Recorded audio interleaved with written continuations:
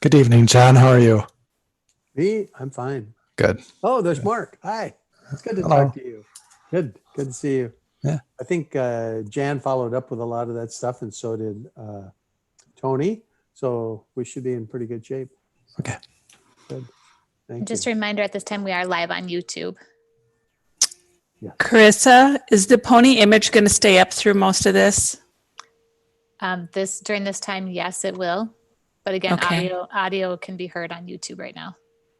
Okay, I was just curious for the meeting because it limits our ability to see the participants. Oh, I apologize. No, once the meeting starts, it will not be, but it'll be up until we get going. Oh, Here we go. okay, thanks.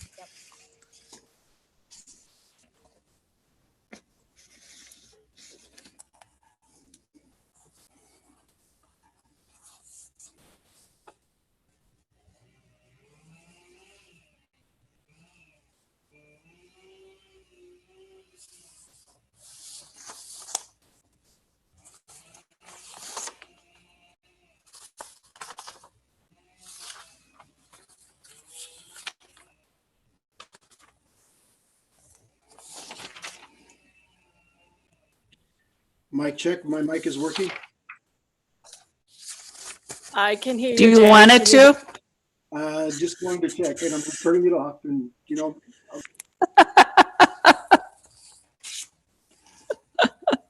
Sorry, Jan, I had to.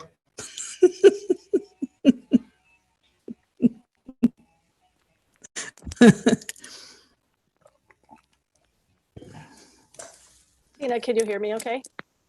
Yes, you sound great. Okay, good. You all look fantastic.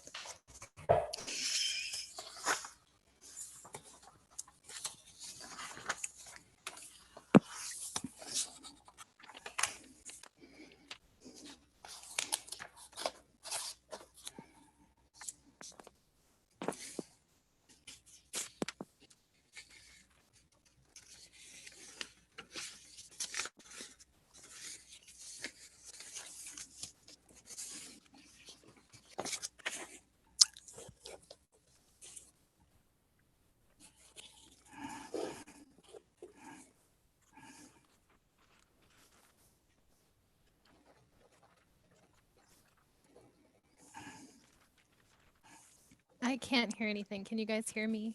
Yes. I can hear you, Shelley.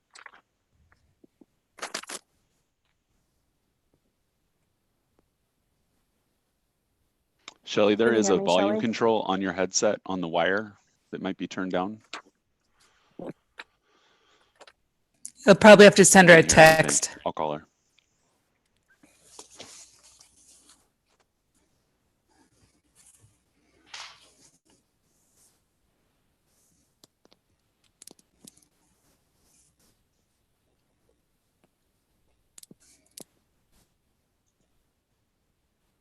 Checking one more time.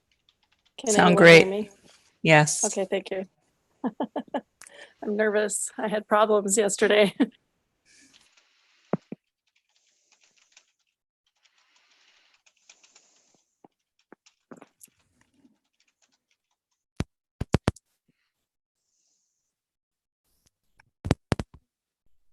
Hello? Yes. Hear me?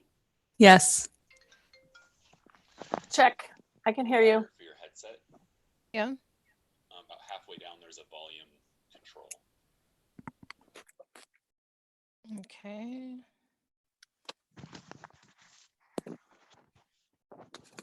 Is anybody doing anything?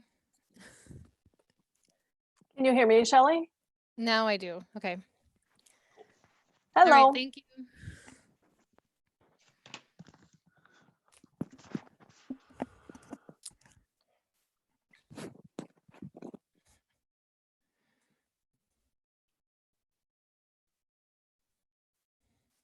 I decided to go Mark Zuckerberg on everybody. I got my pony pride. Oh, really? I still win. Yes, you do.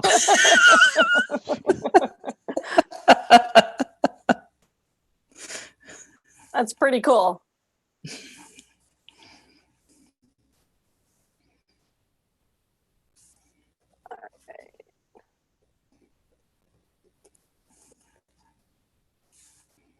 All right, I'm just checking to see, do we have everybody here?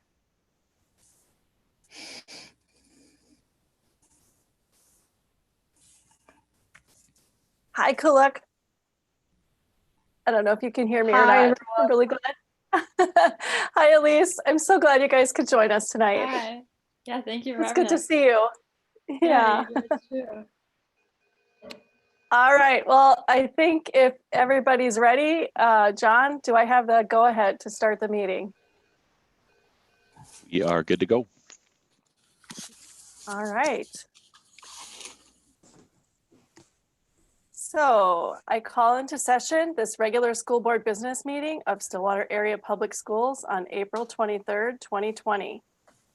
Due to the current federal and state emergency declarations, the Minnesota directive to residents to stay at home, and guidance about limiting person-to-person contact due to the COVID-19 pandemic, this meeting of the Stillwater Area School Board is being conducted in accordance with Minnesota Statutes 13D.021, meetings by telephone or other electronic means.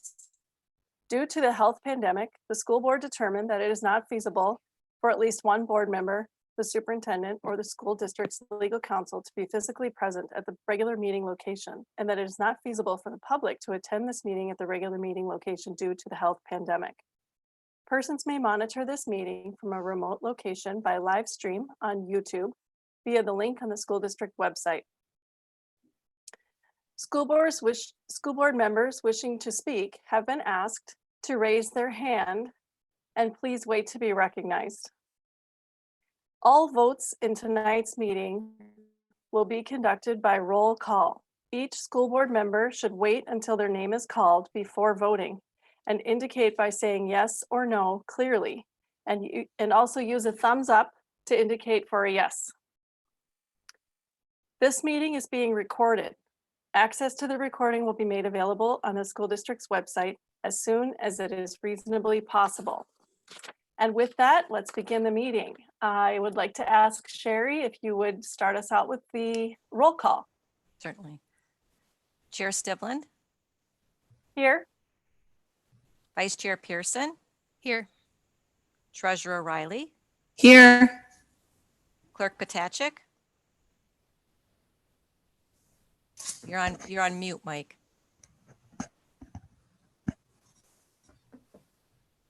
Can you unmute yourself, Mike? Oh, there There it you is. go. There we go. Thank you. Hi. Director Burns, Here. Director Pelletier, Jennifer, you are on mute as well. You need to unmute. It happens to the best of us. Oh no. here, There we and go. Director Weisberg. Hi. Director Weisberg, you're also on mute.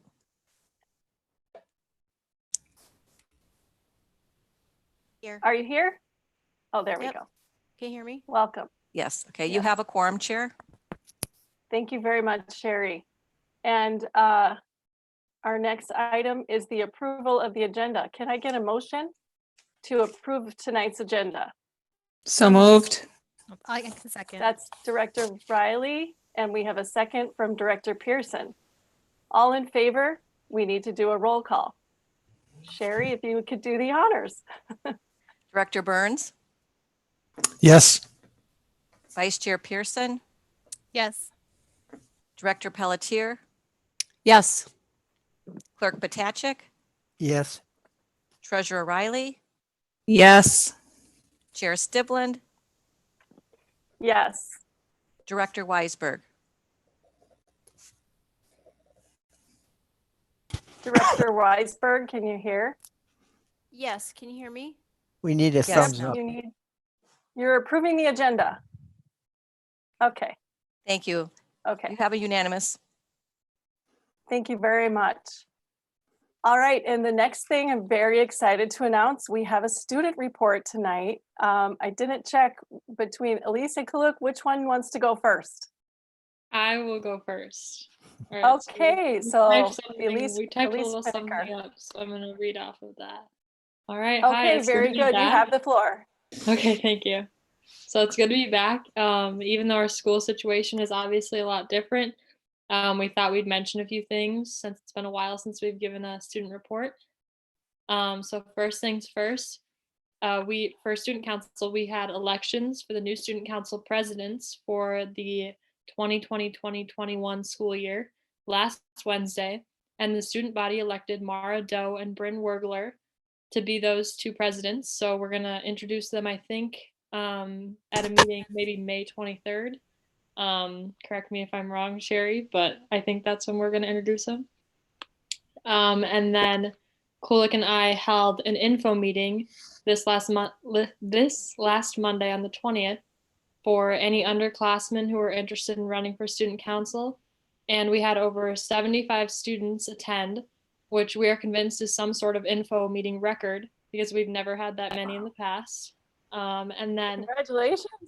thank you. Wow. And then regular elections for incoming sophomores, juniors, and seniors is this upcoming Wednesday, the 29th, and this will form the new student council for next year. And then one of our senior members, Jenna Yingling, took the initiative to post on our student council Instagram the Stillwater class of 2020's decisions. And we've gotten over 200 submissions that have been posted. And this was really cool for all of us to see what our peers have decided to do after high school, since we can't have that in-person decision day. And then Kulik and I attended the graduation committee meeting on Monday. And it was really nice to see a lot of our peers and collaborate on what we could possibly do for graduation amid the virus. So it's my turn now, and I'm going to be talking about Thank clubs you. Go really ahead, quick. Kulak.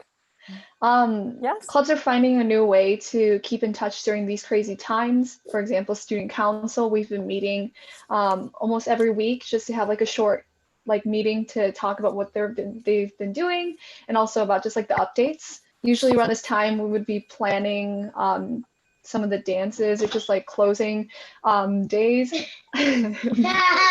Golly, hold on, sorry. Elise, could you finish really quick? My brother kind of just. I can. Okay. You can join us. All right. So, and then the drama club, it has been having activities for their members to do over Instagram and different activities like that to stay involved. And then clubs like Business Professionals of America and Asian Student Union are utilizing Zoom and other platforms to continue having meetings every week. And then AP testing will be online, which is a big adjustment for us this year. And so us students who've had to adjust to this change and learn how to best prepare for the new form of AP testing. But we have faith in the SHS students that we will do great. And some things that we've heard from our peers about e-learning is that a lot of students are enjoying the flexibility to do their assignments on their own throughout the day. Obviously, we'd all rather be back in the building, but we're making the most out of what we have with the situation. Kulik said here that she's having fun outside, and she started an embroidery club via Zoom. And so that's kind of fun. And so we also said that students now have a lot more time to focus on their mental health and just kind of taking a check to relax. And we've also heard that a lot of students think it's helpful to do the check-ins via Google Hangouts with their teachers, and just seeing other peers face-to-face is really nice. And then yesterday, a lot of seniors got their lawn signs, which was pretty cool for a lot of us. And even as it's been kind of a rough time for us seniors, realizing that we won't get to enjoy a lot of things that come with senior year, but the little positive things are kind of keeping us going. So that concludes our student report. Sorry, it's a little bit long, but yeah. That's no problem. We're really happy to hear all of that. And I love to hear that it sounds like students are really responding perhaps better than most of us adults, because this is all so different and new that we've all been thrown into. And it sounds like you guys are all just making the best of it. It's really awesome. I cannot wait to hear more. I think we're going to hear a little bit tonight from Mr. Bach about some of those ideas you talked about for graduation. And I'm looking forward to working on that too. Thank you so much, you guys. And tell Kuluk, I wish that her brother had been joining her. That would have been really fun. No worries. Well, thank We'll you. see you next time. All right, thank you. Okay, thank you so much. Okay, so the next thing on our agenda is the open forum. John, are we ready? We are ready. I think we have almost all of our speakers here. Okay. So the Sarah, first person I have, yes, go sorry, ahead. go ahead. I was just going to announce your first speaker, but it sounds like you might Oh, have that in front great. of you. That's right. No, I'm sorry, Carissa. I forgot what our protocol was. That's your job. I just have the names in front of me just to verify. So you go right ahead. Are we reading the intro? You take the floor, Carissa. I think, Sarah, you normally Oh. read that intro though. Oh, that's right. Sorry, hang on one second.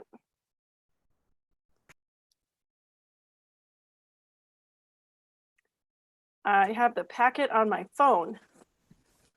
I don't have it printed in front of me, so here we go. School board meetings will be held electronically until further notice. If you wish to speak to the school board, you will be able to do so at the start of the school board meeting during open forum. A sign up for open forum speakers is available online on the board webpage from 3 o'clock till 4 o'clock p.m. on the day of the board meeting to provide time for instructions to connect to the meeting to be sent to the speakers. You may sign in only for yourself, not for other individuals or groups. The order of speakers will be established on a first come, first served basis. Due to time limitations, we will limit the number of speakers to 15 for 3 minutes each. You will need the ability to join the meeting electronically, either by phone or online. You will receive instructions for joining the meeting 30 to 60 minutes prior to the start of the meeting. If you wish to speak to the school board, you will be able to do so at the start of the school board meeting during open forum. If you spoke at the last meeting, please consider allowing others to speak before you. Stillwater Area School District welcomes input from citizens as community involvement fosters better decision-making and improved learning experiences for all students. While comments and questions are welcome during open forum, law prohibits the board from discussing concerns about individual employees or students in a public meeting. We will stop the proceedings immediately if employee or student privacy issues are raised and direct the speaker to forward comments regarding the individual employees or students to the superintendent. Because we are modeling civil discourse for our community, speakers must present their testimony in a respectful manner. Vulgarity, character attacks, malice, or specific complaints identifying staff or students by name or implication will not be permitted. The board will not deliberate, discuss, or engage in conversation with speakers during open forum.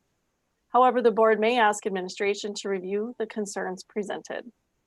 And with that, I'll turn it over to you, Carissa. Your first speaker tonight is Chris Olson. And she is here. Thank you very much. Mm-hmm. Hi, Chris. You look like you're muted. You need to unmute. I've just unmuted you, Chris. You should be okay. Can you hear me? There we go. Oh, we can hear you now. Thanks. Okay, we can hear you. Give me a thumbs up if I should start talking. You can talk now. Yes, all right. welcome. Hello, board members, Superintendent Pontrelli, and our community. My name is Chris Olson, and I'm here to share news of a community effort called the Pony Pride Project. Maybe you've seen these little red flags popping up around in our district. This effort is straightforward. Thanks to a generous community donation, we're distributing those flags for community members to display at their homes to show support for Stillwater area students. The goal is to paint the town red across this district for our kids. In support of the effort, the mayors of Stillwater, Afton, and Oak Park Heights have all issued official proclamations declaring May as Pony Pride Month. Christy Smith, another one of the project's founders, will be sharing with you tonight more specific details about the project and how the public can participate. I'll conclude by reading the official proclamation and some comments by our mayors. So the proclamation. Whereas graduates of Stillwater area schools have been impacting our world since 1876, whereas proud alums return to our communities to raise the next generation of ponies, whereas today more than 8,300 kids prepare for the future in our schools, whereas hundreds of teachers and staff serve our kids with professionalism and heart, Whereas just over 1 month remains before the end of the school year. Whereas Pony students, teachers, and staff migrated to distance learning to finish the year strong. Whereas this big valley community has a small town love for our students and teachers. Whereas we as a community are proud to be ponies. Now therefore I, Mayor Bill Palmquist of Afton, Mayor Mary McComber of Oak Park Heights, and Mayor Ted Kozlowski of Stillwater do hereby proclaim May as Pony Pride Month. Now here are some quotes from our mayors. Afton Mayor Bill Palmquist says, quote, "Our district has never been about a building. It's about a community. We may be scattered now, but the resilience and perseverance shown by our teachers, administrators, students, and parents is inspiring. The lessons we are all learning about adapting and sharing will stay with us for years to come. Fly your pony flags with pride this month." The mayor of Oak Park Heights, Mary McComber, says, quote, "These times have been challenging for district students, teachers, and staff. As they all finish off this school year, we need them to see and feel our strong community support," end quote. And Stillwater Mayor Ted Kozlowski says, quote, "Pony Pride runs deep through this community, and this project provides an opportunity for all of us to put a stake in the ground to show it and to share our support for kids and families." Thank you. Thank you. Thank you so much. That's fantastic. What a wonderful way to start out our open forum tonight. I appreciate that. All right, and Okay, our next speaker will be Christy Smith. Thank you. Do we have Christy? Hi, Christy. Can you hear us? Hi, Christy. Can you hear us? It doesn't look like Christy can hear us, but let us get her a note to let her know she's on, and we'll see if she can see that.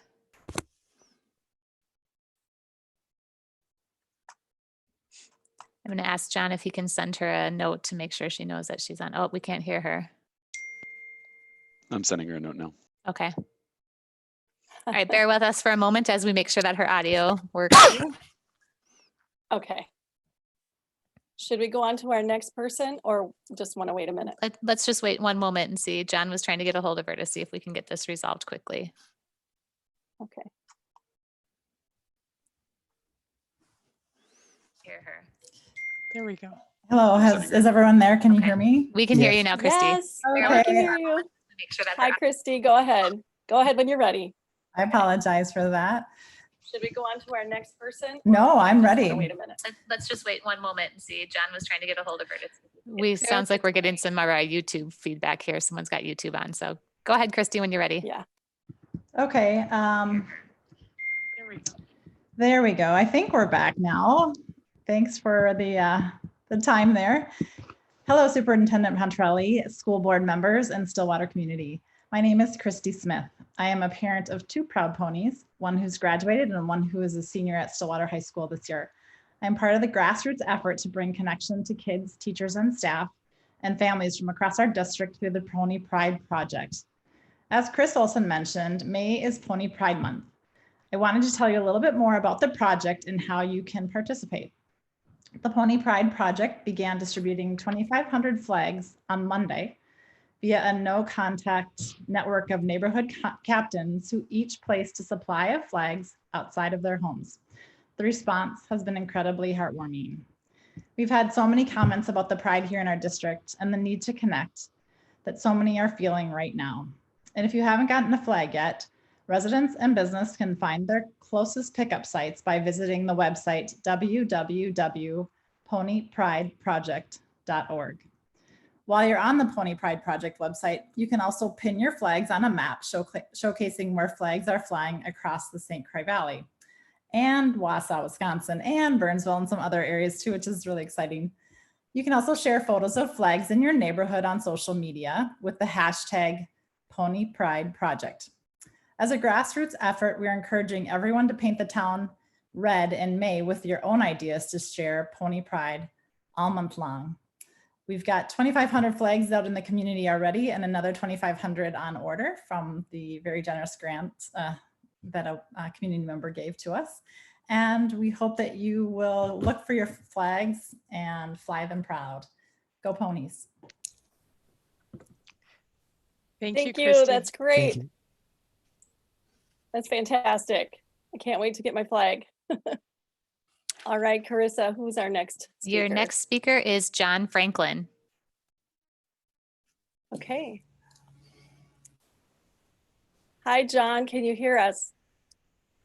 Hear me? It looks like you might be muted. There we go. Oh, okay. Can you hear us, John? Oh, good. We can hear you now too. All right, go ahead. Great. Hello, school board. Why are you sacrificing my peers' education for your personal vengeance? If you decide to hold hiring until June 1st, you will not get the best candidates, and therefore students will not reach the highest level of achievement. It is literally one of your goals to increase student achievement, right? This is consistent with the pattern of putting your agenda above students that you have shown since I was in school last. On March 19th, you could have hired lawyer Michelle Soldo for the bus garage investigation, a lawyer who has never worked with the district legal counsel and had a price at the time of the vote. Instead, directors Stivlin, Potachik, Weisberg, and Riley voted to work with Pamela Harris, a lawyer with questions about conflicts of interest and no price tag. What could be the problem with giving an unknown amount of money to a lawyer during a time of major economic collapse? Also, on March 19th, you put employee A on administrative paid leave. This was about a week after the World Health Organization made COVID-19 a pandemic. You put one of the most important employees in the district on paid leave during an international crisis. How is that supposed to help me and my peers? How is signing a blank check at helping distance learning? Maybe the real blank checks are directors Stivlin, Potachik, Weisberg, and Riley. As part of the school board, you should have the students at the forefront of your decisions. If we are not, please reconsider your purpose on the school board, or please let someone who is more willing to help students replace you. Thank you. Okay, thank you very much, John. Carissa, who's our next speaker? Our next speaker is Sandy Hayner.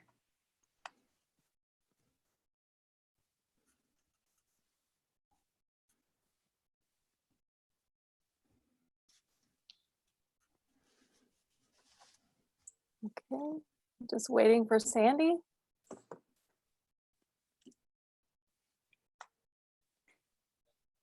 Sandy, can you hear us? Hello. You're muted. Sandy, can you hear us?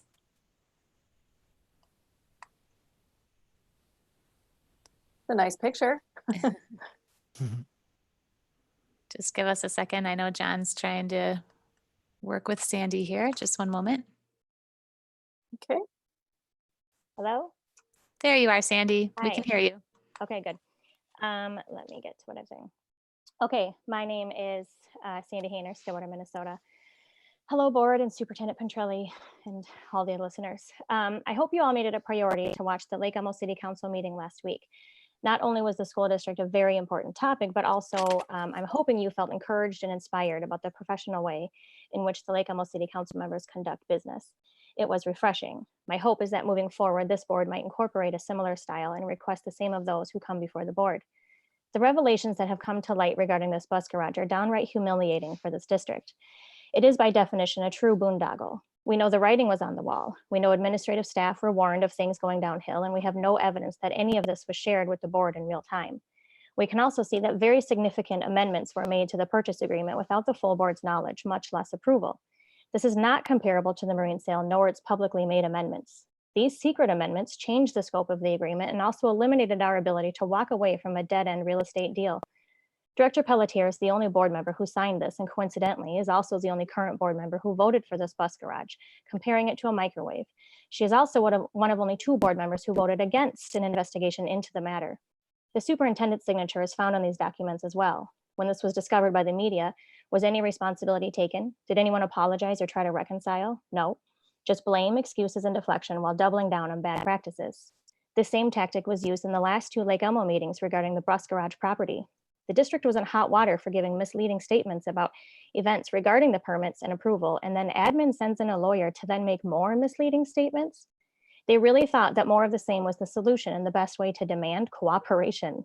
You hired an insult-wielding, snarky lawyer to strong-arm the city into not only ignoring their own policies and procedures, but to also not so subtly threaten the city and taxpayers with a lawsuit if the district admin did not get special treatment. This was the elite defense. What if at the onset of not just this mistake, but those of the last few years, what if administration just took responsibility?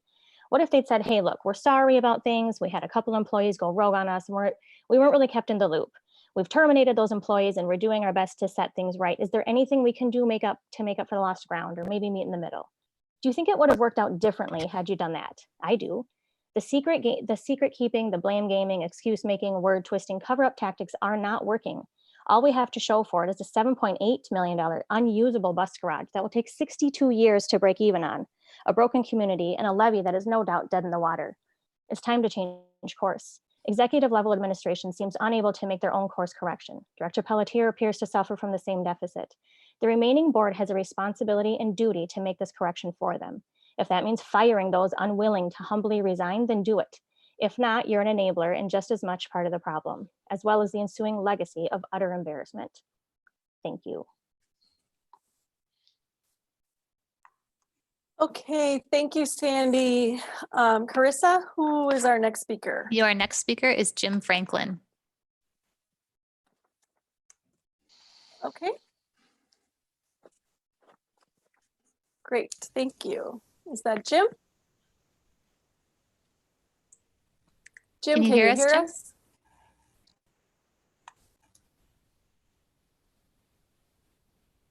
We seem to be having a little bit of an audio issue here. Jim, you're okay to go if you can hear us? We'll let John get a message to him here that he's ready. Just bear with us a moment.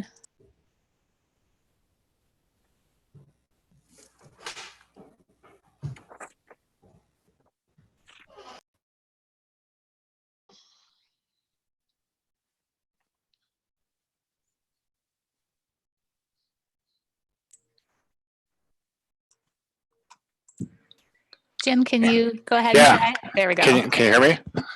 We can hear you now. I Yes. don't think I'm going through my headset, but hello everybody. How are you? Hi, Jim. Go ahead. Hi, Stonebridge Hi, Jim. teachers and Lily Lake speech teachers. In last night's workshop, dear Board of Directors, Superintendent Pontrelli, thanks for allowing me to speak this evening. In last night's work session meeting, Director Weisberg said that she had asked in the January 30th committee meeting where RFPs were and wasn't told until February where they are. I happened to be at both those meetings and looked back at my transcripts. Director Weisberg asked about RFPs in general at 3:53 and asked if it was okay if she could take them home and look at them and bring them back. Well, this particular case was regarding the auditor RFPs. Clearly she knows where they are and how to obtain them. Director Riley asked, how does the process work for transportation? Kristen explained the qualification requirements for the bidders and the packets. At 14:59, Director Weisberg said, so every 4 years, do you have to put something in the paper and send like an RFP? Director Holheisel said, just like that, absolutely. Director Weisberg never asked to see the RFP. On January 20th meeting, excuse me, at about the 17-minute mark, Director Weisberg said the lowest was Minnesota Central, but I think it was like 6 million lower over the course. Director Holheisel corrected her, said, no. Director Riley said, yeah, it's like 600,000 or something like that. Ms. Holheisel said it was nowhere near the millions.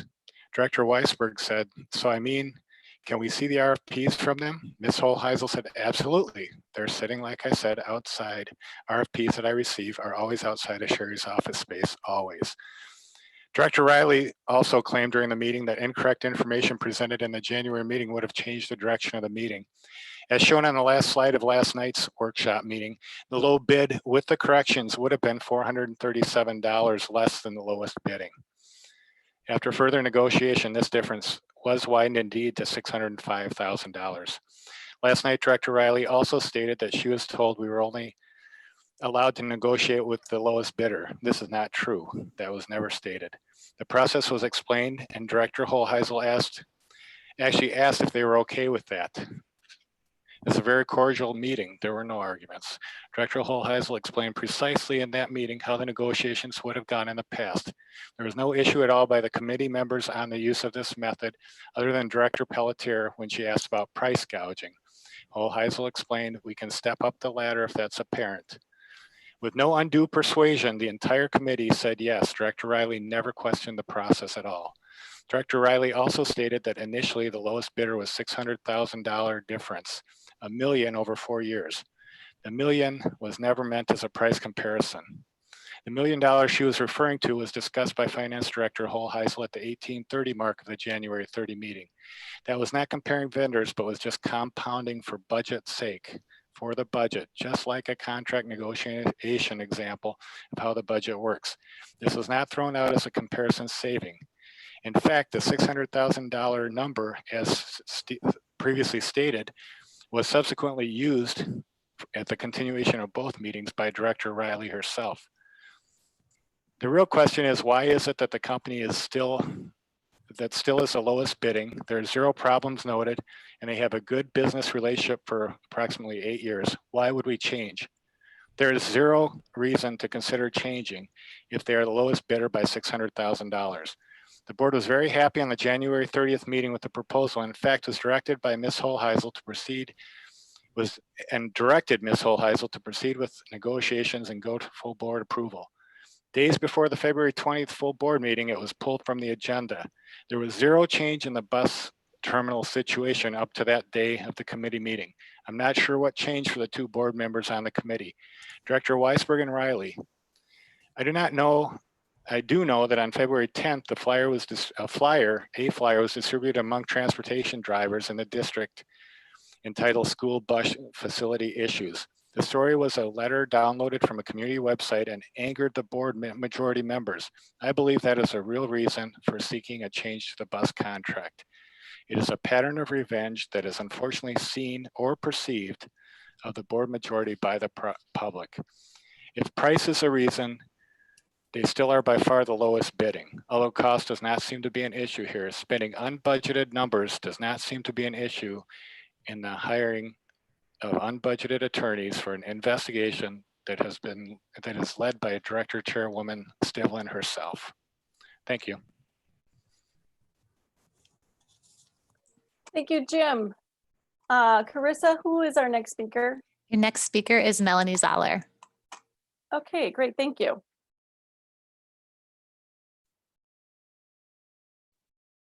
Hi, Melanie. Can you hear us?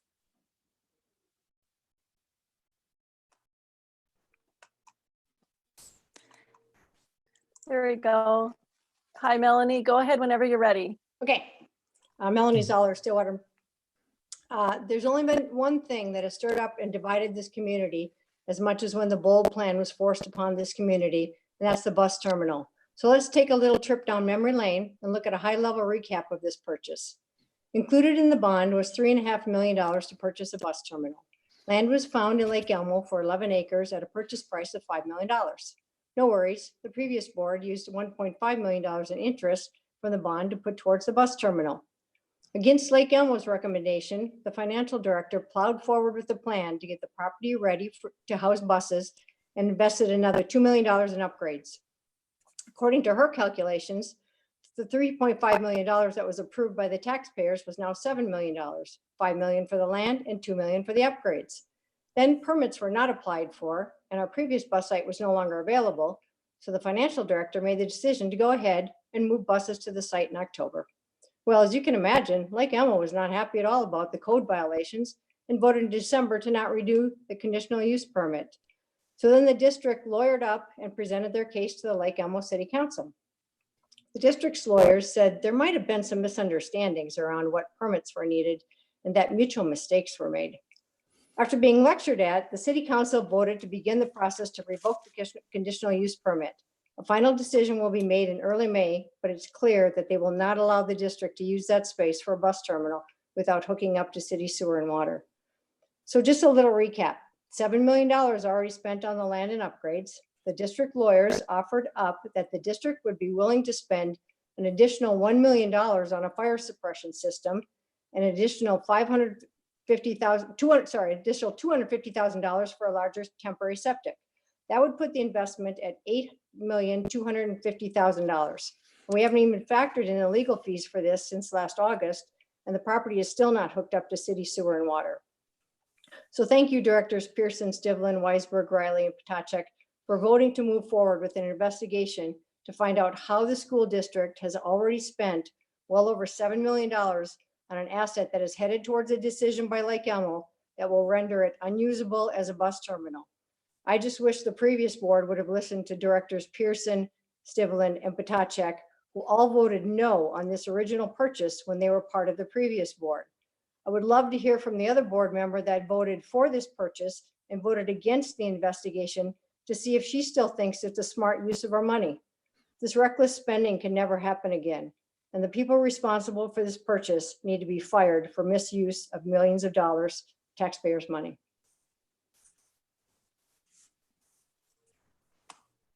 Thank you, Melanie. Okay, Carissa, do we have another speaker? We do. Pamela Carlson. Okay, thank you.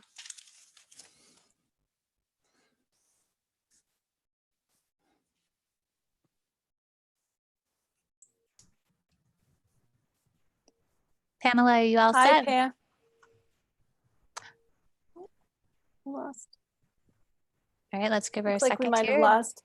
Let's give her just Okay. a moment and then see if we can get her back.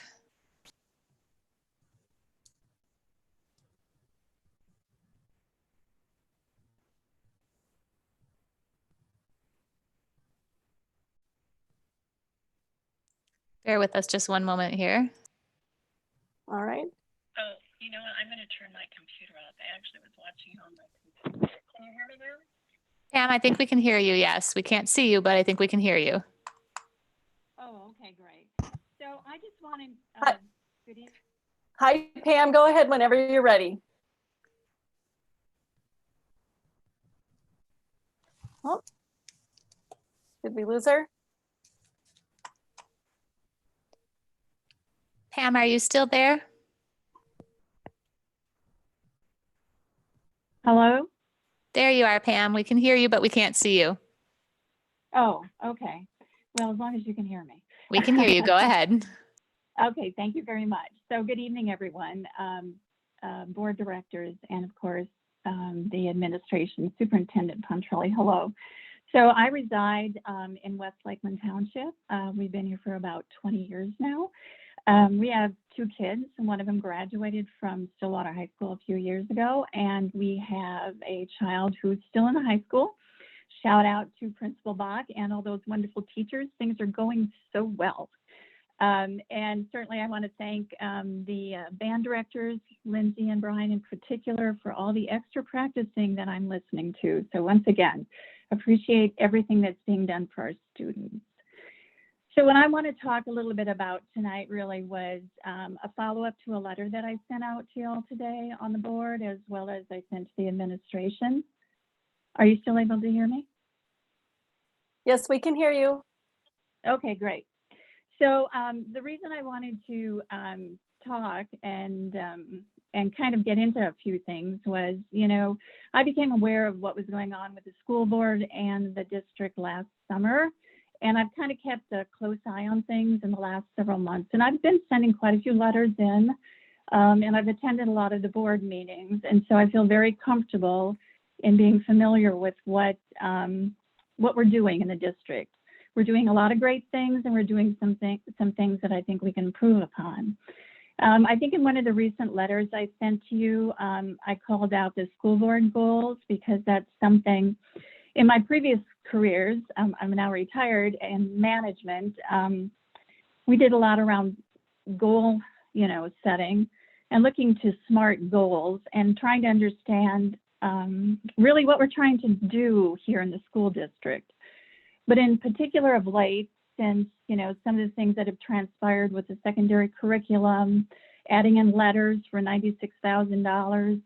So looking at budgets, some of the challenges with the bus contracts, some of the challenges as Melanie and I think it was Sandy mentioned around the bus property. In addition, now what's going on with the COVID planning. So I think that's kind of where I want to land right now and really talk about what it is we're doing as a board and planning for this fall. Because one of my concerns is we're going to be micromanaging to what the administration is doing as opposed to what we should be doing as a board. And I'm saying we because I feel very connected to y'all. I feel like I have an understanding of what drives y'all and what you're looking to accomplish. And so with that, as I said in the letter, I would ask that you allow the administration to do their job and that you look to what you need to be doing around transparency. And when I call out your goal on increased community trust and engagement, I certainly look to how you can work to that goal to make sure you're being very clear with the community, as well as especially the administration and the teachers, the staff. Because when that notice came out of the agenda item that was added, I read some of the things on Facebook and I got some feedback that I observed on there that there was a lot of concern about what was being done. So I'm not going to read my letter now. I sent that out to you all and I did post that on Facebook, the Pony Pride page, I think it's called, as well as on Nextdoor on the 834 group there. So with that, that's really all I wanted to say. I'm just asking you as a board to do what you need to be doing and allow the administration who are very, very well versed in what they need to be doing. And that's all I have. So thank you very much. Thank you so much, Pam. Carissa, do we have any more speakers? We believe Carl Blondin is in the waiting room. We're going to let him in. There's not a name attached to it. So if it's not, we'll quickly kick that person out. But if it is Carl, that will be our final speaker. Okay, great. Thank you. And it is Carl. Carl, can you hear us? Hi, Carl.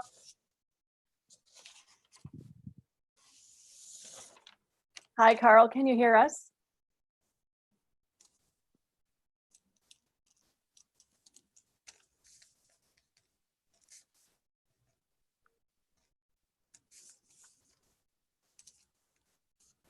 Hello?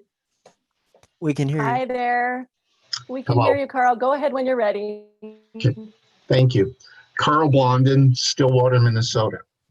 Members of the board, Chair Stivlin, Superintendent Pontrelli, and members of the community, thank you. There's been some controversy about the bus garage. First of all, as a licensed attorney, I will want to reassure the public that everything that Ms. Hayner and Ms. Zoller said was incorrect and misleading. The school district owns an exceptionally valuable asset with a bus garage. We own it in fee simple absolute, the highest form of ownership the law recognizes. The law favors property owners using their property in a manner consistent with zoning ordinances. That is exactly what we are doing. The law also favors conditional use permits, so owners may use their property in manners consistent with zoning. And that is what's going on now.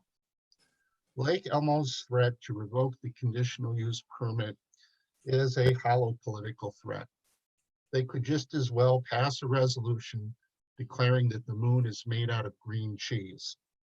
It would have just as much effect.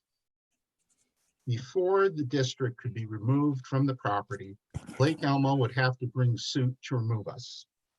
No judge in the state of Minnesota would remove our district from that property.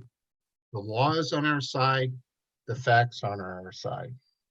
And I would like to address Ms. Hayner's description of Ms. Land, our attorney. Ms. Land is learned in the law. She's an exceptionally talented transactional attorney, and she was most gracious in her presentation. Additionally, Mrs. Stivlin, I'm a bit concerned about your proposed hiring freeze. I'm a bit of an old-fashioned, cold-hearted, mean-spirited conservative. I have trouble paying my taxes to subsidize hockey parents by $1,200 per player per year.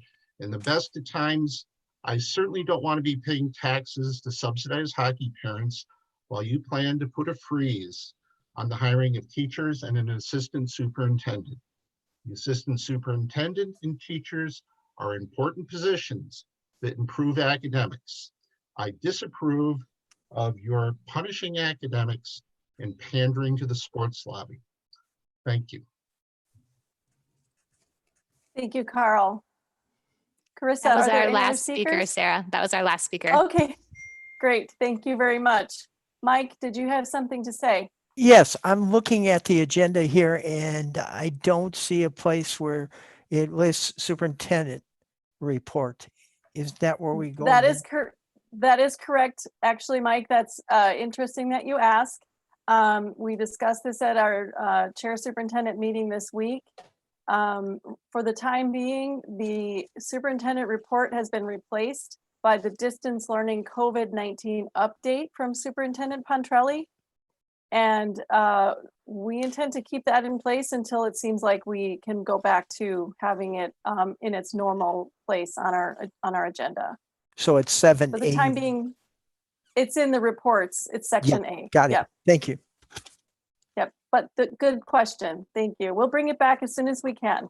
Okay. As soon as it feels like it's the right time to bring it back. All right. Moving on, the next item in our agenda is the consent agenda. And I'll be asking for a motion to approve. The first item is the school board meeting minutes of April 9th, 2020. The school board closed meeting minutes from April 9th, 2020. The disbursement report on from April 11th to April 24th, 2020. Item D, the accept gifts and donations from March 2020. Item E, the Human Resources Personnel Report, and item E, the Northeast Metro District 916 Fiscal Year 21 Special Education Services Itinerant Agreement. Can I have a motion to approve the consent agenda? Do I separate first or do I wait till the agenda passes? Let's have a motion to approve first. Okay. Can I get a motion to approve the agenda? So moved. Director Riley makes a motion. Do I have a second? Director Weisberg, are there any changes or comments? This will be the time, Mike. Okay. Yes, what I'd like to do is separate item C, disbursements registers, April 11th through April 24th, 2020. Okay. Very good. So we will pull item C from the agenda. So now we have, let's see.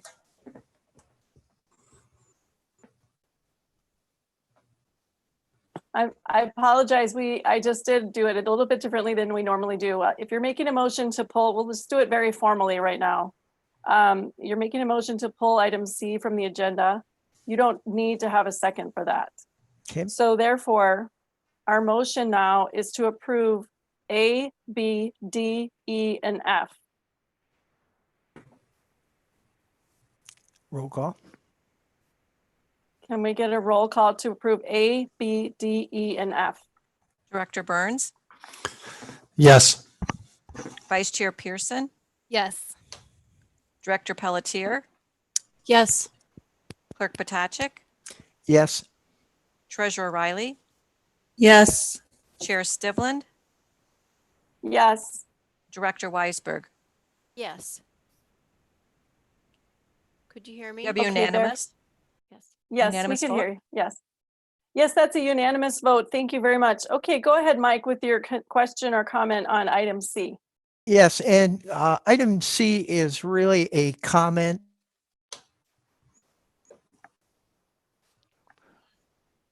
Lost his audio. Mike, we lost your audio. Can you hear me?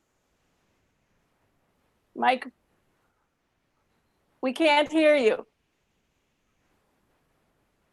Sarah, you Yeah, look we like can't you- hear you. Oh, There you we can't- go. Now I can hear you. Okay. Again, I'll repeat, disbursements basically we're doing after the work is already done. And so can you hear me or not? Yes, we can hear you now. You're Okay, good. good. I want to make sure that. Okay, particularly the item I want to talk about is on page 15. So if anybody has their laptop and they're following that way, or if you have a hard copy like I do, it's on there. And particularly one of the topics I found of interest was the legal expenditures for Lavander, Gillen, and Miller, which is the attorneys that we hired back on August 8th. And we hired them for the purpose of the legal action and advice on the property. And what's up for approval tonight is dated 4/24/20, and the amount that it's charged there is $18,000, $18,831. I'll leave the cents off.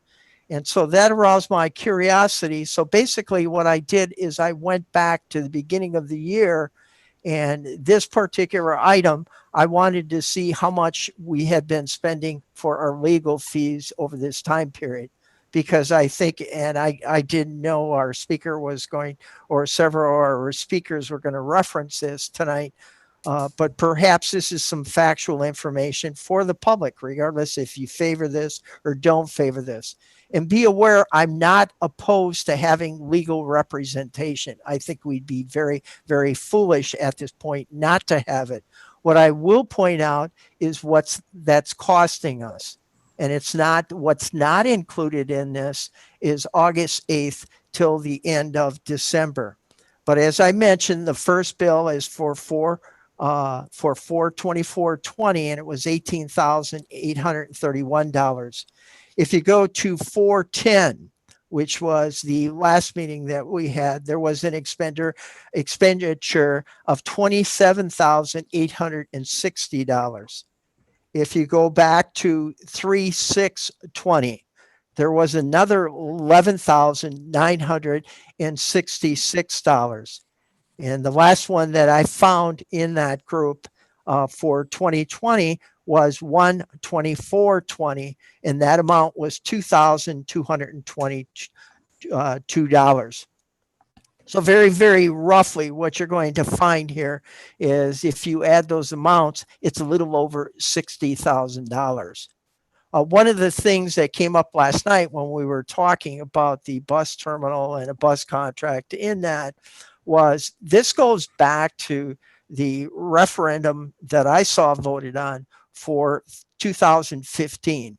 And at that time, the amount that was talked about in the referendum was probably about $3.5 million. As one of our speakers talked about presently, we've added to that amount so that it's over $7 million at this point. And what I'm saying, this has turned out to be what I almost regard is a financial black hole, that it just seems to be costing more and more money. And so what I would like to do, just to get the factual part of this out there as well, is I did talk to interim finance director, Dr. Tyne, and I asked him if he would go back for me and look from August 8th to 2019 up to December of 2019 and to total that amount. But either way, I think it's going to be a significantly larger figure than what this shows. So that's all I have to say. I wanted to share that information. Thank you. Okay, thank you very much. And Did with you have that, something, I'll Mark? move that we. Wait, what, go ahead. Mike? Yes. It looks like we have a question or a comment from Mark. Go ahead, Mark. Sure. Thank you, Mark. Oh, yeah, thanks. And I guess I don't have a question per se for Mike. It's important information for the community to have. So I appreciate you pointing that out. But it does remind me that as you're going through the bills for legal costs, we haven't seen costs over the last 4 months from our legal representation from Kennedy and Graven. And so that maybe that's a question to Dr. Tyne too, if we're going to be looking back at the legal costs, if we could try to trace back, because we haven't seen any, maybe with the exception of one very small disbursement here since the beginning of the year for Kennedy and Graven, like to find out where those charges are. So it just was a reminder, Mike. Thanks. Yeah. The only thing I'd say is agree, this. Mark. Go ahead. Is that I have Go ahead, looked Mike. through, like I said, really to the beginning of the year till now. There are bills in there from Kennedy and Graven. What I chose not to do is to present those tonight, but they're very, very clearly there. But I think both that and I'll leave it up to Dr. Tyne if he wants to collect those and share those as well. Director Weisberg, you're the on Kennedy- mute. Oh. Oh, there we go. Sorry. Now we can hear you. Hear me? Okay. Yes. The Kennedy and Graven bills, I would also like to point out, are district-wide bills. The bills that Mike is talking about specifically are just dealing with the bus garage, one issue. So yes, while Kennedy and Graven is our lawyer, that's anything they bill for is a district-wide bill, not just a specific one subject like Mike's talking about. Thank you. Yes, thank you. Jennifer Pelletier, go ahead. Hi. Yeah, thank you. And I might have gotten different information on this myself. Mike, I'm glad you brought that up. I connected with Linda Moncrief yesterday, and I asked her for the Kennedy and Graven bills. The last one that I was told that we have from Kennedy and Graven that are board related expenses, which is category 10010, I believe, was 1 day, and that's January 30th. And it was for like $47. It was a very nominal amount. And Linda had mentioned that we do not have any other bills from them to date on that board related expense category. So I'll be looking forward to seeing that as well. Thank you. Unless you have something different, Mike, I don't know. Can I just Yeah. clarify, Jennifer, just to clarify, what you're talking about would be legal expenses from Kennedy and Graven that would be specific to board related activities? Yeah, I don't want to speak for Mark, but Mark, if that's what you were looking for, I asked about that yesterday, and I believe was Linda had mentioned that the only one that we had was, and I don't know what that means. I'm just saying we only have one, and that was January 30th, and nothing since then. I didn't see anything in the disbursements here. So wherever those bills are, I just haven't seen them yet. I'm sure they'll probably come in a subsequent meeting. But I haven't seen them yet, is I guess what I'm saying. So thank you. Okay, thank you very much. Mike, did you have something? Yes, they exist. I have a stack of them about this high. So that's where they are. No, I'm talking about the disbursements because I have them for all of those months. And what I do generally when I go through disbursements is whatever gets my interest, I highlight. And then if it makes the second cut, I put a post-it. Now, what I could do, but it's going to take me about probably 10 minutes to do that. I could go find those and tell you which ones, because I have them right here. But why don't we do this? If at the very tail end of the meeting, and we're not all worn out by that time, I'll try to sneak away at an appropriate point, look through that pile and tell you where to look, because to me, it's relatively simple. And what I did for the purpose of this is I just gave you the 4 that I highlighted. And I did highlight Kennedy and Graven. That's why I know, and particularly for one of those, and I think it was more than one, I think there were about 4 or 5 items that came in. But it's not always itemized just exactly what it's for. It'll just say Kennedy and Graven. So.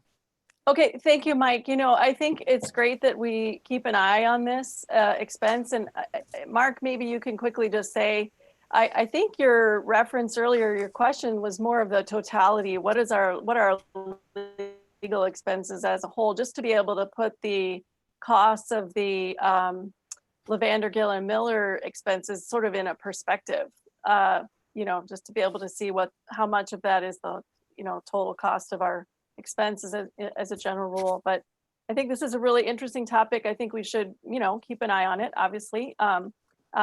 Thank you for bringing that up to us. And maybe we can have some of the results of your continued research in an email or at a future meeting, if you'd like to share. Well, I think it's appropriate to ask Dr. Tyne if he could retrieve those, because I think he can do it much quicker than I have. Not tonight, but for I think I agree. And I think it's about Linda Moncrief being able to get at all that information during this time of not being able to be at the office, but definitely think that's something we should pursue. So at this time, unless there are any other comments or questions from anyone, let's go ahead and let's have a motion to approve item C. I will move. We have a motion from Mike Potachik. Can I get a second? I'll second. We have a second from Shelley Pearson. All in favor? Sherry, we'll need to do a roll call again. Director Burns, Yes. Vice Chair Pearson, Yes. Director Pelletier, Yes. Clerk Potachik, Yes. Treasurer Riley, Yes. Chair Stivland, Yes. Director Weisberg. Yes.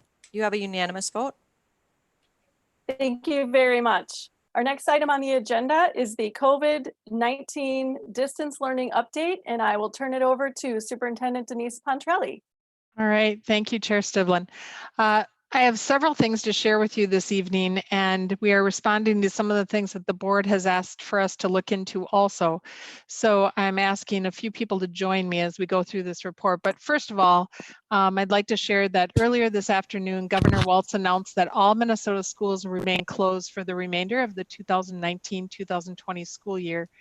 This action has been taken to slow the spread of COVID-19 coronavirus and lessen its impact on our community. We will continue to provide our students with distance learning for the remainder of the school year and building on the successes that we've had in our recent weeks. We'll share more with you in the next few slides on that. This, of course, is not how we wanted the year to end. We miss each of our students so much, and we hope that we might be able to reconnect with everyone and get back together in our classrooms. But one thing we've learned through all of this with our community is that our community is strong, resilient, and compassionate. We'll continue to care for one another throughout this pandemic, and we'll be here to support you and your family in any way we can as a school district. As I've mentioned before, we have many plans in place to help support our families already. If you go online, you may find more information if you need meals or emergency childcare for your children. If you need any support for your student or family, we have resources to support our families. We're going to talk more about activities later on in the presentation and our end of the year events.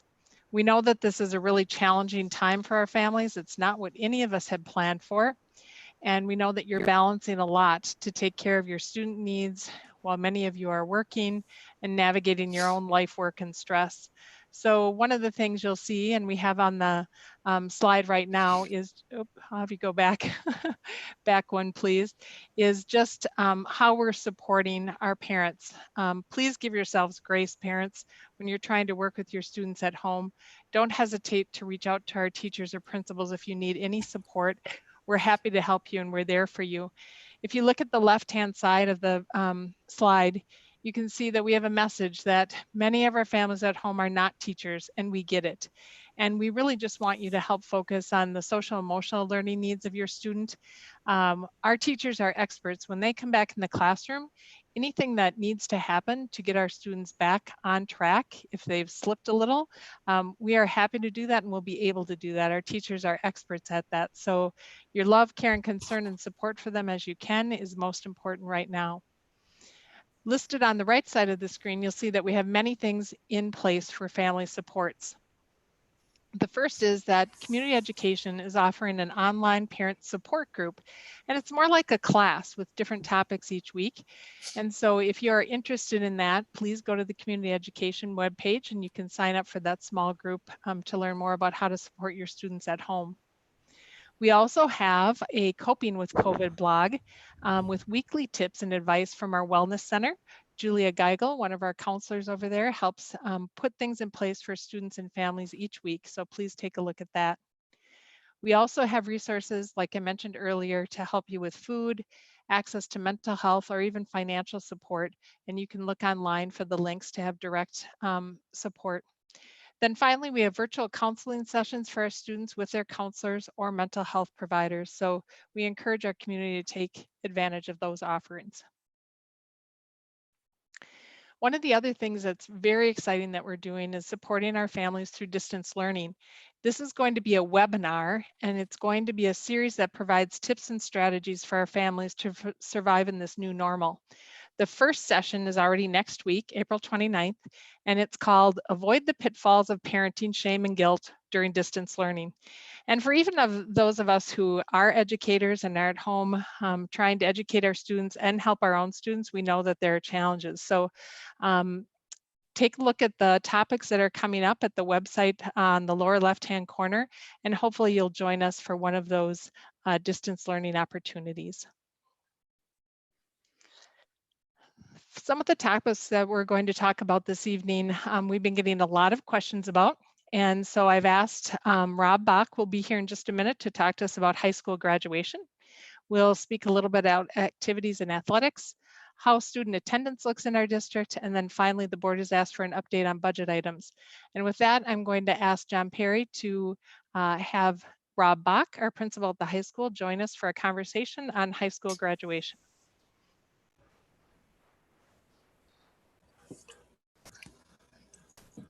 Great. Well, I'm in. I don't know. Can you guys hear me so far?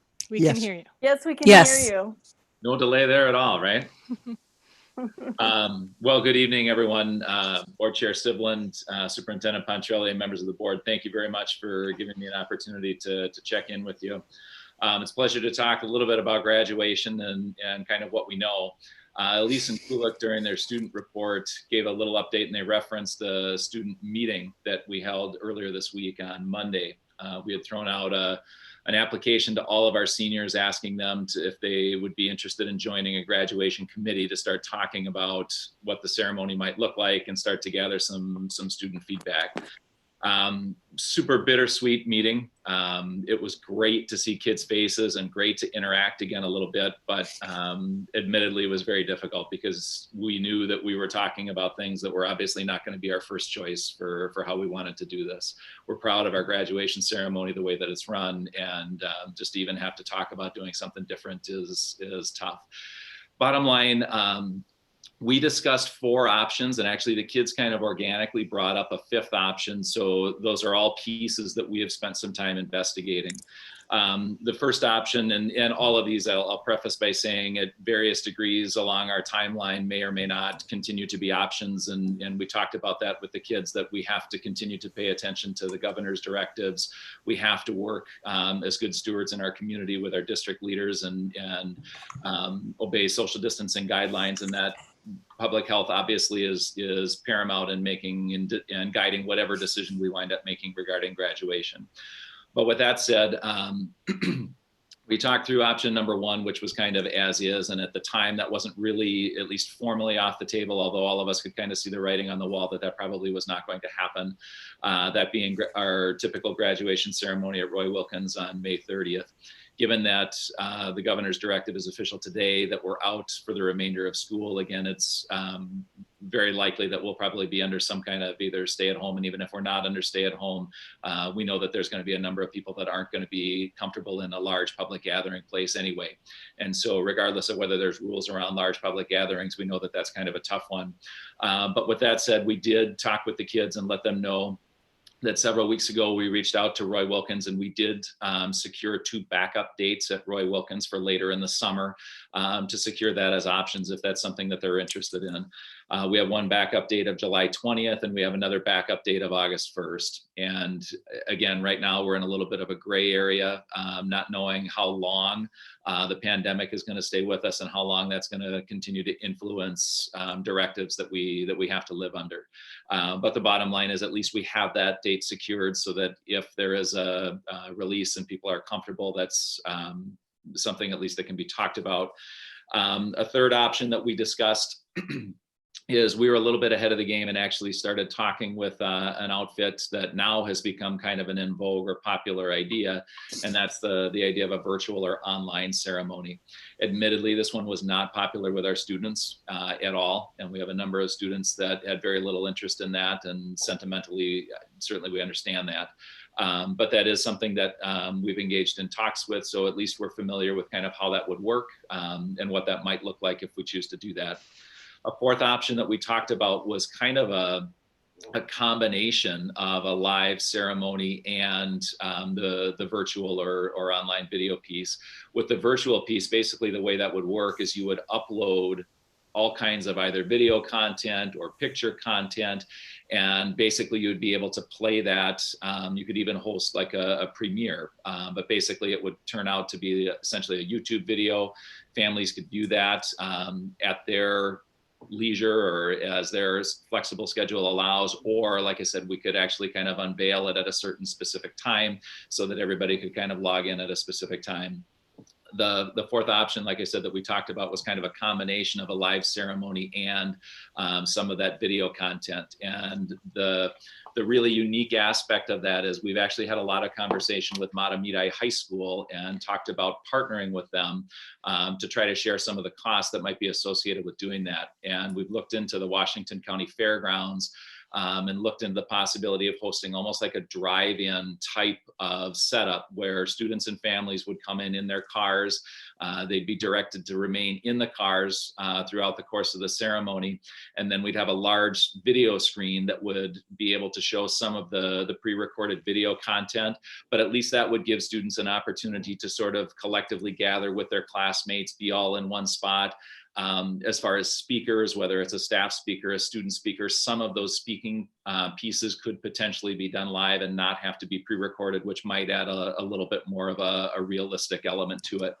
The other piece that was kind of neat about that is we've had a lot of conversation with law enforcement, Washington County sheriffs, and they've been pretty supportive, again, knowing that they also will have to obey whatever directives the governor gives us, but they've been very supportive of the concept right now and the possibility that maybe all of our students could potentially meet at Stillwater Area High School. There are 700 parking spaces on the high school grounds. So if each student and or their family was in one vehicle on the grounds, and we had 700 vehicles for roughly 700 graduates, we could actually run a processional of cars from Stillwater Area High School to the Washington County Fairgrounds, as it's relatively close. And so just in terms of trying to mimic the important elements of a commencement ceremony, that was something that we thought could potentially be a piece that was worth discussing too. The last piece, the last option that we've investigated a little bit over the past couple of days is something that the kids brought up kind of spontaneously on their own, and that was the idea of trying to host something in Pony Stadium. I don't know how many of you were familiar with or saw the piece on Air Force Academy, but the Air Force Academy ran a commencement ceremony last weekend. The drawback to that is they did not allow anyone family-wise into either the stadium or the area where the commencement ceremony was taking place, but all of the graduates were able to come in. They were each spaced 6 feet apart to be appropriately socially distanced. And so there was some discussion around that. And again, I think what the kids liked about an option like that was they wanted to be able to sit with their classmates. They wanted to be able to see their classmates. But obviously that presents some logistical challenges for us too, just in terms of how do we ensure that everyone stays appropriately distanced throughout the course of that ceremony. So that's really where our conversation has been for right now. It's trying to get a sense of what the kids are interested in, what their preferences are, and then trying as best we can to meld that with what we know we have to do responsibility wise for public health. So we'll continue to engage in conversation. We'll continue to pay attention to what the governor directs us to do. And that's really about where we are. We'll continue the conversation. And I've tried assuring the kids and especially to parents too, if there's any senior parents that are watching tonight, It's frustrating. I know I'm a parent of a senior in high school actually myself. And so I'm living this life on two separate sides of things. And my heart absolutely goes out to everyone that wants to know exactly how this is going to work. And as an administrator and as a planner and someone who knows that we're responsible for doing something right by our graduates, it's killing me not to have this dialed in. I would have normally had my graduation meeting with our seniors weeks ago. The middle of April is when we sit down and start talking about all the ins and outs. So, but that's really an update on where we are, and I'd be happy to answer any questions if the board has any questions about direction of discussion. Thank you, Rob. I think I saw Liz Weisberg's hand go up first. Go ahead, Director Weisberg. Thank you, Rob. Can you hear me? Yes, I can. Go ahead. Okay. Do you know it is a shame. I know I feel so sorry for all the seniors who are missing all the sports and everything of their last semester ever in school. Do you have any kind of a time frame? The Washington County thing sounds pretty cool. If we could pull something like that off, do you have a time frame of when you are going to try to make a decision? What's going to happen? I think again, the big thing is continuing to work with district leaders. If district leaders are comfortable with things, we know that we have to have certain parameters in place. I think one of the questions that popped up with that one, admittedly too, is just questions around whether we'd be able to enforce the social distancing piece. Certainly we'd be asking people to remain in their cars. And there'd be an expectation that that absolutely has to happen, but there's concern over, graduation being an emotional event and whether we'd actually be able to rein that in. So we'd have to have some kind of a clear understanding or feel comfortable with the security that we have in place to try to maintain that. And that's the biggest thing. And I think that once we have that, or if we get to that point, and the governor, I think I mentioned even too that we were interested in partnering with Matamidi High School. We'd actually be looking at doing similar types of ceremonies on back-to-back days, so that the fairgrounds would be set up for that kind of event, and it could actually go on back-to-back days. And I know that we have actually reached out to people at the Department of Ed and to the governor to float that kind of idea past them, because the last thing we would want to do is say, this is our plan, this is what we're doing, and go all in on that, only to be directed from a higher authority saying, you know what, no, that's not going to be a good idea, and that's not in the best interest of public health. So as soon as we get some kind of sense that we can do that from the governor, and that's not going to violate whatever rules they have in place, and get the sense that we're comfortable enough with the logistics of providing security, that's it. And unfortunately, that means I probably don't have a set timeline, but I wish it was about 2 weeks ago already. Yes, Director Shelley Pearson. Thank you.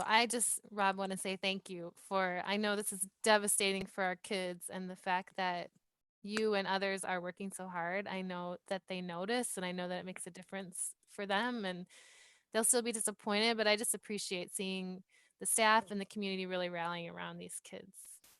I appreciate that. And I have to say too, I was blown away during the open forum, and there have been several other acts throughout the course of the past couple of weeks by our community. When I came here 6 years ago, I talked about Stillwater being a destination spot. It's a special place, and the way that the community has wrapped itself around what's happening to try to make the best out of a situation that no one could have ever wanted has been awesome to be a part of. And I just want our students and our parents to know we're going to do the absolute best we can to try to figure out the best way to make this as special as possible for the kids. That's so great. Thank you. Director Pelletier, did you have something?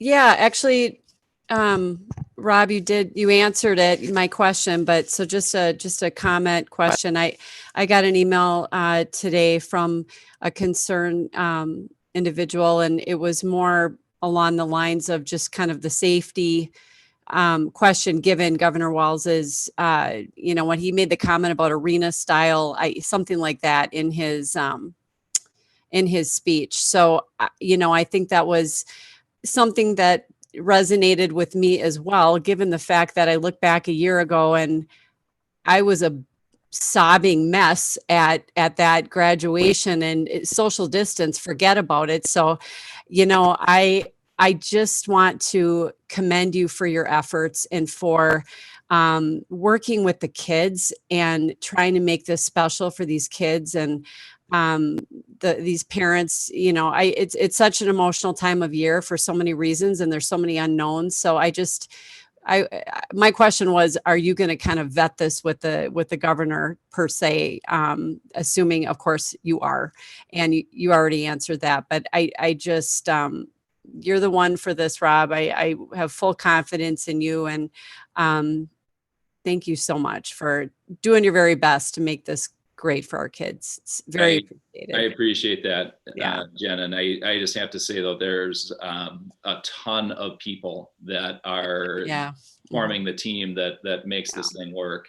And, you know, one of the things that I referenced actually earlier was law enforcement. Sheriff Starry has been great. And he's been a great advocate and a great ally for the schools. And just the idea that he was excited about the idea and was willing to do whatever it took to help us with that.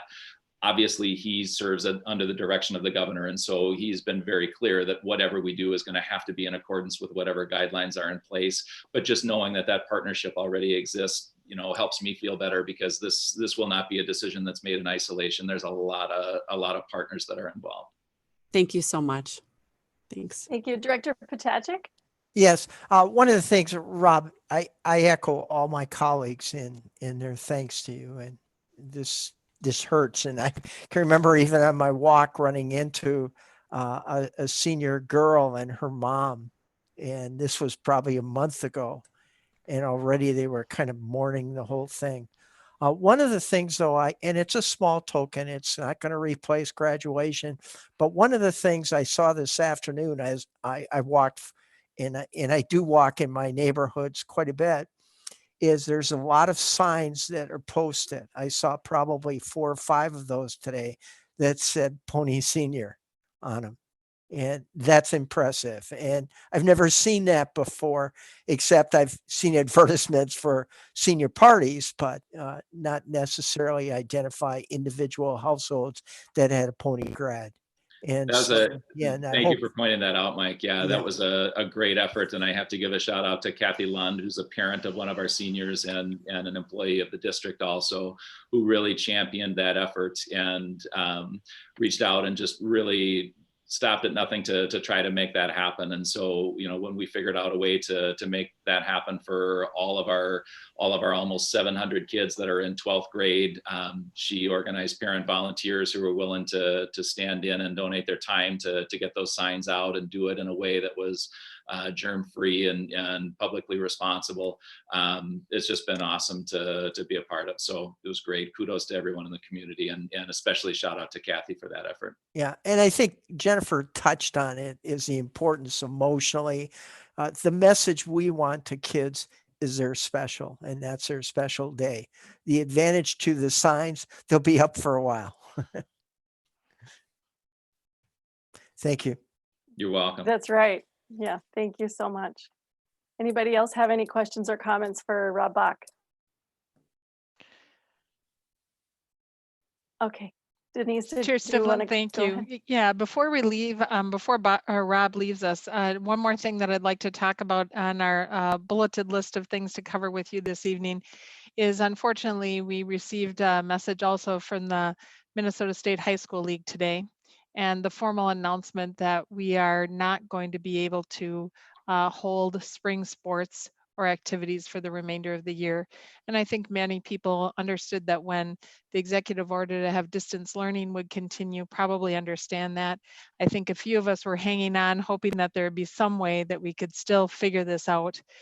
And so they have formally canceled those. And, you know, again, for our families and our kids, we're just heartbroken for them.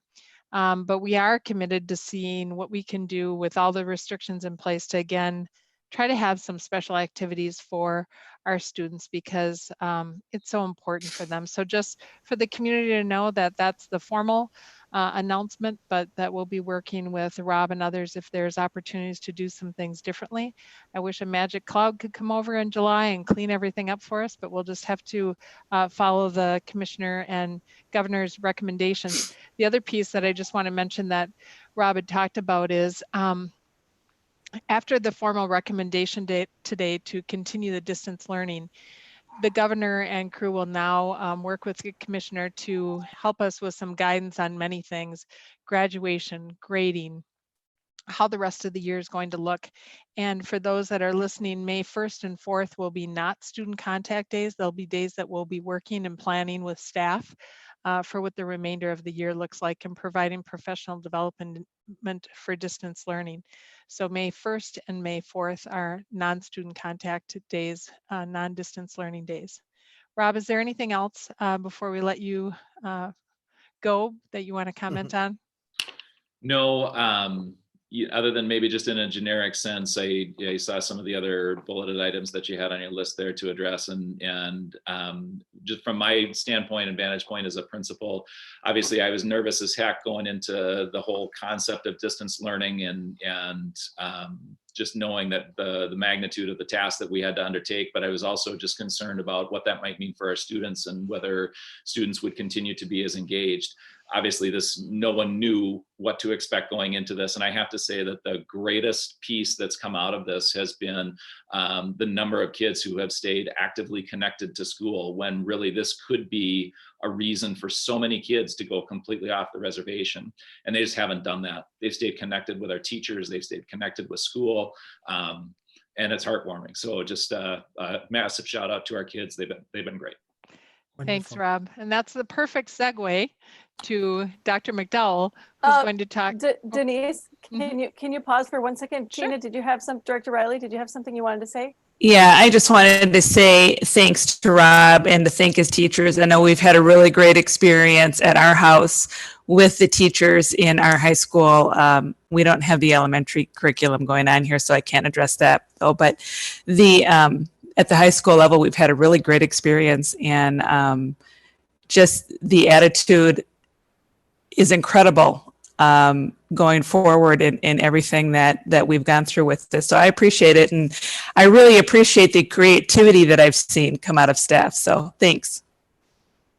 Yes, thank you. Director Pearson? Yeah, thank you. And I would just quickly ditto all of that. We have, I don't know how many high schoolers in this house, 4, and they're all, I mean, I've been so impressed by the teachers and how they keep track of kids. And if kids aren't engaging, they're really reaching out to them. And I know they're working so very hard, and I appreciate all that they're doing.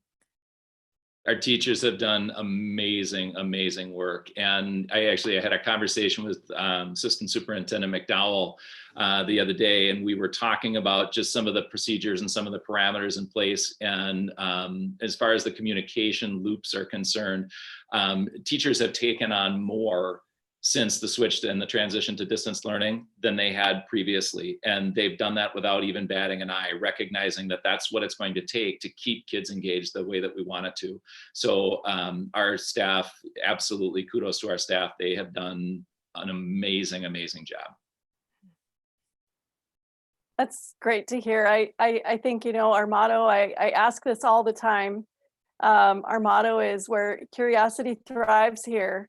And I feel like this whole experiment has been an exercise in curiosity. What would happen if, and then fill in the blank. And what would happen if we can't walk into a school building is about the biggest question I don't think anybody would have ever imagined this before. And on the one hand, it's incredibly difficult and challenging for everyone. But on the other hand, it's so incredibly inspiring to see people really, truly thinking outside the box in so many different ways.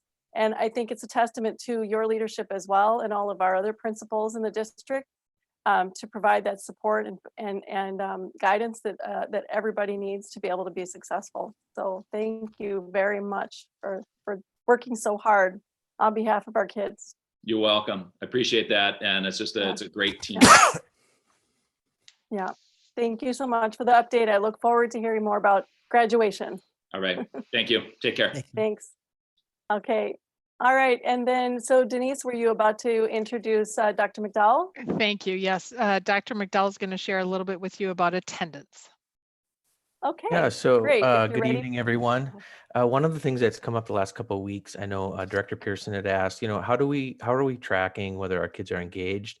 And then kind of along the same lines, how do we know that they're actually attending And so one of the things that we have systems in place at all three levels for tracking what we now call the normal of attendance. And so attendance these days is tracked based on engagement. Engagement is defined on whether or not students are actually interacting with their teacher on a given day or a couple days. And so very quickly, the system that we have set up in place is that our teachers are at the first part, paying attention to which students are and are not on a daily basis participating in whatever those activities are. If a student gets up to 3 days, then that teacher's reaching out to that student and or family to find out what's going on. And that's how we do things, checking in, make sure technology is still working, make sure they still have access, make sure something didn't change medically in that family, all the way up to we've had Washington County help us do a well check on a family just to make sure that we're staying in the loop. And then once we hit those 3 days, if a teacher isn't able to get a satisfactory answer, we kick into gear what we had in place when we were in session, which is our student support teams and our student intervention teams. So that's where our social workers, psychologists, and the principal get involved to find out what do we need to do to provide more support for that student and that family to help them stay engaged. So all of that to say, I'm happy to report we are at 100% connection with our students and our families in the district. In checking and double checking with each of our principals the past week, as Principal Bach alluded to, we have been able to stay in contact with all of our families and all of our students. We actually are having better attendance now on a daily basis than we were able to at the high school when we were in session. And one statistic I'll throw out there is as of last week, which have been the third full week, we only had 87 kids out of our whole high school population that had hit that 3-day mark of what's going on here. And so when you think about the scale of that, just under 3,000 kids, and you only have 87 that you have to reach out to, that's a pretty remarkable engagement piece for high school kids, 9 through 12. And I think to what Rob was alluding to, it's just a testament to our staff. I think we've done things correctly in terms of we made the effort to reach out to every family when this first thing kicked off and make sure we understood what our needs were.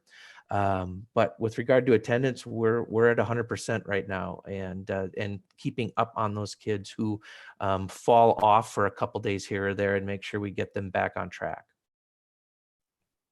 Cool, thank you. Mm-hmm.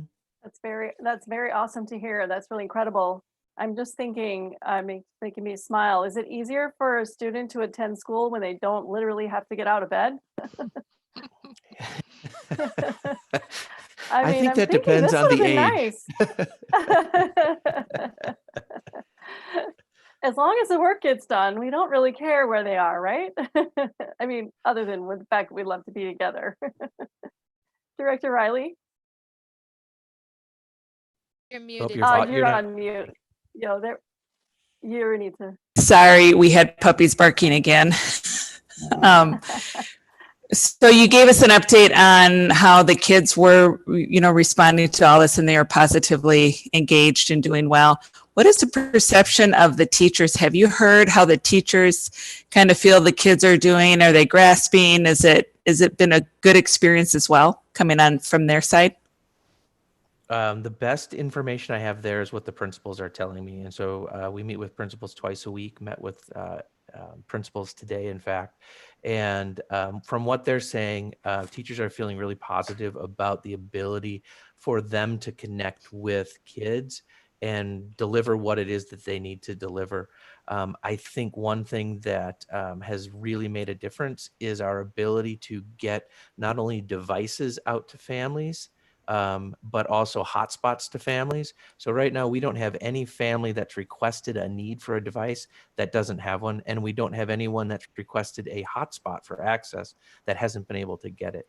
And we've now gone down into kindergarten and first grade with families who are suggesting that, for a variety of reasons, maybe they have older siblings and those older siblings have the devices, so the kindergarten first grader can't get onto Seesaw or something like that.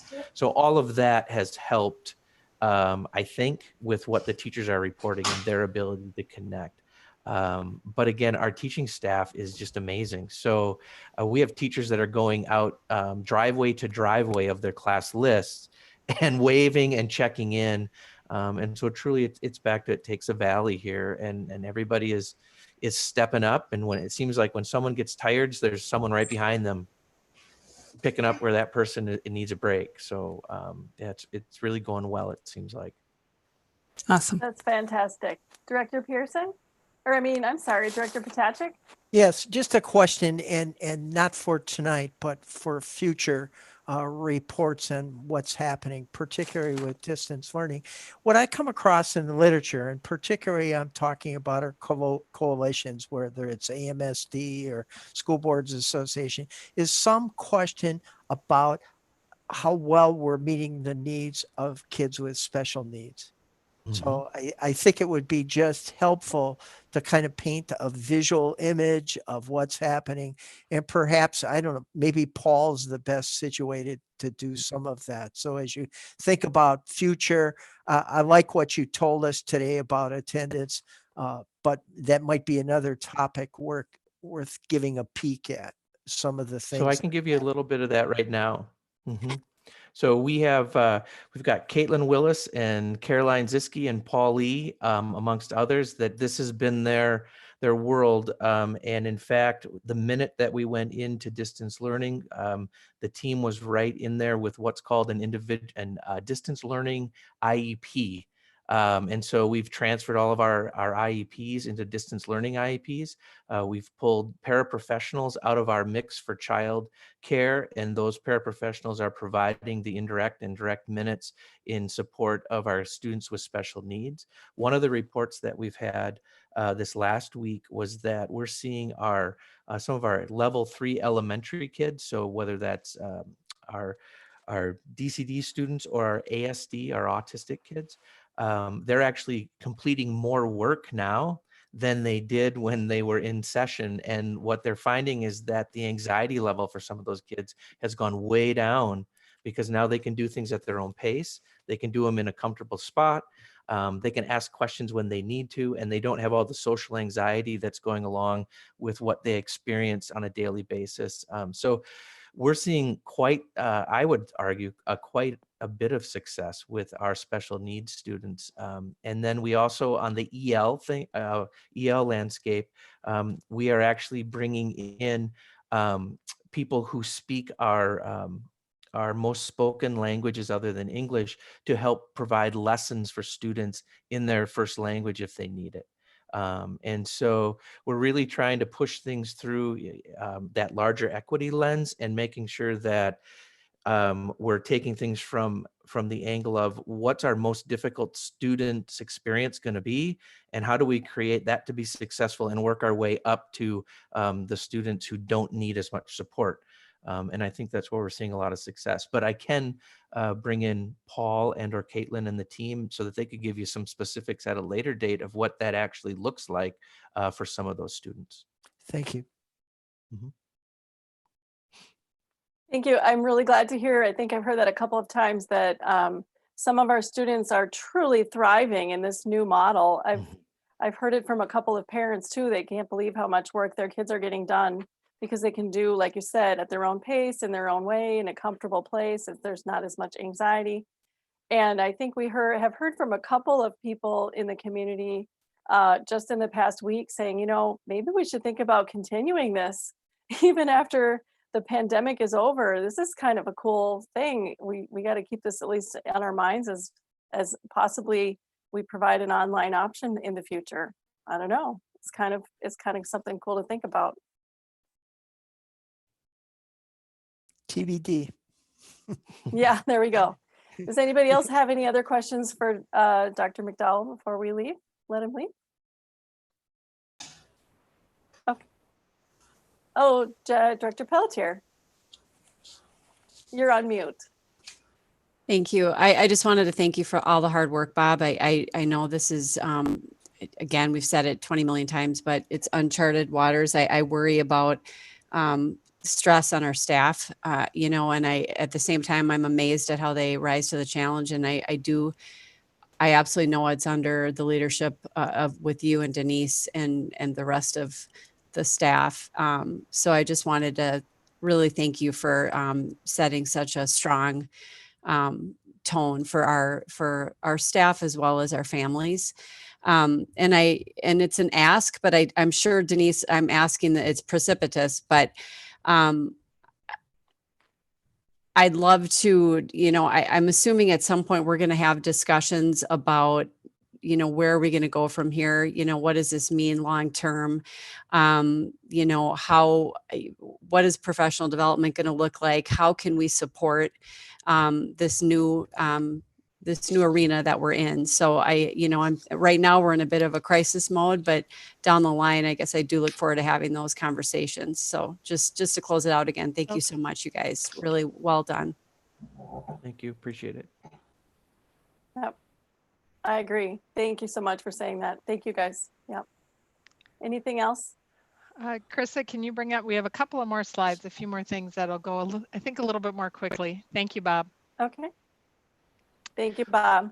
One of the things that was on the previous slide, and Krista, you don't need to go back, you can keep this, but was the budget. And we talked about keeping the board up to date on what those expenditures would be from the $450,000 that was set aside for COVID response.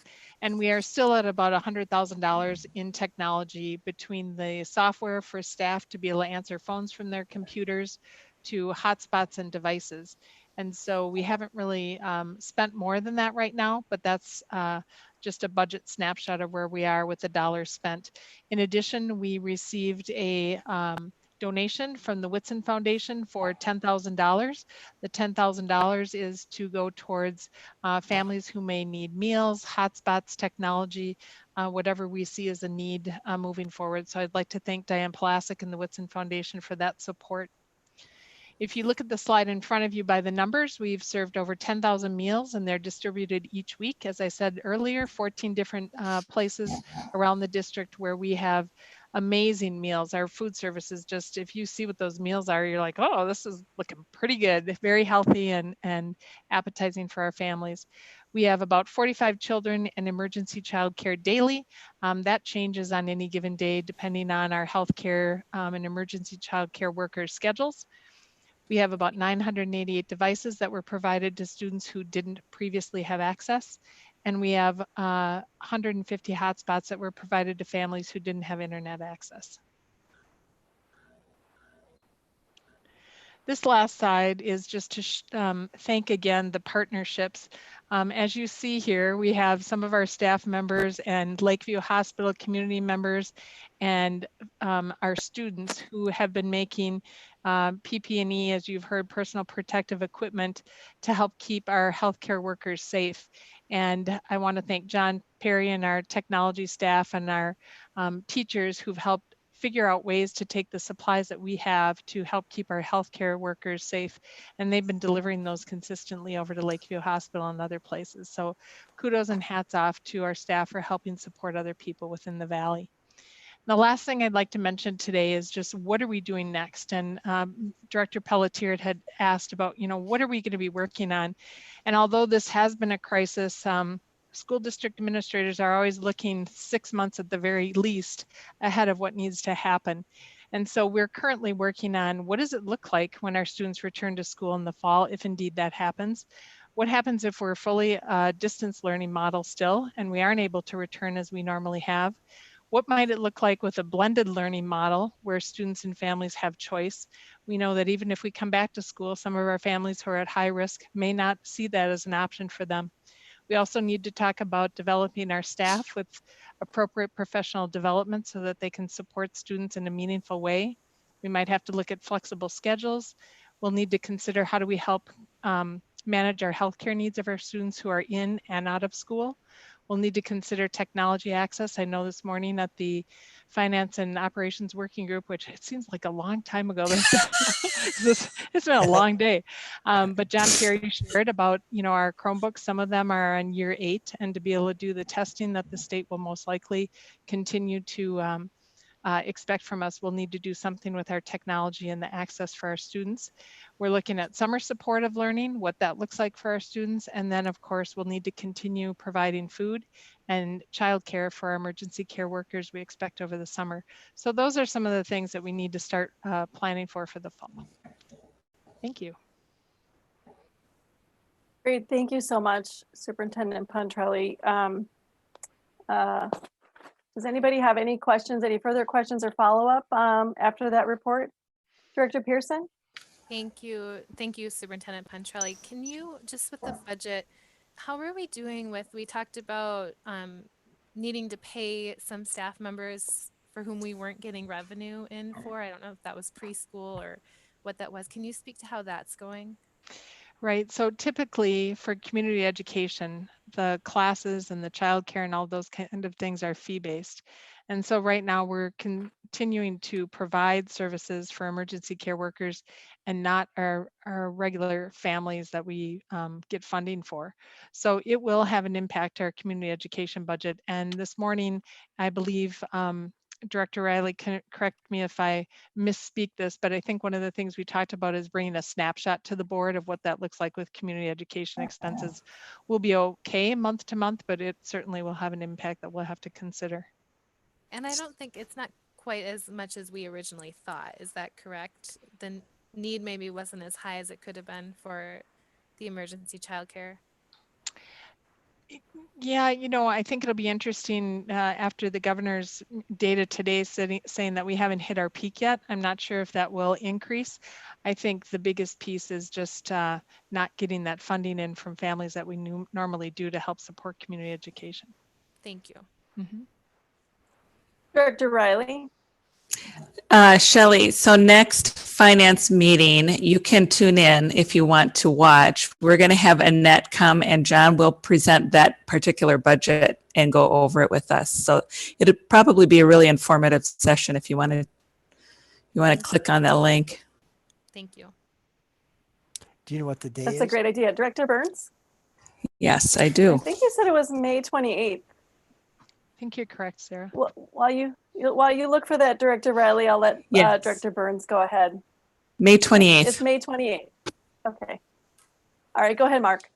Oh, thanks. Superintendent Pontrelli, have you heard anything coming out of the state in terms of funding maybe for this need? This is a need that's not expected. We recognize that there's no fee revenue coming to support these programs. Have you heard anything coming out of the state as potentially funding for this? To this point so far, the flexibility we've been given is to be able to switch funds between to help cover some of the costs. So looking at our long-term facility maintenance or our fund balances, those kind of things to be able to switch to help cover the community education costs. There hasn't been any new funding, but we are hopeful. I don't know that that's going to be the case though with all the needs within the state. So can I just ask a follow-up question? So what that means is if for any people that are out there listening, the community education budget is typically very separate from our general fund, from the normal budget of the school district. And you usually you have very little flexibility in terms of moving money from one bucket to another bucket. That's but correct. This is legislation. Okay, thank you. So then this is legislation that would allow us to take money from our general fund and move it into the community ed fund to help support and offset those costs.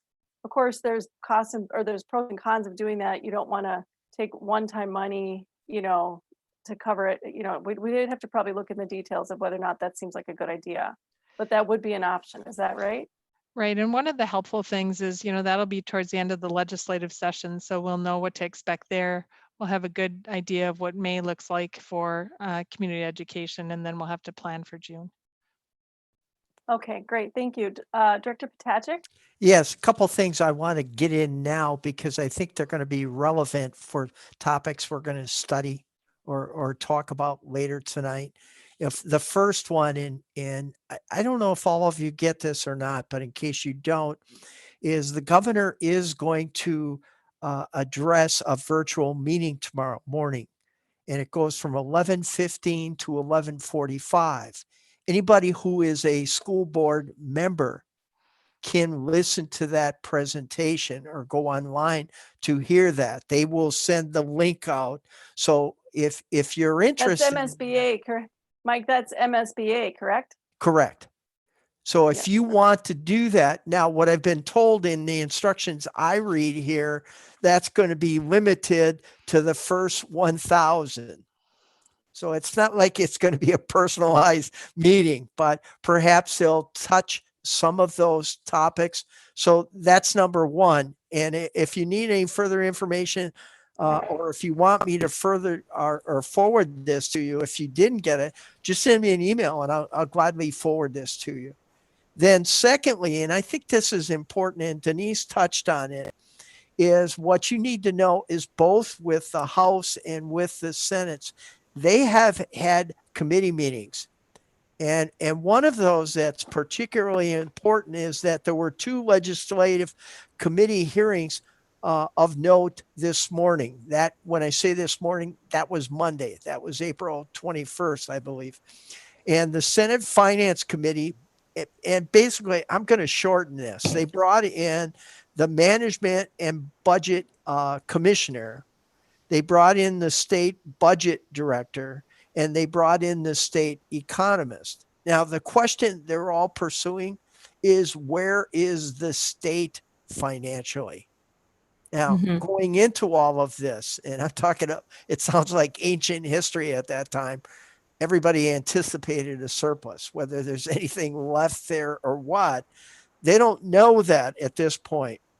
And so what they're trying to do, and this is their deadline, they noted that they anticipate being able to provide a budget projection, but that's the whole state budget, where they break it down the week of May 4th.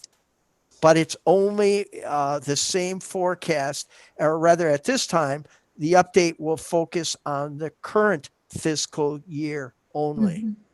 But I'm saying that's very much up. Now, again, this came out on Monday. Anybody wants to see this in detail, because one of the things that talks about on page 2 that was relevant, contrary to guidance issued by MDE, and this is our director talking for AMSD, it does not make an exception for budget-based layoffs for programs that do not have a dedicated funding stream. This continues to be the sticking point between the House and the Senate. And both of those have had a joint committee meet. And what it has done at this point is break down along party lines. And so I'm saying, hopefully 4 days later, they're starting to come together, and we'll give this and we'll give that. But I'm saying financially, from where the state is at and where they're going to jump in, there's still some big question marks out there. That's my legislative report early. That was a good read. I think we all got that in our email box. Good. Yes, thank you. All right, Denise, did you have anything further, or does anyone have any further questions about this? Nope, thank you. All right. Okay, and is that the end of your report then? Yes, it is. Thank you. Okay, thank you so much. That was a lot. It's a lot. Thank you so much for putting all that together and keeping us informed. I really appreciate that. And thank you again for your leadership. It's really been an incredible time, hasn't it? It has. Thank you. Okay, so moving on to the next item on our agenda, we have report item B, which is the second reading of policy number 406, which is the public and private personnel data. And I think what we need to do here is turn this over to Director Burns, the chair of the policy working group. Thank you, Take it away, Chair. Mark. Yeah, thank you. So this is our second reading of this policy 406, public and private personnel data. We brought this for a first meeting at our first reading at our previous meeting 2 weeks ago. I haven't received any comments from either the board or the community on this, so there have been no further changes since our the first reading. And so I would open it up for any questions or comments by the board on this policy.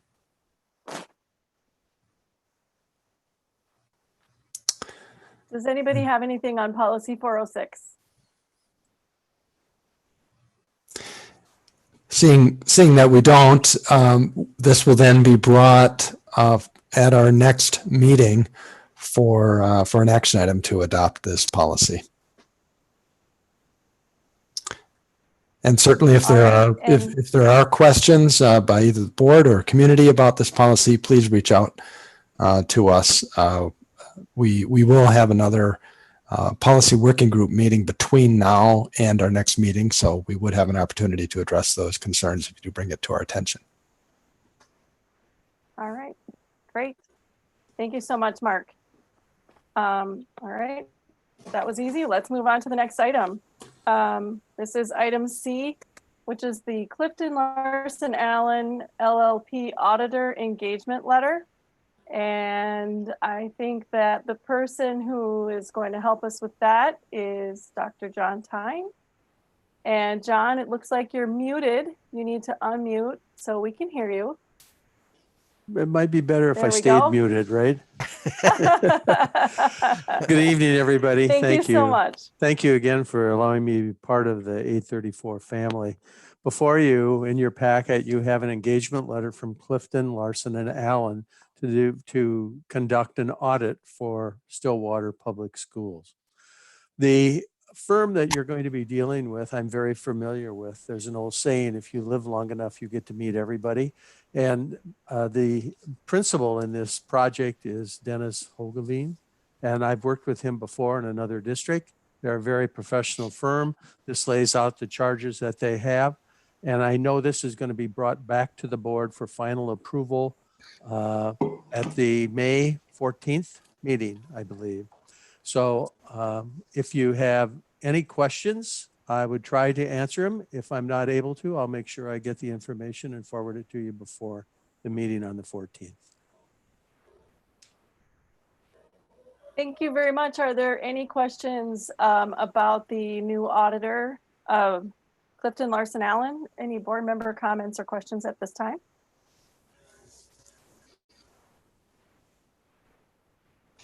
Go ahead, Director Potacek. John, the question I would have, does this person work independent of Pamela Harris, or do they work cooperatively, or do they work separately and then meet sometime as a joint, or what? This is, as far as I'm concerned, this is the document for, this is for our district audit. Not, I'm not aware that they're going to do any work.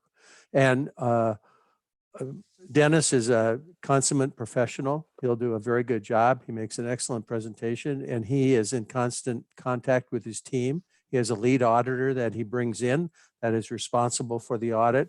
He's the overall principal or the partner involved in it. Okay. And I think they always bring sacks of money for the district when they come in too. I'm not sure. I heard that too. Just to be clear for the public, that's a good question, Director Potacek. This is, we have in the past used the MMKR is the auditor we've used for many, many years. And we went through the RFP process just over the past few months and landed recently on pursuing a contract with Clifton Larson Allen. So typically our audit work is done over the summer, and we very often will get a presentation sometime in September or October, I believe, right, from that audit results. And so that's who we'll be looking to help guide us through the audit process this year is Clifton Larson Allen. Is that correct? I have that Yes, right? that is correct, Board Chair. Okay, great, thank you. Thank Did you. anyone else have a question or a comment? All right. I just want to clarify both companies. We've been very, very happy with the service we've received from MMKR as well.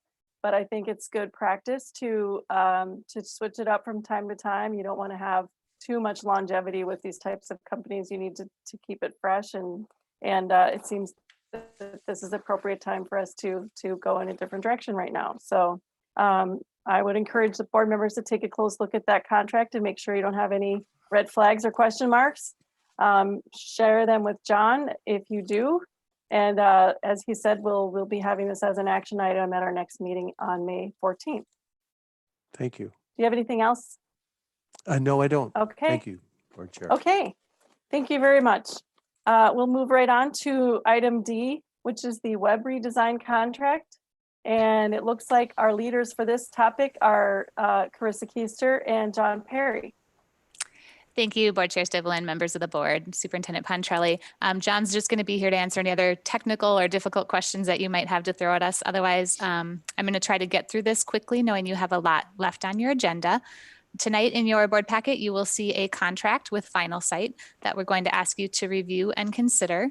As you know, we are working on a website redesign project, and I'm going to share my screen here so you can see a couple of slides as we talk a bit about this. Our website is a bit old. If you think about it in technical terms, we created this back in 2011, and it's it's served us well. It's been a great site over the years, but it's definitely seen its better days. So it's time for us to make some changes, in part because of changes just with websites in general. The accessibility, functionality, challenges that we're having with our site right now are things we need to be aware of. There are certainly legal standards that we have for accessibility. Our site is just barely meeting them. I mean, we're actually doing a pretty good job, but we know we can do better. And especially as things change, we need to make sure we're on top of that. Families and staff and students will also tell you that it's hard to navigate and search our site.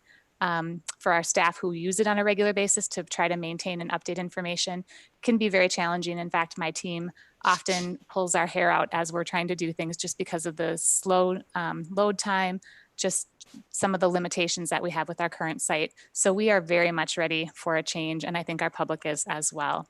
The other thing to note that's important is our current platform is no longer supported past 2021. So we did need to make a change at some point, and it felt like this was just a very good time to do that. So what we're hoping to do with our new website is really focus on marketing and enrollment. We know this is a main priority for the school board as well as for us in our department.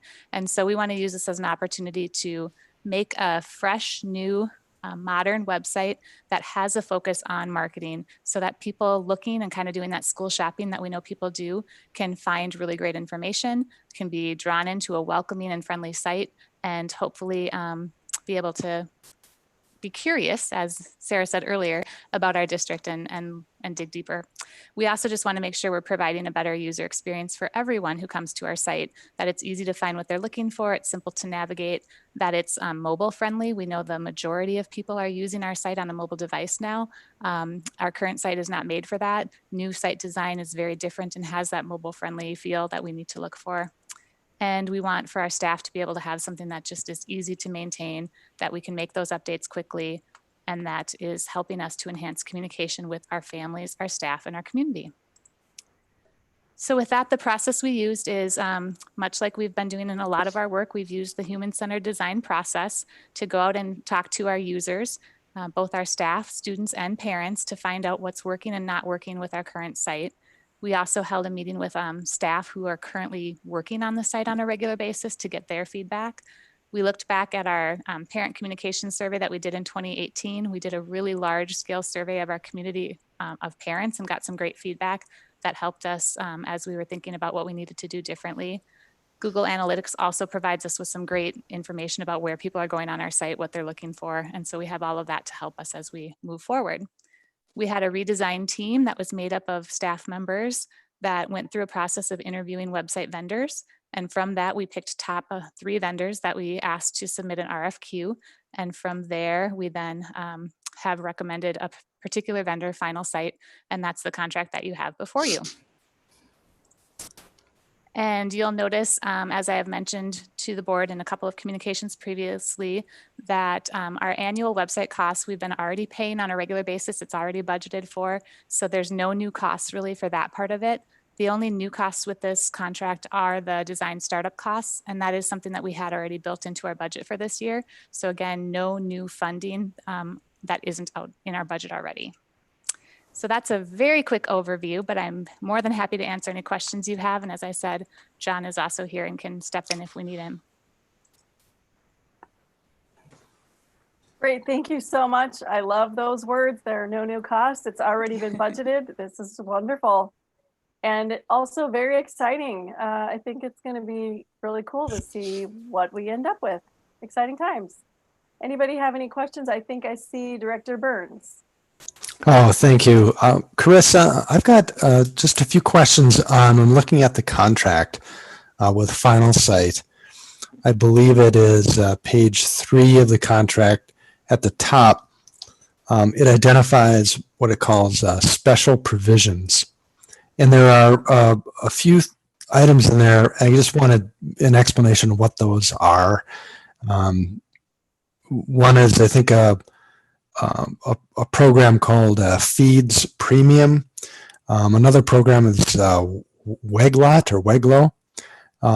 And also that the district is in process of choosing new systems that will include a move to LDAP integration.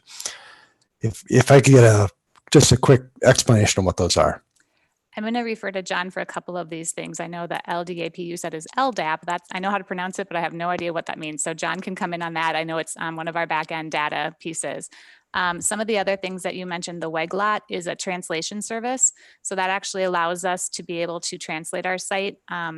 You obviously have things like a Google Translate that is currently in our site, but if you talk to anyone who's ever used that, it's not a very strong system.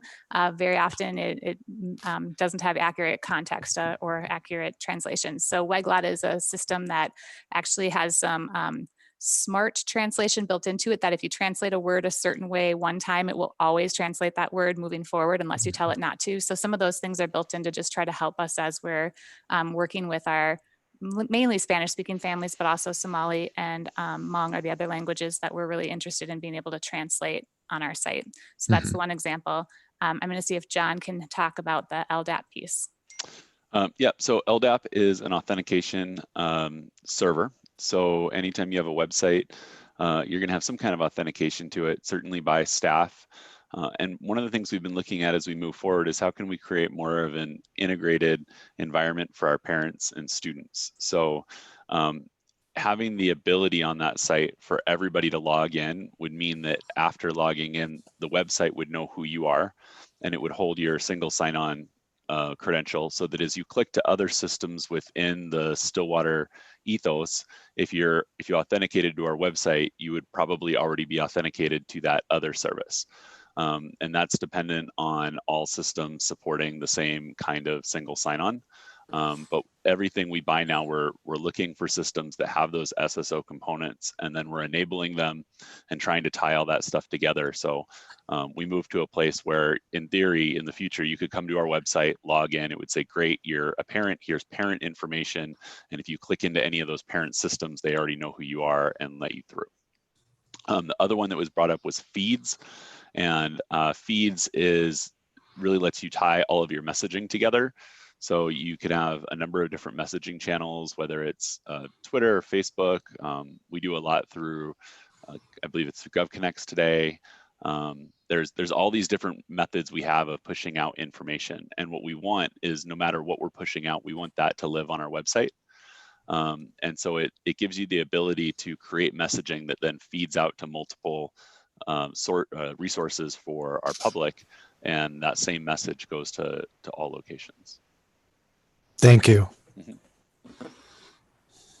Great. Director Pearson. 2 questions, John. Oh, there we go. Can you hear me? Yes. Yep. Okay.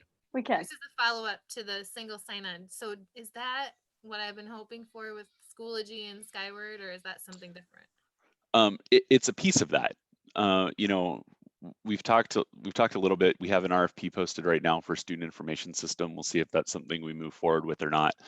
But it's really important that your student information system is the centerpiece of your single sign-on environment, and that you have an authenticator that works with that student information system and all other systems. So in theory, the website is the first point of contact when somebody comes to you and they want to, pay for school lunches or buy prom tickets, or they want to check on their kids' grades. A lot of times people don't have all those URLs handy. And so the first place they go is your website. And if you can capture people's authentication at that first point, then they can have a really seamless experience when they move into other systems that are also SSO integrated. So we still have a lot of work to do in terms of creating that SSO environment behind the website. And the SIS is a huge component of that's currently holding us back. So I don't think that we will see a lot of radical change with the SSO integration on the website within the next 6 months or so. But as we can look at replacing other systems that tie to it, we can make sure we're marching forward and creating a better and better experience for parents.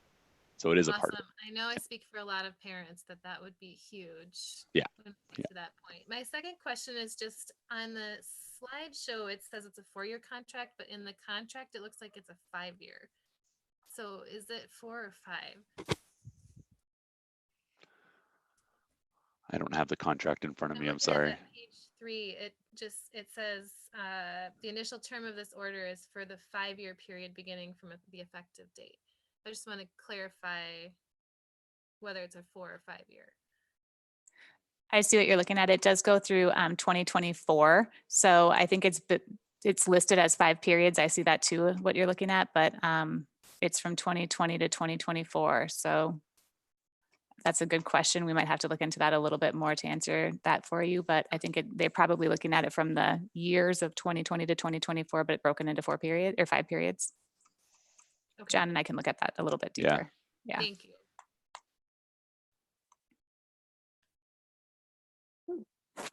Good question. Director Weisberg.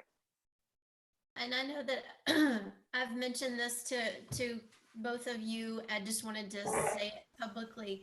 I know we have a lot of meetings, or we have some meetings that for some reason are not available on our website. And I just hope that those can be available once we get our new website, and was wondering if there's any ability to merge the meetings that are on Granicus into our website again, because those go all the way back to 2013, I think from 2013 to September 2018. And they're pretty handy because you can actually click on the portion of the agenda that you want to get to, and it'll take you right to the video. So I was just wondering if we were going to be able to have that back.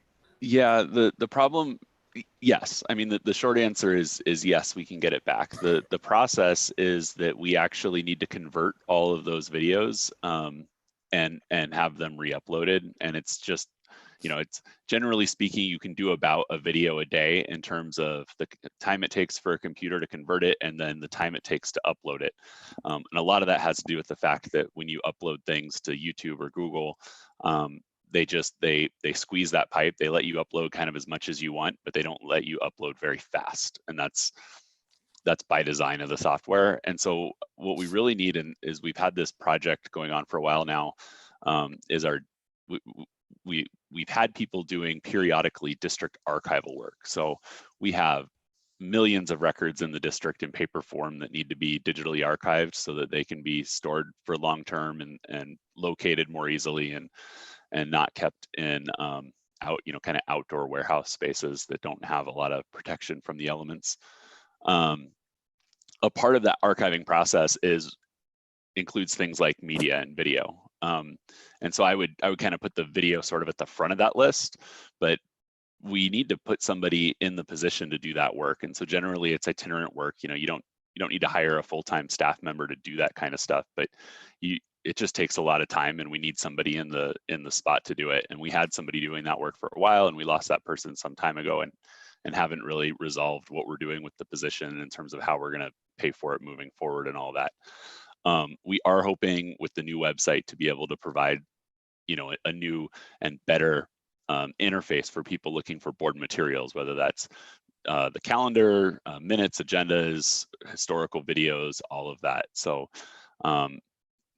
yes, I think that that's a piece that will come online as the new website comes up, but there's also a lot of manual labor we need to put into getting those videos re-encoded and uploaded to the system. That's awesome. Great. Thank you so much. Director Pelletier, it looks like you're muted. Thank you. One thing I think we've talked about this in the past, and it's bothered me. We've had a lot of conversations about this, is just how we need to improve our communications with our first generation families, our ELL students and their families. And I know that Mark looks like in that piece, John, you guys touched on that a little bit. So I guess my question is, how confident do you feel that that this new system will benefit our families? Is it can you speak to you feel good? I'm assuming you feel good about that. It's an improvement. But could you speak to that a little bit? I can speak to that on a couple fronts. One Okay, of the thanks. One of the opportunities that we found through this COVID situation is we've found ways to do a better job of translating. I would say we are making progress. We have a long ways to go, but we're actually starting to build some systems now because we've had to. We've had to be able to share information about distance learning, especially with our Spanish-speaking families, which is our largest population. And so we've started to put together some resources and plans. We actually have been working with Eric Anderson's office to have a person that we can reach out to help us with some of those translations. So today, in fact, I reached out to her to help translate some information regarding the governor's decision today. Part of what we're going to be doing over the summer is working with some of these staff members to translate sections of our website so that we have directly translated information that has all of the context and gets the meaning behind what we're trying to say versus just Google Translate. This WEGLOT system, as I mentioned, is far, far more advanced than what Google Translate was able to do on our current site. So what we're planning to do is identify our top 3 languages and provide content on our new website in those languages to our families. That's not something we've ever done before, but I think it's a really great move for us moving forward.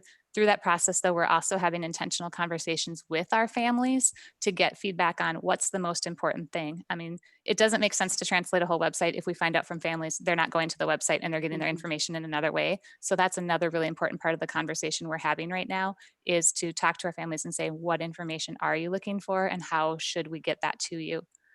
One other thing I will point out too through this COVID experience is we actually have created a relationship with one of our Somali community members and parents who is creating a video each week that she's going to be sharing out on our YouTube channel, and we're going to email to families.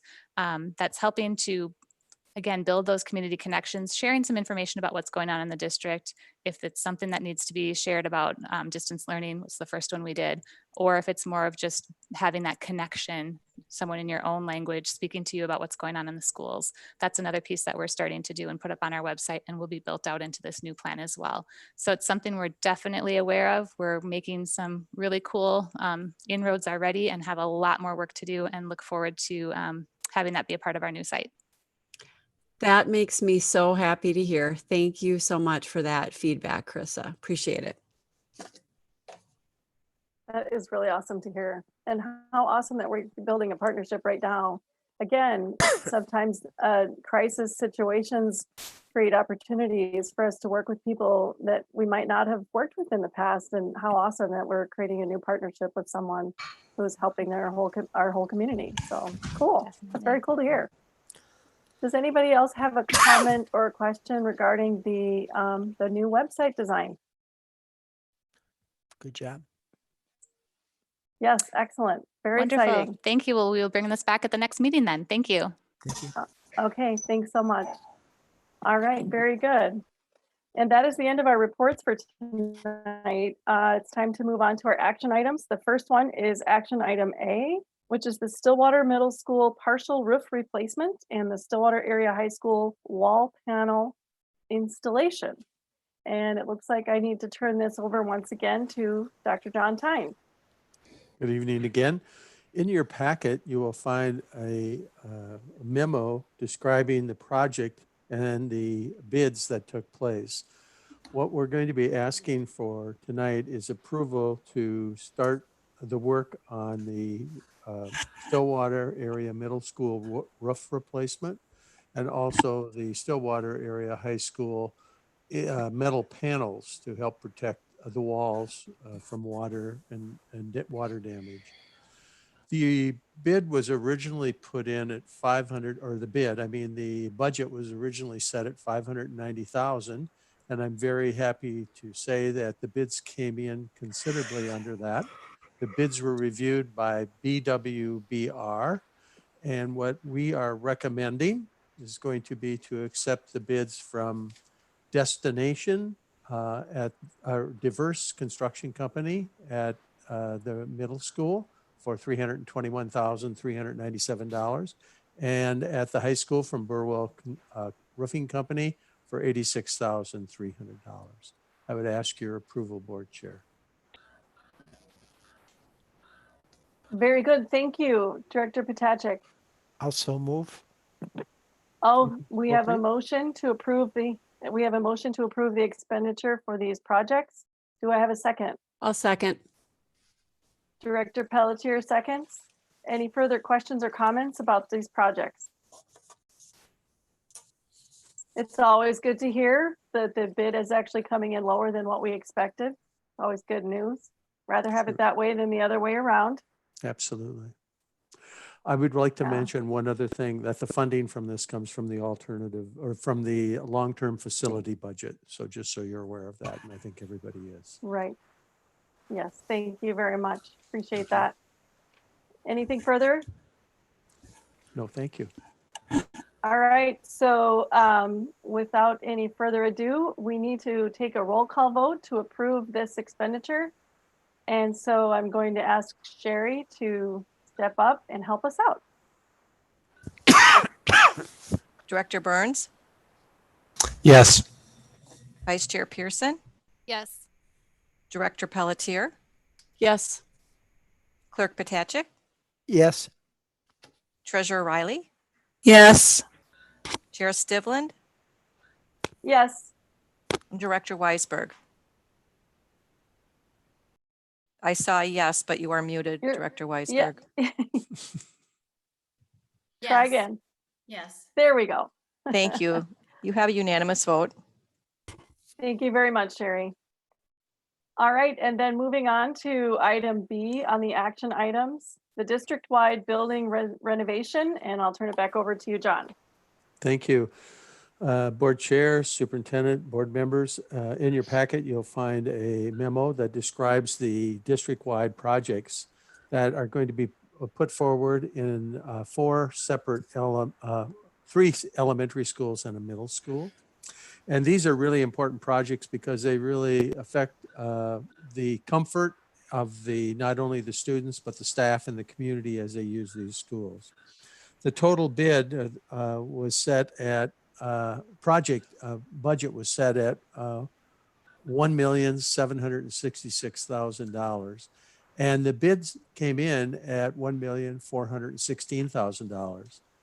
This was also reviewed and approved by our architect. I'd like to just mention one thing. If you'd look at the bid sheet, there were a number of interested bidders in this, and the difference between the low bid and the next closest bid was very, very close. And that tells me that we're getting a good price and we're getting a good value, and it was under budget. So I'm very pleased with that. So if you have any questions at all, I'd be happy to try to answer that if I could. Very good, thank you. Any questions? Director Potacek. Mine's a comment is that I'd reinforce particularly the bathroom improvements at Lily Lake during the community design team tours. A number of us saw those firsthand, and I know that was very, very high on Nate Cox's list in terms of what needed to be done. So personally, I strongly endorse that move, and I think it's a good fix. Thank you.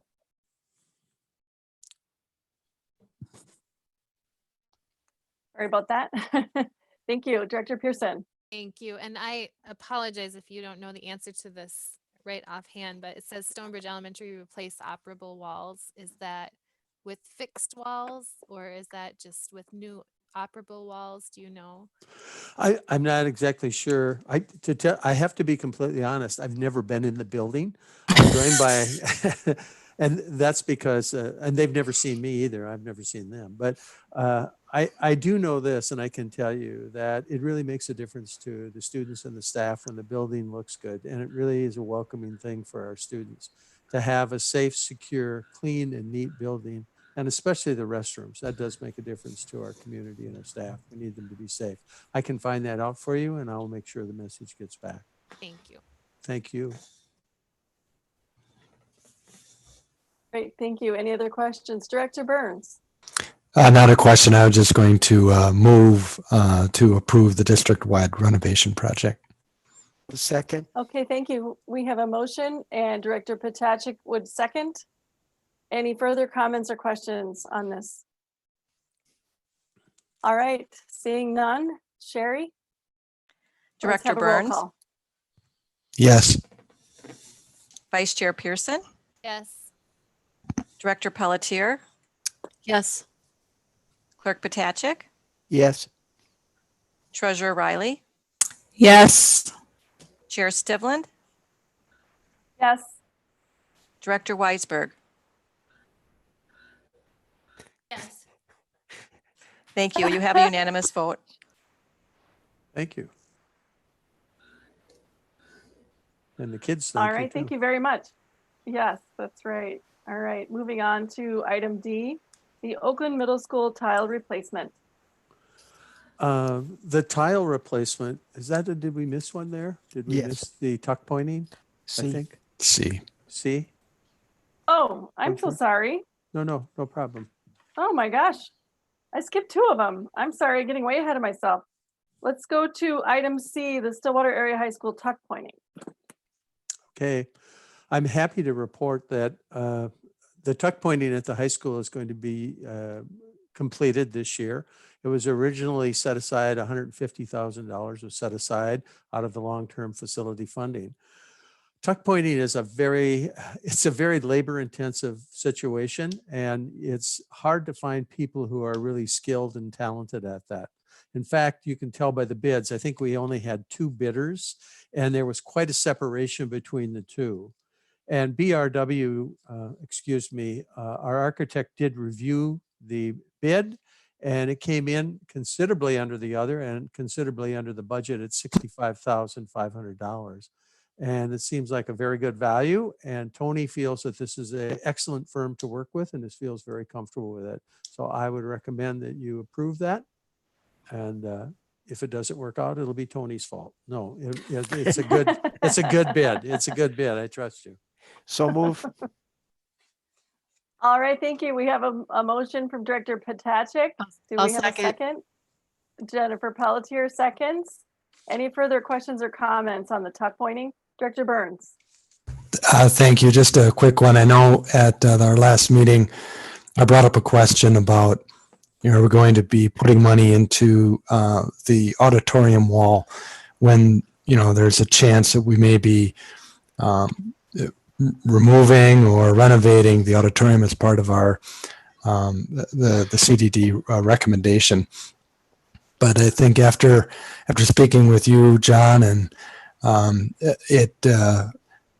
in my opinion, because there are a lot of variables between here and ultimately having a renovated or a new auditorium, I think it's important that we do repair and the brick wall so we can stop the water intrusion. I think that's important. That really is a good comment too, because when there's water in a building, especially in a school, it leads to things that are unhealthy. And we all know what those are when you get moisture in a room and air gets dry and things happen. So we don't want any hazardous air hazards in there. Mold is, I guess I'm talking about. So thank you. Yes, that's true. Thank you. Any other comments? All right. Nope. Sherry, let's do the roll call vote. Director Burns, Yes. Vice Chair Pearson, Yes. Director Pelletier, Yes. Clerk Potacek, Yes. Treasurer Riley, Yes. Chair Stivland, Yes. Director Weisberg. Yes. You have a unanimous vote. Thank you very much. Okay, thank you. And now let's move on to item D, the Oakland Middle School tile replacement. And now we get to talk about the swimming pool. Yes, we do. Go ahead, John. And this is going to be maybe a little bit of a surprise for you, but with talking with Tony today, what was decided is that we'd like to withhold this bid and take this item off because we don't think there were some irregularities in the bid that we noticed, or Tony noticed. And he's suggesting that we hold and go through the process again and make sure it's done right and that we're not caught short. And there was a significant difference between two very competent contractors. And when we noticed the difference between them, Tony suggested we approach them and find out, and there was a mix, and we'd like to rebid it, do it right. And so we're asking that it be withdrawn and not approved. Okay, very good. Thank you. Go ahead, Director Pelletier. So John, are you suggesting we just table this and move this to a subsequent agenda, or just I think remove it altogether? I think we're asking that it be withheld and that Tony would like to go back and rebid it. We think that one of the bidders bid it the way we thought it was going to be, the other one didn't, and there was a conversation about I'm very fussy about doing it right. And I think Tony is extremely fussy, and he felt that he doesn't want a half job. He wants a complete job. He wants it done right, and he wants it done accurate. So we're asking that this project be withdrawn, rebid, and we'll bring it back to you when we have it right. So is that, Go so ahead. I could make a motion to withdraw this item from the agenda until further action from staff? Does that work? Yeah, that would work for me. I'll But second. it's up to the board chair. Okay. Yes, I think that's a good idea to make it official that we are going to withdraw and wait until we go through the process again, so that it's in the minutes that we didn't take action on this particular bid, and that we'll go through the process again. So withdrawing tonight, we have a motion from Director Pelletier and a second from Director Pearson. Any further comments or questions about this right now? All right, let's just go ahead and do a roll call vote for that withdrawal. Director Burns, Yes. Vice Chair Pearson, Yes. Director Pelletier, Yes. Clerk Potacek, Yes. Treasurer Riley, Yes. Chair Stivland, Yes. Director Weisberg. You have a unanimous vote. Good. Thank you so much. Thank you. Very good. Thank you so much, John. Thank you. Okay, the next item on our agenda is item E, the transportation contract and lease agreement. And I think we'll be bringing in Jan Vanderwall for this to help. But Dr. John Tine, oh, hi. Hi, Yes. Jan. I'm here, but John has to let me be seen. What did he say? Did he say? He's waiting. I'm He's waiting not for sure John. if we can turn on your video. Oh yeah, there we go. Ask to start video. Good. Well, thank you, board chair, superintendent, school board members. Last night, we had a work study session where we reviewed the contracts, and I'm happy that Jan's going to be able to join us tonight. And I think the decision was made that we would, as a board, would hear additional information, and then we would get our work direction from you and the superintendent. So I guess one of the things that I would like to say, and before Jan gives you the facts and the details and et cetera, is that we want to make sure that we have a contract that works and that gets our kids to school safe and sound. You want the same thing. So we're absolutely on the same page. And I want you to know whatever decision you as a board make jointly, that we're going to carry that out to the best of our ability and to provide the best service we can to the district and to the students of this district. So Jan, why don't you turn this over and we can start with probably a basic recommendation or some other information, and then open it up for questions to our school board so we can get to the nub of the question. Thank you. Thank you. Is that okay with you, board chair? Yes, that's just fine. Thank you. Thank you. Go ahead, Jan. Thank you, board chair and superintendent and Dr. Tyne and board members.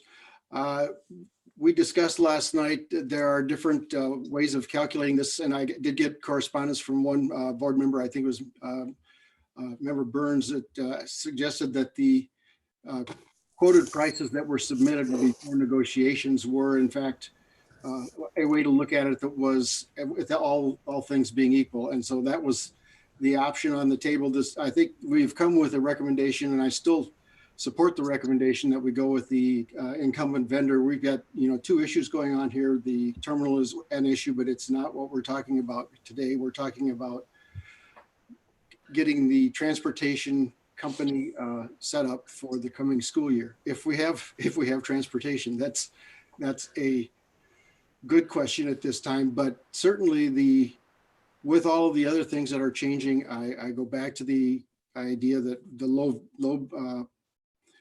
low bidding vendor is also the incumbent. And if you can keep the same vendor, you're going to have a start of school. You're going to have a safer start because you're not going to be on a learning curve like you are if you bring in somebody new to run the system. And I think we talked about this extensively last night. I'm glad to take questions and let the board have its conversation on this. Yeah, so thank you so much. I guess before we go too far, maybe for the purpose of the public, if people weren't listening to the meeting last night, yes. Just to give a little bit of background on what we're doing here. Our current transportation company, current transportation contract is due to end July 31st of this year. And that is with Minnesota Central. That's correct. And that contract includes a provision that we will provide the site for the buses for that company. That's in our contract. It's been there for years.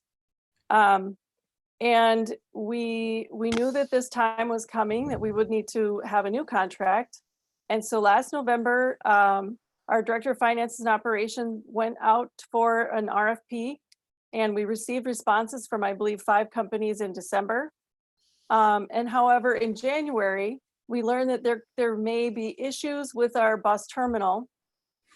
And so the question arose rather quickly whether or not we should enter into a contract with a bus company that would obligate us to provide a site if we indeed don't end up having a site to offer.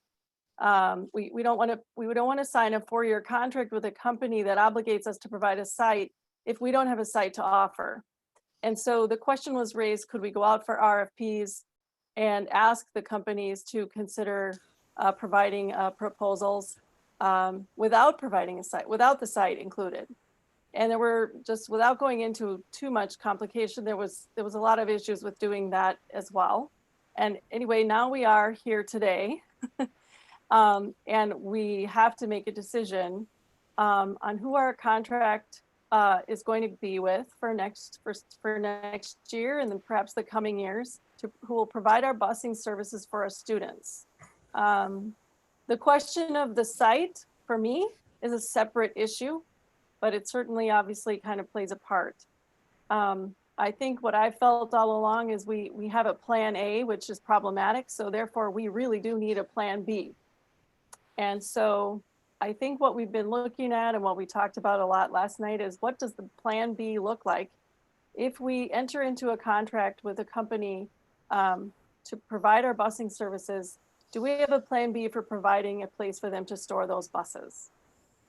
And I think what we learned is that there are some options. So maybe we could talk about that just a little bit. Mm-hmm. What are the options for other sites besides the one that we have? Part of the work that I was asked to do was to look and work with to see if there were other sites available in the Stillwater area. And I went with to a Coldwell Banker representative whose father evidently is been doing commercial properties for 40 years and knows them all, but he's in Florida, but his son is also in Stillwater. And he in a couple days came back to me with 3 different sites, and we talked about them last night. One of them was, and not the old Stagecoach site was not one of them. One of them was on Road, and it was a fairly small site. The other one was the 916 truck training center that's on 94 across south side of 94. It's in Afton. And the third one was the pallet company in the same development that the terminal is. And so it would have the same problems if they tried to put buses in there. In other words, what he was saying is for the kind of size we were looking for and for the kind of facility we needed to be able to put vehicles on it, it needed to be some kind of a terminal. And these were the ones that were both available and potentially within some kind of shape to be able to do things as much as he knew. You know, he didn't know much more than me, and I'm not a real estate guy either. But I think in the end of it, we came back to the idea that Stagecoach, which we just vacated a few months ago, was a possibility. It took a little bit of investigation because the guy who used to own it sold it, and I did find that he's right here in Roseville, which is where I live. And I managed to talk to him, and we have connected up with him. And Tony, who does, it sounds like everything in Stillwater almost, is also working with him to, and I think he has submitted a legal starting document towards a lease of that terminal for a year or 2 years. Now, it's that's got steps to go too. But we've got a little time, and if we've got a willing owner, I think that we've got at least a plan B, which I think is absolutely needed. We did talk last night about other options in terms of going out. Would you like me to go into those a little bit too? Sure, I think this will be a good time. Yes. Okay. So what we talked about was, you know, we are the way that the contract was bid is it was quoted, and in the quotation there is the opportunity to negotiate after quotation. That's a part of that conversation. It becomes a conversation. Well, we could do a negotiation by asking them to come back with a price, knowing the potential terminal issues, and also to see if they would be interested in working with us without a terminal, maybe working with us for only 1 year, and maybe to see if they have any things that they would like to just adjust on their quotations.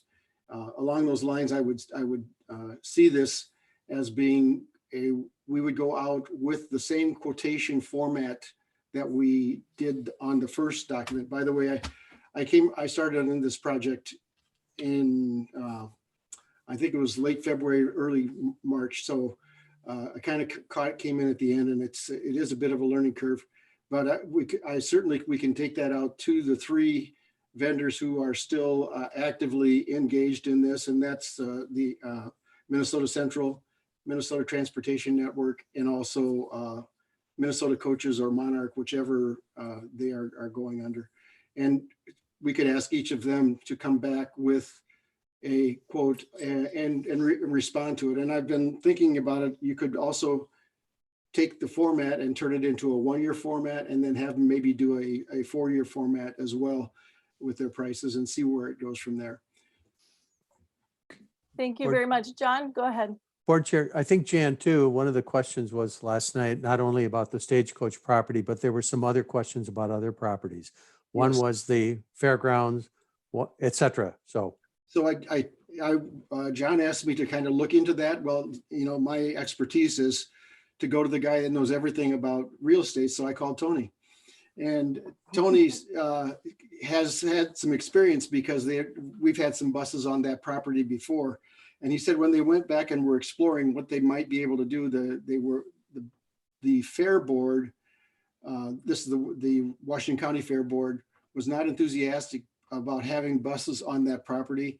They also were very specific about saying that they didn't want to, they would not have, buses would not be allowed when they had certain events there, so that we'd have to have the buses on and off and that kind of thing. And then he also heard from the township that this is located in that they, well, the quote he gave me was over my dead body, to somebody was said about whether there would be buses allowed on the fairgrounds. So that kind of didn't seem like a positive response. So I don't think that's where it might go, but there are, that's going to have to be part of the discussion that continues on. But we've got at least a start of a bus terminal that was operating last September. Yes, Yep. thank you. Director Pearson, did you have a question? Yeah, thank you. Jan, can you clarify the current bid that we have before us from Min Central? That requires us to provide a facility, right? All of the quotes that were, I talked to all of the vendors and they all were expecting that a terminal would be provided. So what happens if Okay. we can't secure a place? If we sign a contract and then we can't secure a place, what happens? I think you're going to have to secure a place, but I think that's one of the things that was also discussed and suggested in the, as we go back out again, would they be willing to work with if we did not provide a terminal? And what would that do to prices? And I think that's another thing. Right. Director Pataj. Oh, sorry, Jen, go ahead. One more thing that did happen today is I got a call this afternoon from the vendor from Minnesota Central, from Steve Hemmerline. And he was asking me where I thought it was going to go. And I said, well, because he had watched the meeting last night. And I said, well, I think we're probably going to see some going out. I'm still, my recommendation to you is that you go ahead and get a contract written today, because it puts that off your plate and then we can go to work on one thing instead of having to fix two things. That said, I also heard the way the river was flowing last night, and it wasn't quite flowing in that direction. And when I talked to him about, resubmitting or, coming out and submitting, he said that it's not the best thing, but it's what, that's what has to happen. They'll take a look at it when they get it. And if they won't, if it's still inside of their strategic plan to do, then they'll do it. And if it's not, then they'll move in another direction. So, and that's the risk you get with all of it when you go back and ask people to make a change, especially at this level. He's probably listening right now. It is interesting. He's a guy from Indiana as well as I am. So we had something in common to talk about, at least as I was giving him less than half. We're not paying for that part of the conversation, though. Mute. Oh my gosh. Director Patajik, did you have a question? Well, I think I'll hold off. I think there's some other people who Okay. want to Director speak. Weisberg? Could Director I make Weisberg, go ahead. At this point, could I make a Sure. I Okay, think I'd that like would be okay. I'd like to move that the board direct administration to negotiate with MTN, Minnesota Central, and Minnesota Coaches for our transportation contract beginning July 31st, 2020, to include pricing with a district terminal and without a terminal in both a 1-year and a 4-year format. All right, we have a motion on the table. Do we have a second for that motion? I'll second. Okay, Director Riley seconds. And then we can just continue the conversation now. We have a motion on the table that is to direct administration to pursue what I think Jan is talking about, you've just described. Did you have anything further you want to say, Jan, about that? The one thing that just rose up as I heard the motion was it said effective July 31st. I have not looked at the effective dates, but normally transportation contracts go through the fiscal year. Like, is this one been we can work with it, but I don't know what if the date is right. So it's generally July 1. Yes. Yeah, that was surprising to me too. July 31st is the date that I seem to have heard a number of times. I'm not really sure why that's the date. It may not even be accurate, but just seems like that's what we've been using sort of in discussions for a few weeks now. I'm happy to alter the date. But we should check that, whatever the date, whatever the start date would be appropriate, it's fine. Madam Chair, maybe just to make it easier, say it for the contract for the fiscal year. Yes.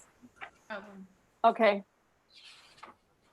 Okay, so I guess if we're going to be official about this, we have a motion on the table, and we would need to amend that motion in its language to, instead of saying the specific date, it would be for the fiscal year 2020 to 2021. I will make that amendment request, and I think Tina Riley, are you seconding? I have the contract in front of me, the terms, if you want to hear it. Yeah. The contract shall be for the 2020 to 2024 school year. Student transportation services provided under this contract will commence August 1, 2020 and terminate July 31, 2024. Okay, so I guess that's what I was thinking. The new contract would begin August 1st because the current one ends on July 31st. Okay. So then before I officially make my motion, then we'll just make a motion to change the date to August 1st. Perfect. 2020, is that okay? So then can we get a second to change the date from your original motion to August 1st? I'll second. Riley? We have a second to change the date. Do you have any questions or concerns about changing the date in the original motion? Okay, can we just vote on the amendment then of changing the motion to August 1st? Roll call. Sherry, roll call, yes.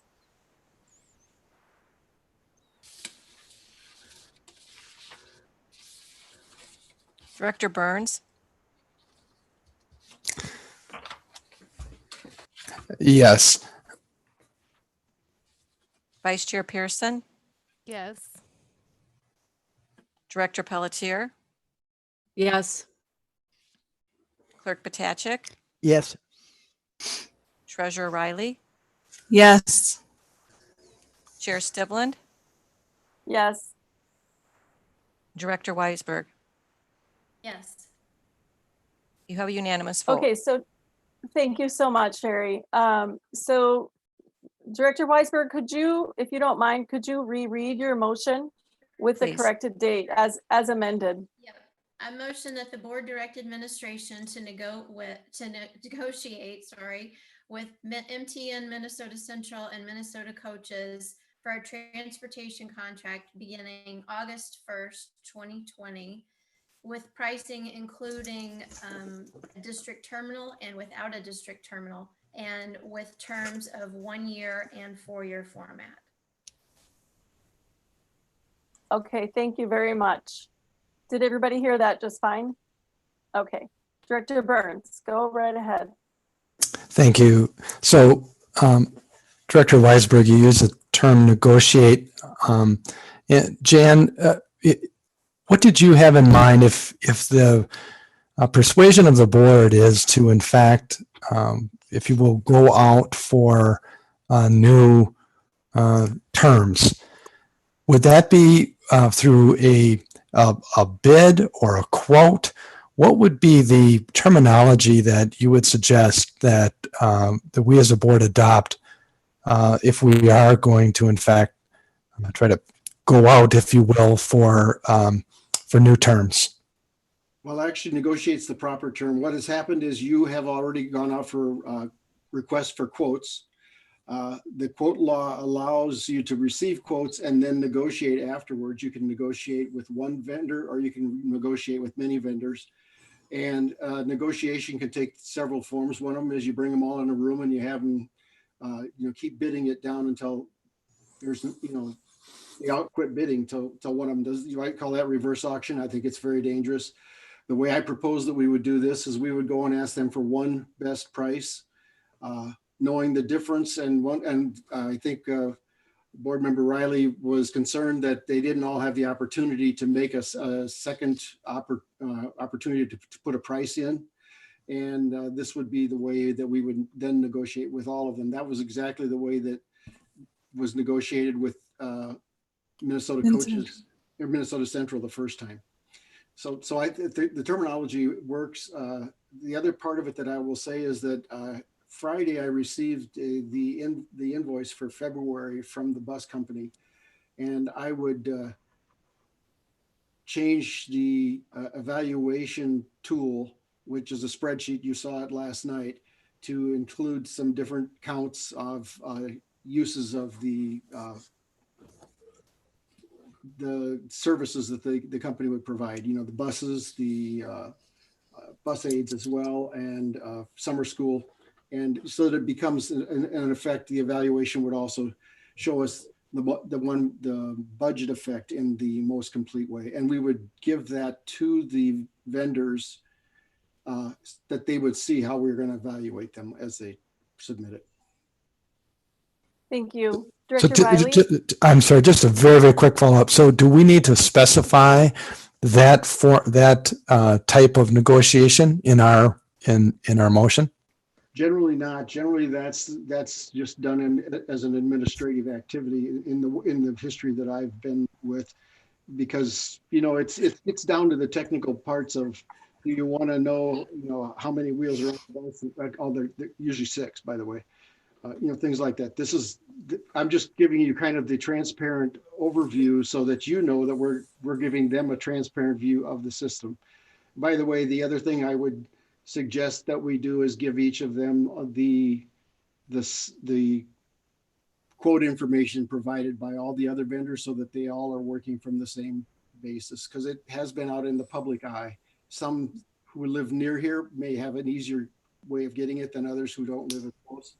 And this would just equalize that.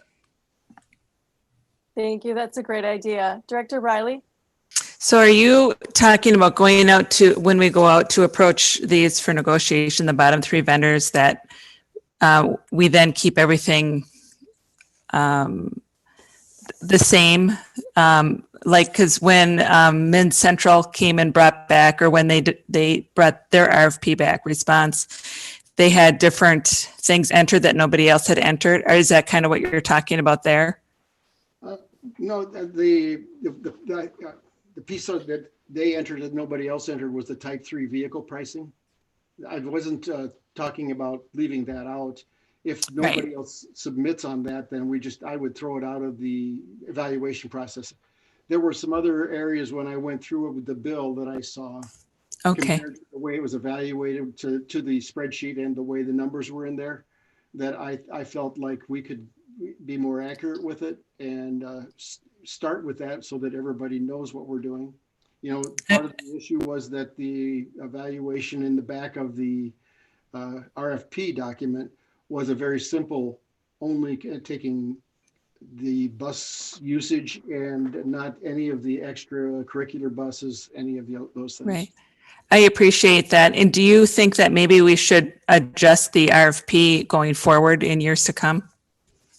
That would be a good idea. And certainly as a part of my process here, I'd be glad to make some suggestions that way. I've helped with RFPs in many districts over the years. That's not means I'm not an expert. I'm just a guy that helped a lot. Thank you. That's wonderful. I think I saw Director Pearson. Did you have a question? And then we'll go to Director Pataki. Thank you. Jan, can you comment on what you think the turnaround time will be? That's my question too. Well, great. I was looking at that today, sitting around thinking about what I was going to have to tell you guys about tonight after, you know, most of it got told last night. And I think that we could create a new document because it's not going to be the full document. It's going to essentially be the quotation pages with a cover letter, and get that out to them on the 27th. Actually get it created by the 27th, share with the board if that's what you want. If we don't need to share with the board, then we could go ahead and get it But think about share with the board on the 28th, maybe to vendors by the 1st, and ask them in 10 days to get back to us. I think that's a pretty quick turnaround. You got to give them time to work with their process. And a couple days after we get it back, we could do a turnaround and get a spreadsheet by the 13th. Maybe share with the board by the 15th. I don't know when your next board meeting is. It sounds like I heard the 14th. Really timed that well. That is I'm correct. not sure it could come May to 14th. there would be a very tight timeline to come to the board with it then. But if we could get it to get it close to soup by the middle of May, I think we'd be doing a pretty good job. Really by the end of May, it certainly would be done. And Jan, just, I think I understood, just to real quickly say, I think I understood you to say that time is of the essence for all of these companies. You heard that directly from Minnesota Central, but I'm sure they're all feeling the same way. We certainly could have a special meeting. We could schedule a special meeting as soon as you have some information that we can take some action on. We could schedule a special meeting just to do this. We wouldn't have to wait until the end of May. Nope, just 3 days. Okay. We just have 3 days notice. Yep. Director Pelletier. Thank you. This is dragged on for a very long time. So I have my mind made up, but I'm open to, we did hire you to give us these recommendations, Jan. So I'm looking at the summary here and your recommendations. So I guess I'm asking, do you feel that with the recent conversations that have been going around, and my concern is the timing, big concern of mine is the timing. Do you have any sense as to whether or not your opinion is going to dramatically change, your recommendation is going to dramatically change? Or do you feel that this is something that is, a deal breaker and you would completely withdraw, this recommendation? Do you feel like if there's compelling reason as to why we should do this? Are you talking about after we go through this process? Do you think it's going to change, or do you ask you today, right now? Well, I guess, do you feel that this is a good use of our time, that we go out and resend these RFPs again, and the clock is ticking? I guess that's my question.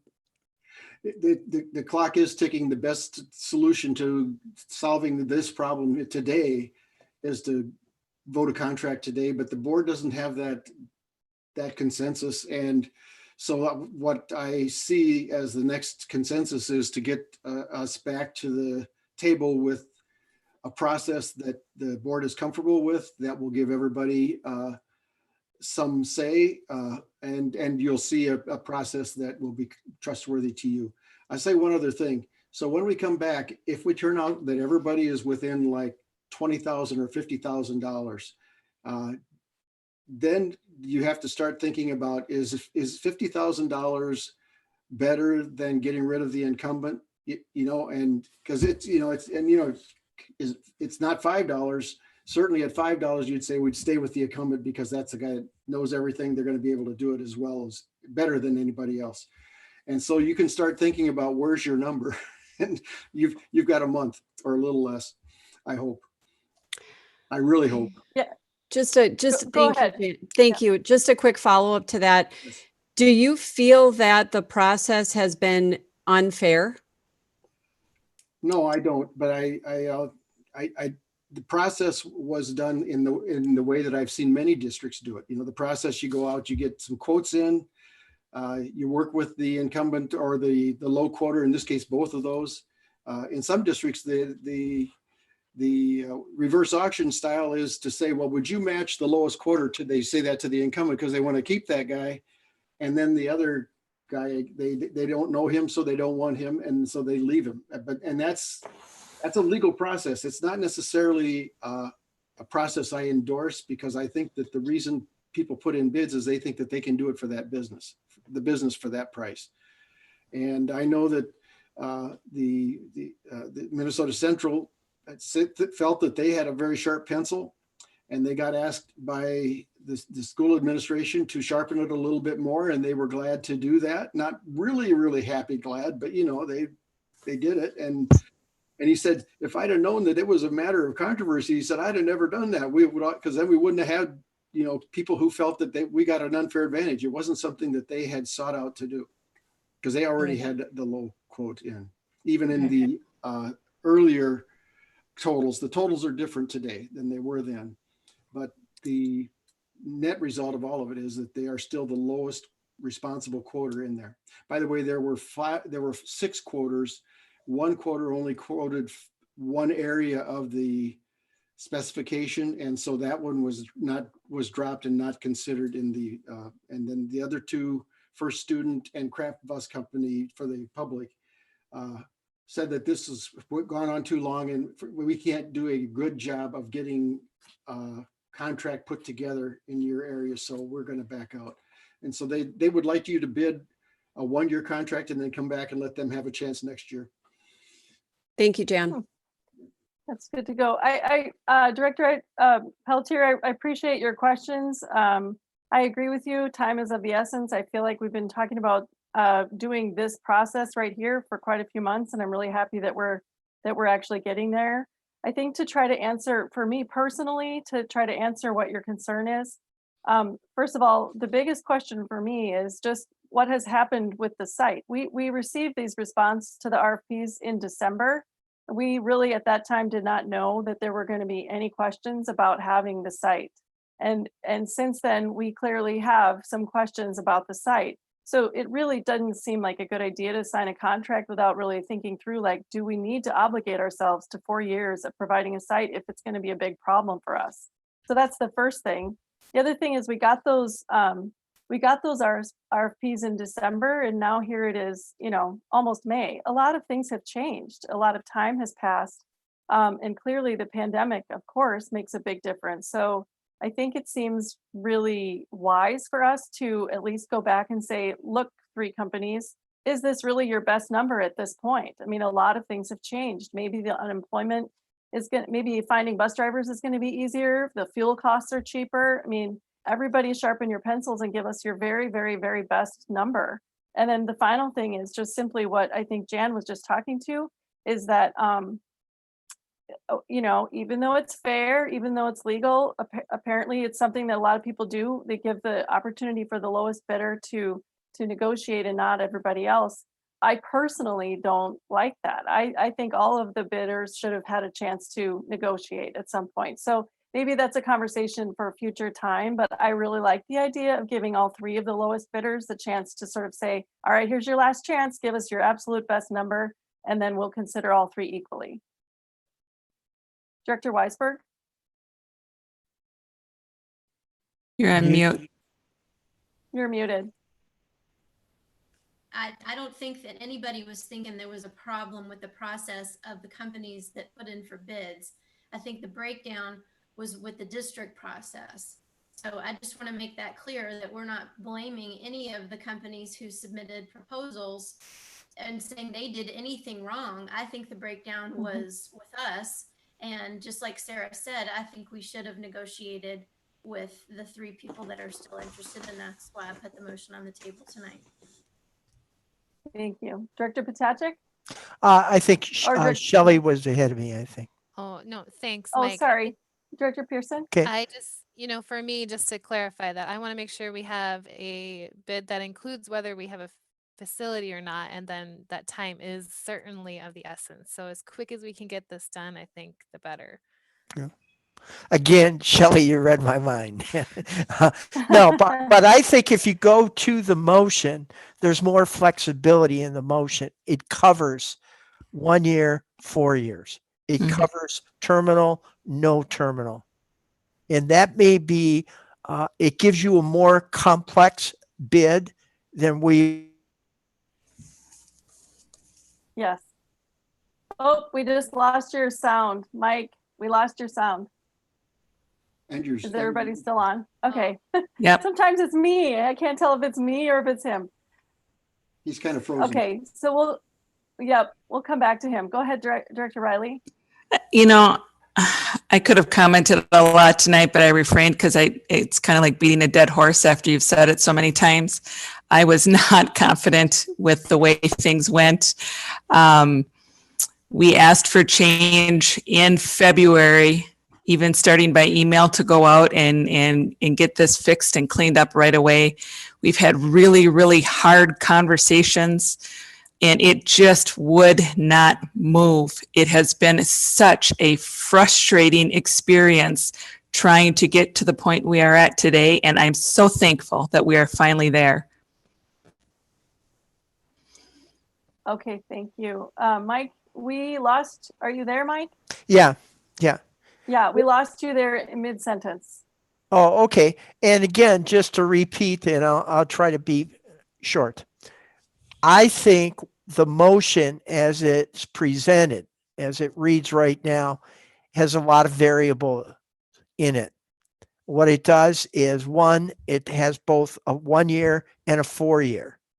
So that we didn't have that in the original request. I think also what it does is terminal or no terminal. So I think to have that flexibility, and both for the vendors and for the board to be able to look at the final product, will be different than what we had before. Now, whoever gets that or meets our expectations, it could be Central gets it. It could be Monarch gets it. I don't know. I don't know what they're going to come up with. You left one out. Did I go out again? No, you're good. Thank you. Thank you, Mike. Let's go to Mark Burns. Thank you. And yeah, just commenting, there's one other bus company, I think MTN, who's also part of this. Okay. So I have a question. Say 2? 3. Oh, okay, I'm sorry. Then my error. Thank you. So I have a question and then a comment. My question is, on the motion, we are proposing, or we're asking for either a facility or not a facility. The question would be, would it be appropriate or beneficial to ask not just a facility, but would there be a difference between the Lake Elmo facility as one option, or the Stagecoach property as another option, or then the third option is then neither of those? Would there be benefit when we go back out to negotiate to specify that it's not just a facility, but there are two facilities that have some differences in characteristics? That's my question. Madam Chair. Go ahead, Jan. Yeah. I think we don't want to get too complex with what we're asking. The way I was going to address the not terminal question was to look at it as separate from the pricing and say, okay, this is with a terminal. If it's not with a terminal, then what would that do to your pricing? And let them just specifically respond to it as a separate piece of it. Because frankly, them putting in 4 or 5 different or 6 different price ranges is I think going to slow down the process some. I also think you're going to see if we, the 1 year rates are going to be considerably higher. And the other thing is, when we put all of these in and say, we go out there and ask them, they might be, some certainly should be sharpening their pencil because they're $4 million higher than somebody else. But the one that's the lowest, they may say, if we've got to do these things, we may, they think the whole, and that's what happens when you go out. Then you're back to starting over essentially with what are the numbers going to be. Just wanted to get that clear, that could go both ways. Oh, okay. All right. Thank you, Jan, for answering my question. And I think my comment is that a frustration for me as a board member is that the option that we're potentially looking at the Stagecoach property, I look back and the rent that we were paying prior to moving off was, I think we had a base rent of around 16,000 per month, with a CAM of around 5,000 a month for a total of 21,000.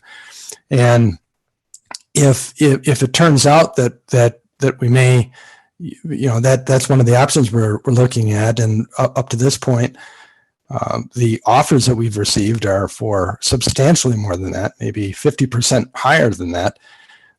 It's a frustration because we wouldn't be here, but for the breach of contract by EN Properties. We would have a facility, and we wouldn't be in this position having to debate this.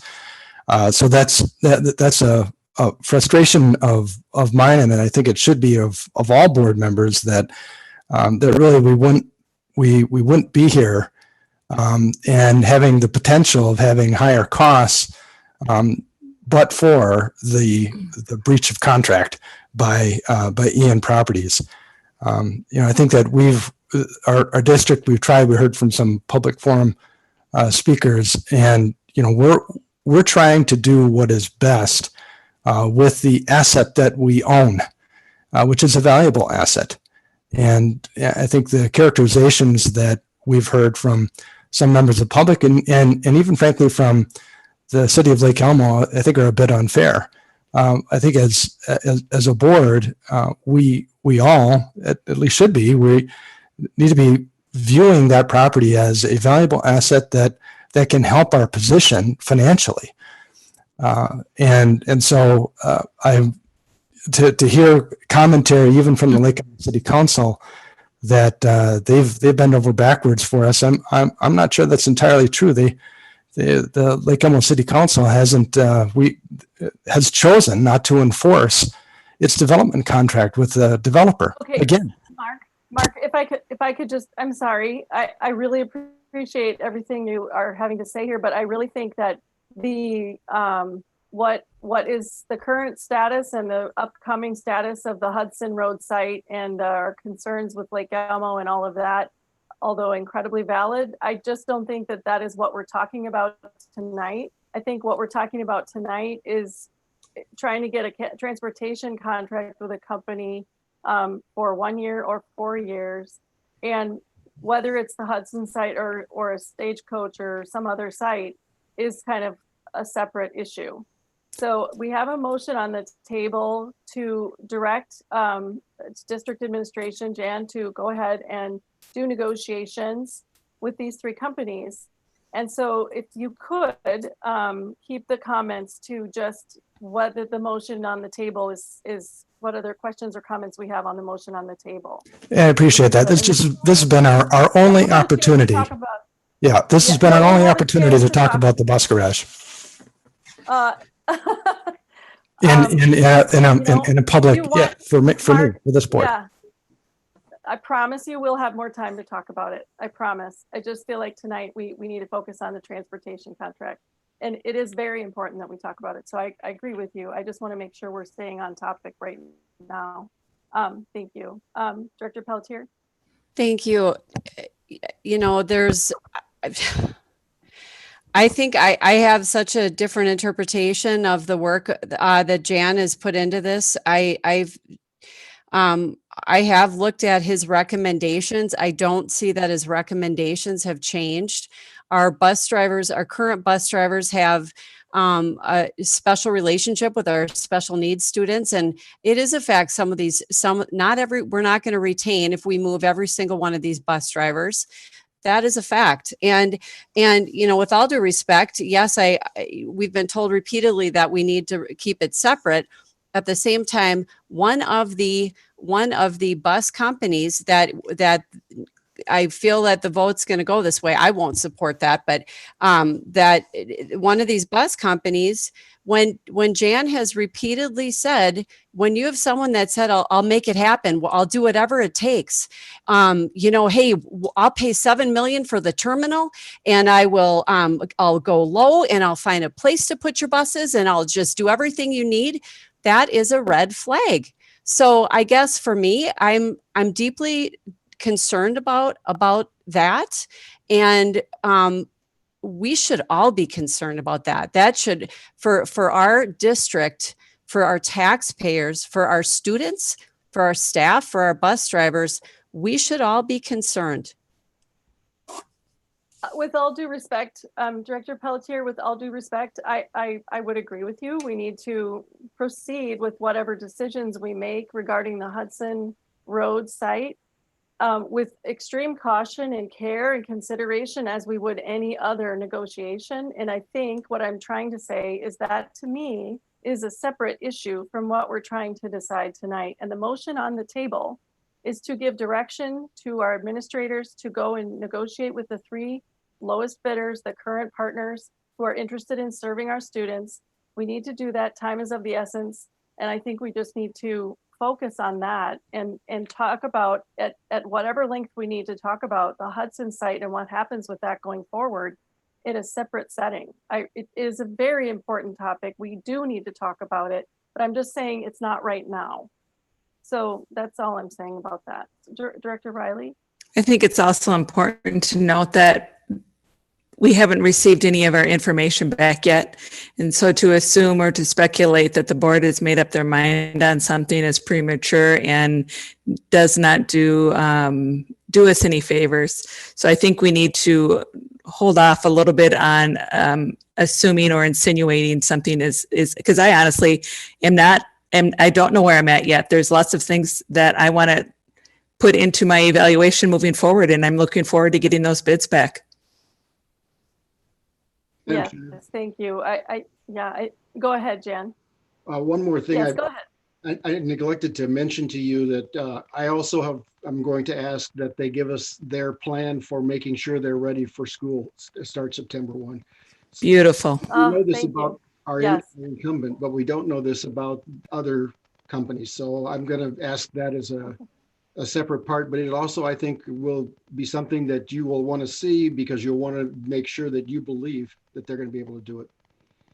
Okay, thank you very much for that. I was going to ask that question earlier, and I really appreciate that. We're putting a lot of trust in you, Jan, to get the best price and the best quality and the best partner, whoever that may be.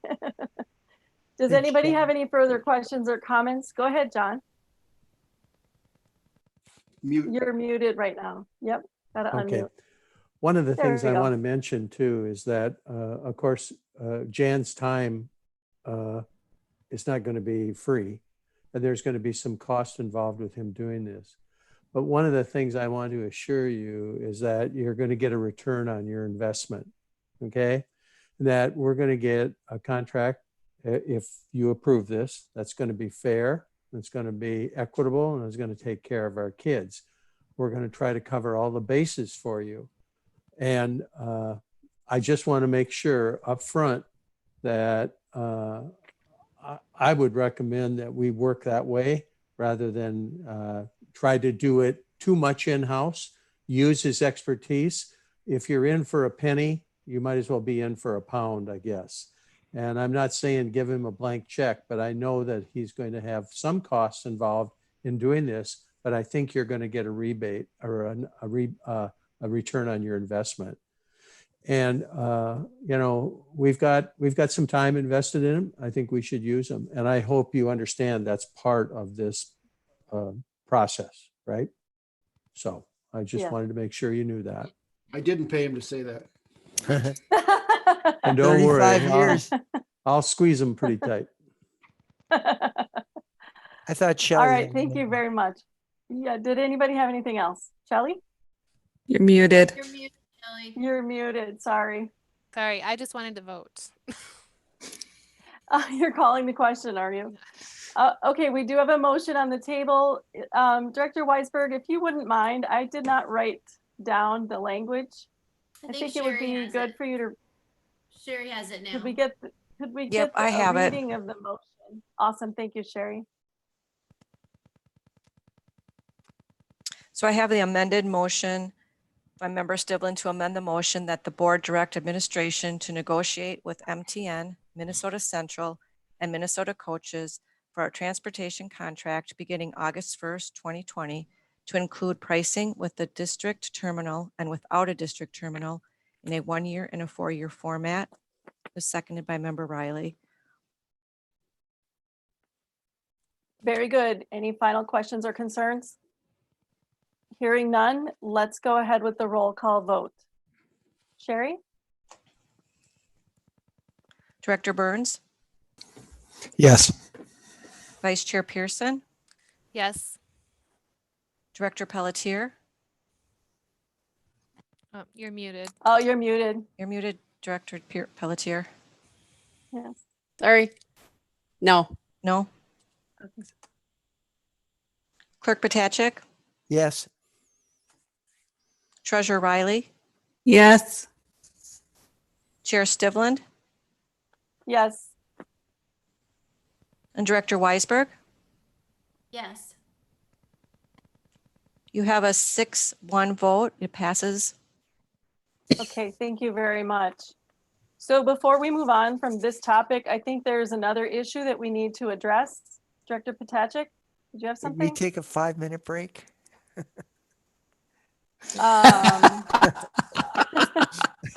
Discontinue your It is. You can turn your I video don't have off. much G2 left. Go ahead. Proceed if Okay, nobody else. I okay, can make it. actually, we have been going for quite some time. It is 9:25 right now. If we would like to take a 5-minute break, I would like to have some consensus from the rest of the group. That's what we want to do. Would you guys like to take a 5-minute recess? I'm can just okay nod. doing that. If Mike, if I have no problem doing Okay. that. I So kind we of have a enjoy motion seeing and him a squirm. second. We're not going to do a roll call. Just thumbs up if you want to take a 5-minute break. All right, we are going to recess for 5 minutes and stretch our legs. We'll be back in 5 minutes. I would recommend turning off your video.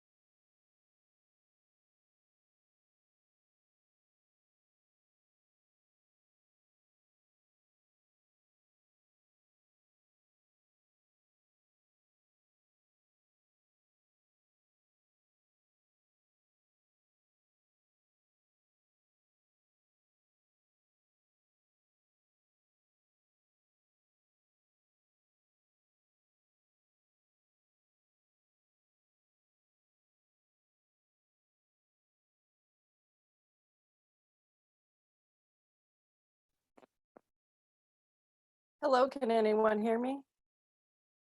I can hear you, Sarah. Okay, great. Just wasn't sure. I had some technical difficulties with my gear at our meeting last night, and I have new headphones and I'm not used to them. So Yeah, no, keep you sound good. All right, thank you. I just want to say thanks to everyone for hanging in here. This is a long meeting, and I think we've had a long run of some awesome short meetings. So here we go. Is everybody ready? Are we back? Looks like we have everybody. All right. Thank you, Mike, for recommending that break. I think we all needed it. Okay, just gonna take this out. All right, so before we move on to our next item on the agenda, I feel like we need to make a motion regarding finding as I said earlier, a plan B for a site. If we are going to go out for some re-proposal or resubmitting of bids with or without a site, and we know that having a site will very likely result in lower costs in those bids, we should have a site.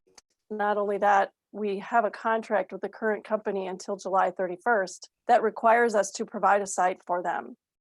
And so I think based on what I believe all of us or most of us have witnessed on Tuesday's meeting at Lake Elmo, the city council, it isn't looking good. Of course, nothing's final yet, but if they decide to revoke our conditional use permit at the Hudson Road site, we will need to vacate that site by May 31st. That would be the effect of that unless something else changes. So I really do feel like at this point, we need to at least have a plan B as an option in case we need it. So I would like to make a motion that we direct administration to pursue other options for sites, and additionally perhaps negotiate the very best price we can get for a 1-year lease from the Stagecoach property, just so we have that as a backup. And certainly we could consider that. So anyway, I'll make a motion that we direct administration to negotiate a lease, a 1-year lease at the Stagecoach property or some other property that they deem would be also workable. Second. Director Reisberg seconds. Shelley Pearson, go ahead. Thank you. So I'm a little uncomfortable adding this motion because we talked about it being different, having the transportation terminal and the contract being separate, that I feel like that would have to be on the agenda, that action item, and maybe I'm wrong, but it makes me a little uncomfortable that it feels like it's separate enough that it should be on the agenda, listed on the agenda.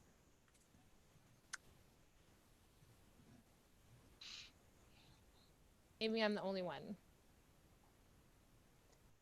Well, the agenda item says transportation contract and lease agreement. So I guess I understood that to be the lease agreement with Stagecoach, but maybe I'm wrong. Go ahead, Director Potacek. Well, Shelley, generally I'd agree with you, but I thought last night in our work session, we did instruct the administration to go out and get some feelers and investigation. And I think Jan and Tony did that, or not Tony, but Jan did that. So, to maybe, me, I would look this as a continuation of those efforts. is it possible that board action is not required for the administration to bring something to us to pursue another site, being that it's very possible that we will need it? Is it possible that we don't need to have board action until they bring us something to approve? John looks like he wants to talk. yeah, maybe let's, John, do you have some thoughts on that? I think you have a motion on there that previously, the motion you just passed said that Jan's going to solicit information or quotes from them or bids from them or negotiate with them with a terminal and without a terminal. And I'm assuming that if we're going to say we have it with a terminal, we should probably be exploring the option of where we could look to find that. So with the superintendent's direction, if she would tell me, which I imagine she's just waiting to, if she would tell me to explore that option and to find a site to park buses to meet that part of the agreement or to give us that option, I would be happy to pursue that and get moving on that as soon as possible. I think the lease here was the lease between the current for the terminal. That's what that lease was about. So somebody could say technically that shouldn't be brought up tonight. Technically, I don't have a problem. I think the conversation says for me, administration is looking to give us the best price, and finding a place to put the buses would give us the best price. Don't you think? Mm-hmm. So, okay, thank you. I'm ready to go. So go ahead, Director Pelletier. Oh, you're muted. Sorry, you're muted. We can't hear you. I'm just off tonight with the muting and the I think I have the same question that Director Pearson had, in that, do we need to have this as a formal action item? Or I took it also last night that was kind of the direction, the dialogue that I guess I thought that was going to happen organically without a formal action. Anybody else have any thoughts? Director Burns? Well, I would concur. I think that what we had spoken to last night at the work session was that, yeah, we may need to have that option B and to get more information. And I think come back to us with that information, but not necessarily entering into a contract. I think coming back to us with that information so that we can ascertain whether or not it makes sense, I think is probably the best way to go. Okay. That makes sense with your timing also, Chair, just because you have your next meeting on the 14th and you'll have the decision from Lake Elmo by the 5th. So we can pull that information together and have both of those things ready for you as quickly as Jan can turn his work around. Okay, well, thank you. Then I feel comfortable withdrawing my motion. If it's clear to the board that we are expecting some sort of a proposal for an alternative site, the plan B for a site, should the Hudson Road site become unavailable to us. Is that everyone's sort of understanding? It sounds like it is. Okay.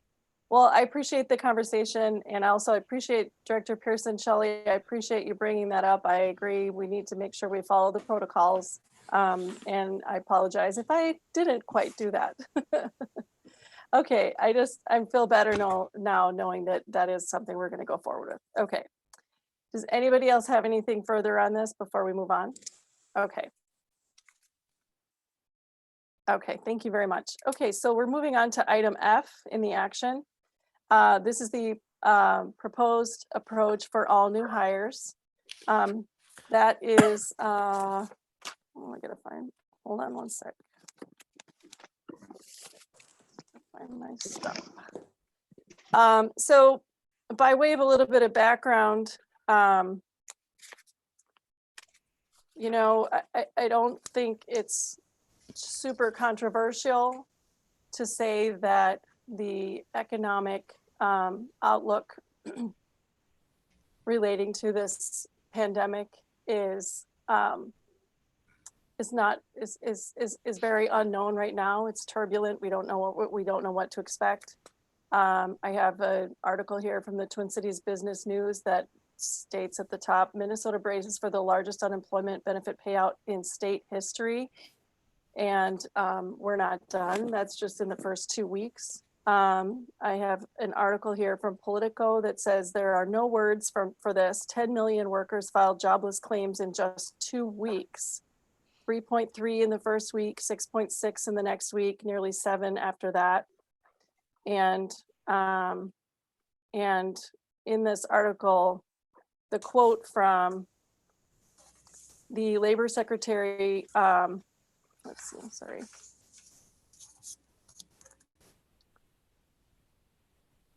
I'm sorry. Hang on 1 second.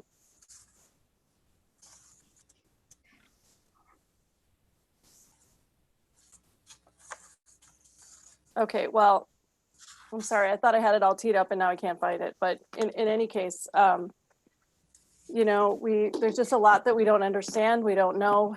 We should be expecting, you know, some grim news ahead. And I think that we should be expecting that at some point we may need to make cuts to our budget. So I think the sooner we start thinking in that way, the better it is going to be for a district. And so this is an approach that I put forward because I feel that if we hire teachers that we end up not needing, if we hire staff that we overhire, we're obligated to pay their salaries. I want to protect the current employees that we have. I want to make sure that we have, you know, a long-term vision for the fiscal stability of our district. And so I think by putting this forward now, it truly is an opportunity for us to begin a conversation about what our vision is for how we should proceed during this truly unpredictable time. And so I am proposing that we put a pause on all hiring until administration can put together and work with the board to put together a plan, guidelines for how we need to proceed at this time. But I'm open to conversation before we get to an actual motion. Director McDowell. So Dr. McDowell. in light of our conversation this morning and yesterday, we spent a good deal of today. Kathy and her team has put together what we think is what we heard as a potential plan and layout for what it might look like based on the positions that we believe we need to hire for the upcoming school year and potentially positions that could be sequenced in or staged, possibly waiting until June 1st. And so Kathy's put together some pieces for us. I think if you want to take a look at those first, so that she can walk you through where we are. I had given some general numbers that I knew, but obviously HR has specifics with regard to not only teaching positions, but paraprofessional positions that are out there in the works currently. Okay. Kathy, would you want to go ahead and present the information you had to share tonight? Sure, I'd be happy to do that. I'm going to just ask Krista to put the document up on while she's doing that. What I thought I'd just kind of give you an overview of where we are in the process right now. So as you know, we're in the throes of our staffing process. We did our teacher spring posting process. That last day of that teacher spring posting process was April 1st. April 8th, our principals were given what we call the green light to go ahead and start posting and hiring externally. So we have principals in varying stages of the process right now of interviewing. We also, in our paraprofessional contract, have language that's very similar to the teachers where we do 2 rounds of spring postings. And with the COVID pandemic that came up, we actually worked with the para union and postponed that process by 2 weeks. So we literally just posted 57 positions on Tuesday for paras. So what I thought I would do is I looked at everything where we are in the process with staffing right now, just to give you the background information.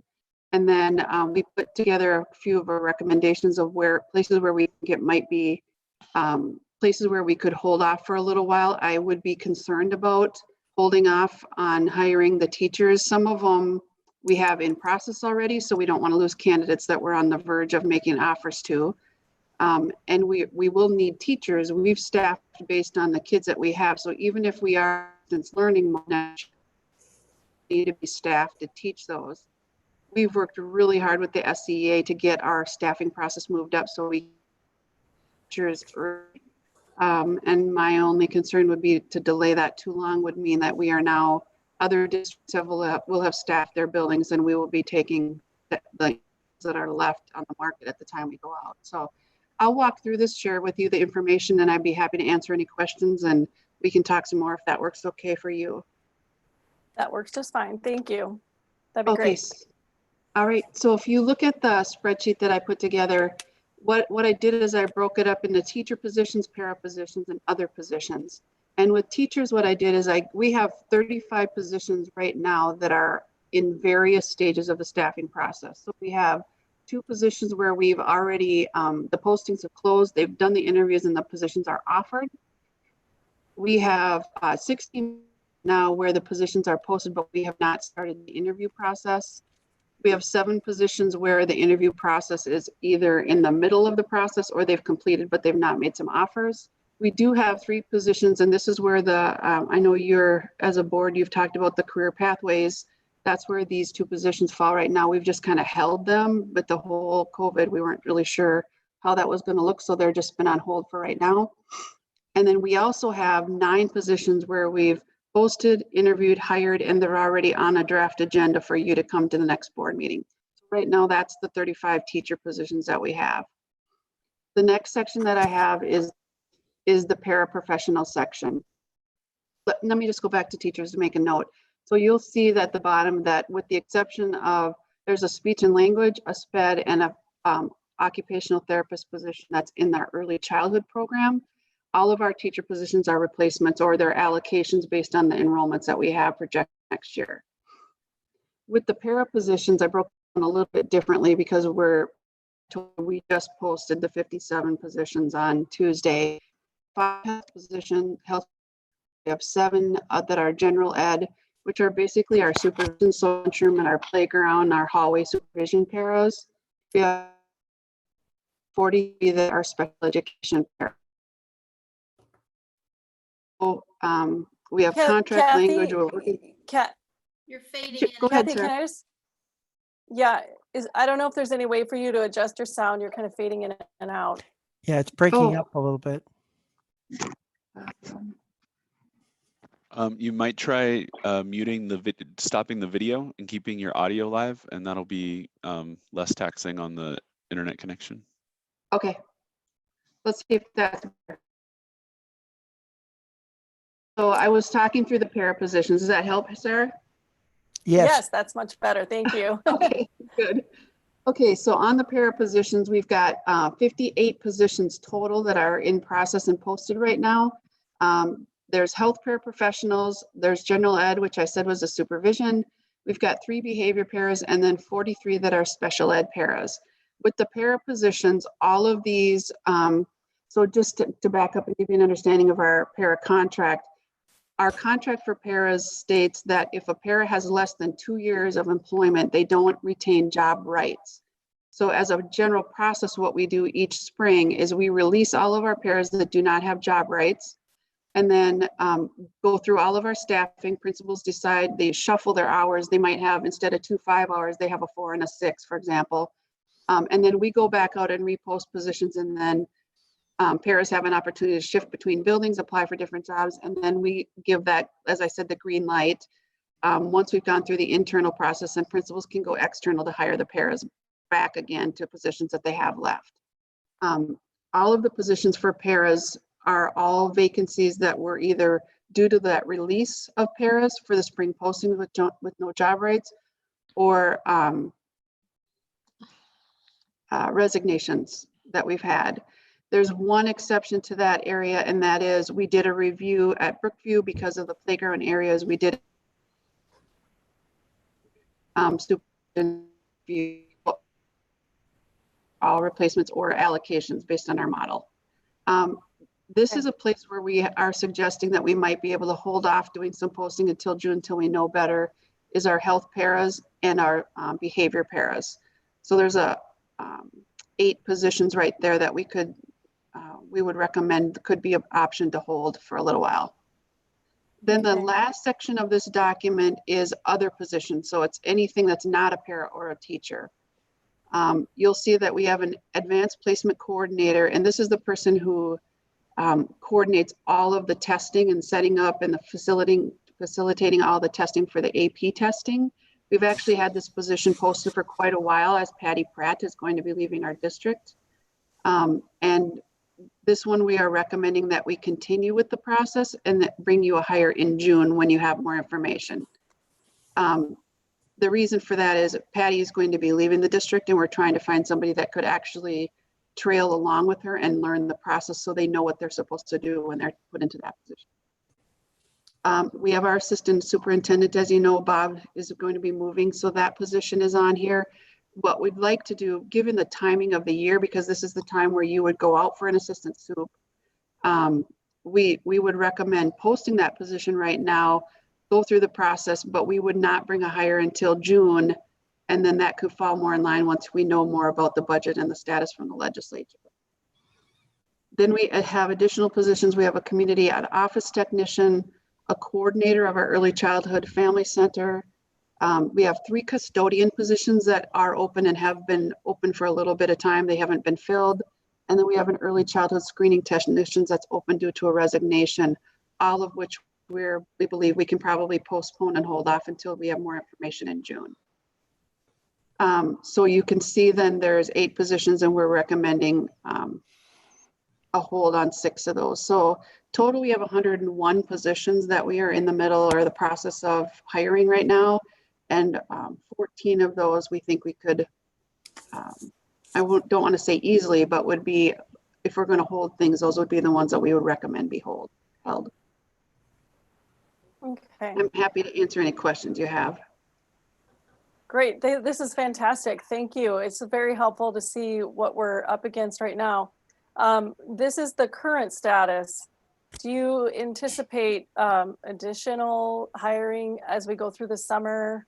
You know, how much of this type of thing will continue, or is it kind of like now and then we're done? Well, with paras, we believe we have all of the positions that we are anticipating having, unless there's a change in student enrollment. We do anticipate, we always will continue to have retirements and resignations that go on through between now and the start of the school year, that we would have openings come up.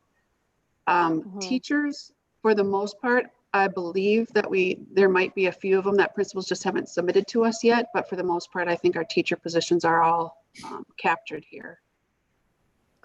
And then another question I have for the para positions, that's quite a large number. And I thank you for explaining that process, because it just seemed like a lot. One of my questions was going to be, why is it so high? And is that a typical number? It sounds like it probably is typical. Yeah. For this time of year. That is okay. accurate. And so then would it be unreasonable to think that most of the filling of those positions is going to be by far and away people who are current employees just looking for a different position, or maybe going back to their same position? So that is the reason that we have our staffing process set up the way we do, is so that we can do the posting process, get people shuffled around, and then the people that have been released rehired if they're going to be rehired, so that by the time people leave at the end of the school year, they know where they're going to be for the upcoming school year, and they can then be involved with the activities for that building as newsletters go out and meetings take place over the summer. They know where they're going to be and can be a part of that. Okay. So, but by far and away, it's typically we're letting people go and then rehiring them in a more desirable position, or just a different position for whatever reason. By far and away, these are our current employees. Yes, a lot of them will come back in their same positions if they can. Okay. Okay. That's really helpful to know too. Okay. Thank you. Director Potachik, did you have a question? Yeah, the question I have, Kathy, I'm very I like what you've put together here. It really helps us get a handle on it, because I think the issue as I see it before the board, one, economic uncertainty. And so what we're taking a look at, it's that old cliche about hope for the best, plan for the worst. And I think what you've identified here is a cushion, a flexibility area. So if something turns out not as well as we hope it does, it gives us some flexibility.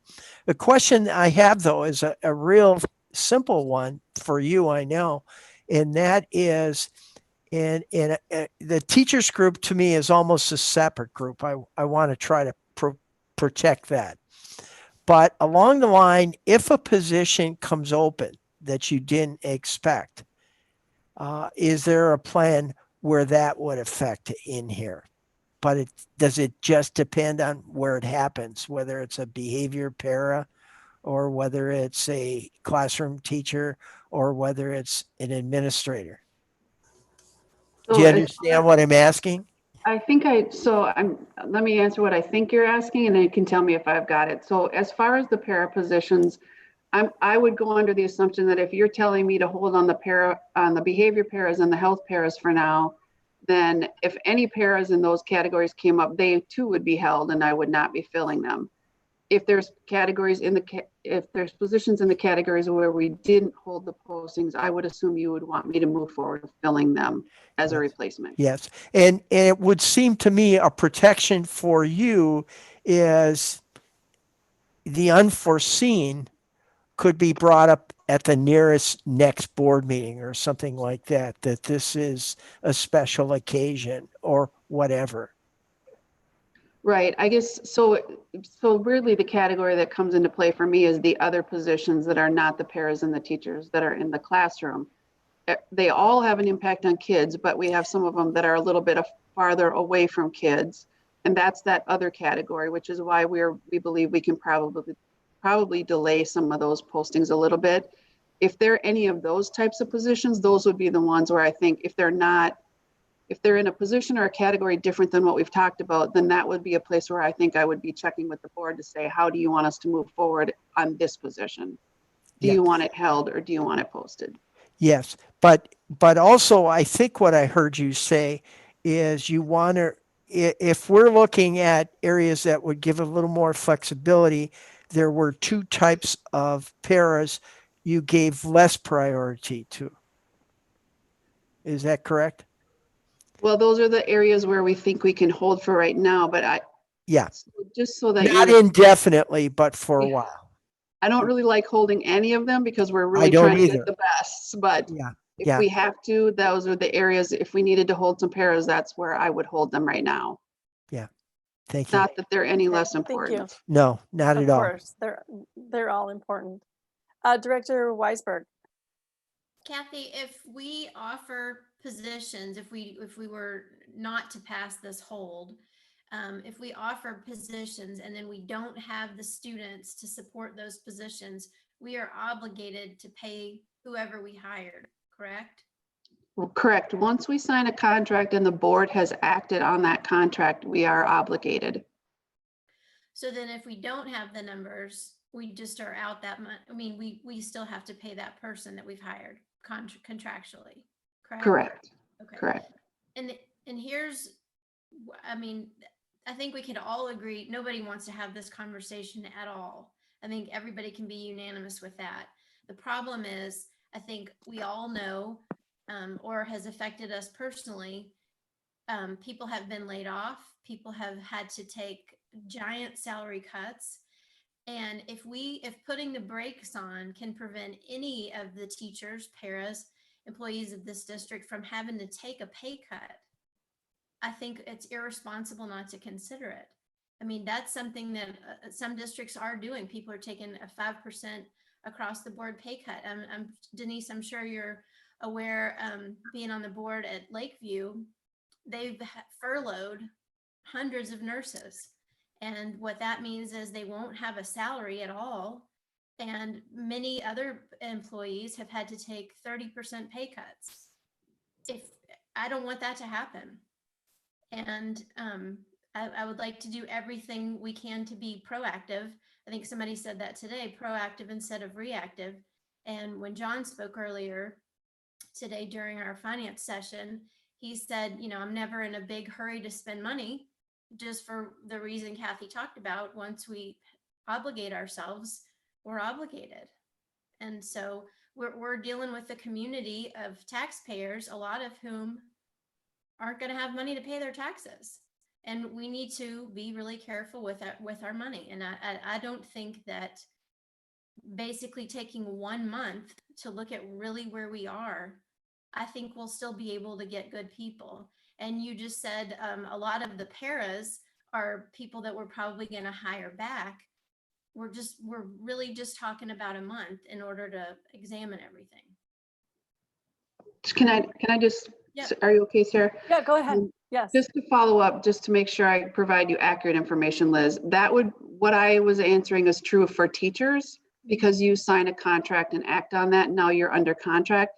That would not be the case for non-continuing right positions. So the para positions, the custodian positions, those positions, we would be able to we would basically tell them they're being released and we don't have a position for them.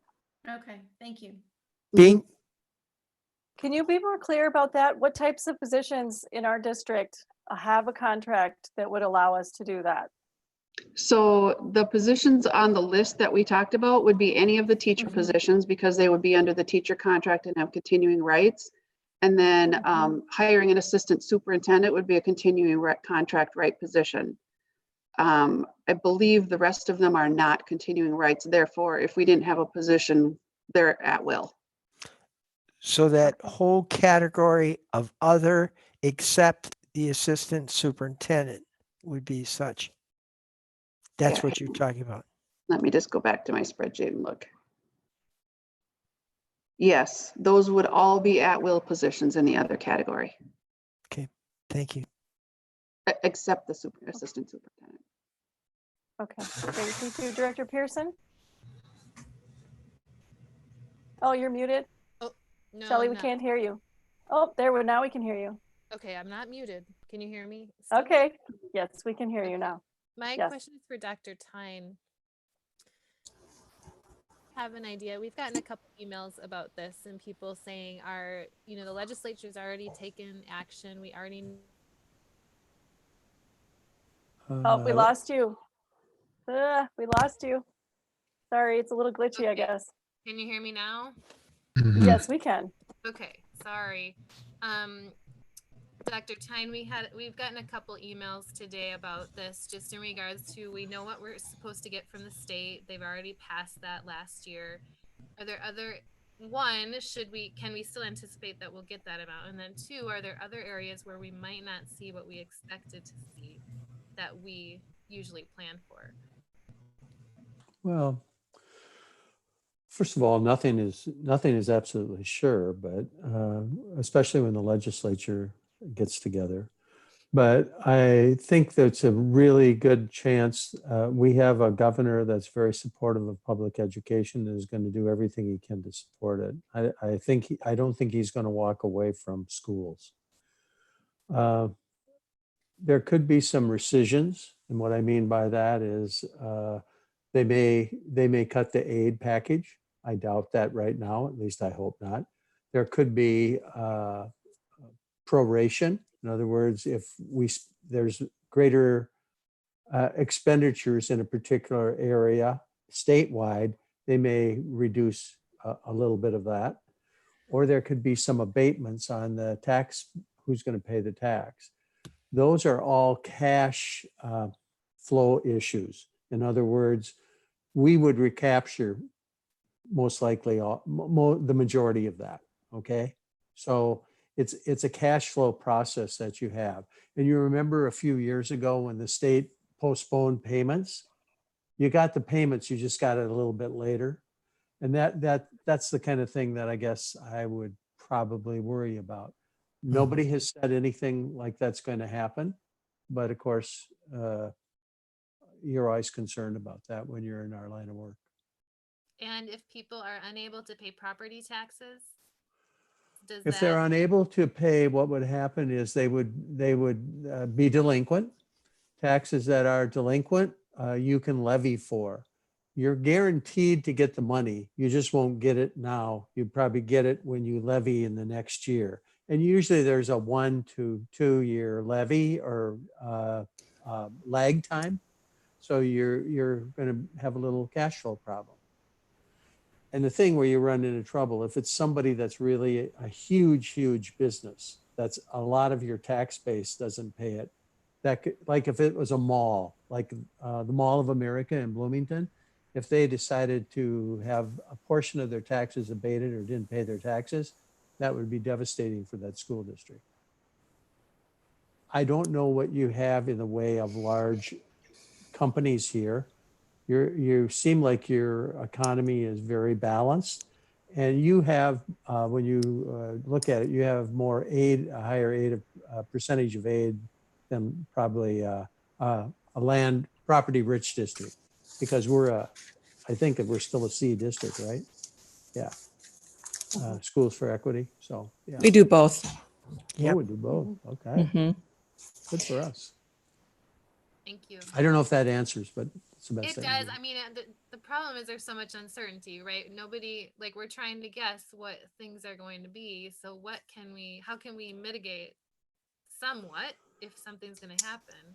Well, you're pretty fortunate in a couple of ways in that you do have you have a rainy day fund that's pretty good. You don't like to take that and use it unless you absolutely have to. But, you know, whether you guys realize it or not, you are kind of gamblers because you're betting on the unknown, and that's what you got to do.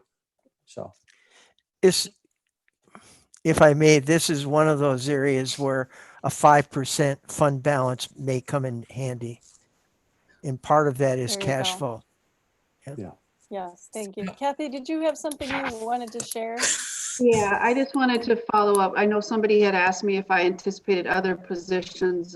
The only other thing I wanted to share with you is right now, we have not rehired any of our summer school age care givers for the school age care program because we haven't really known.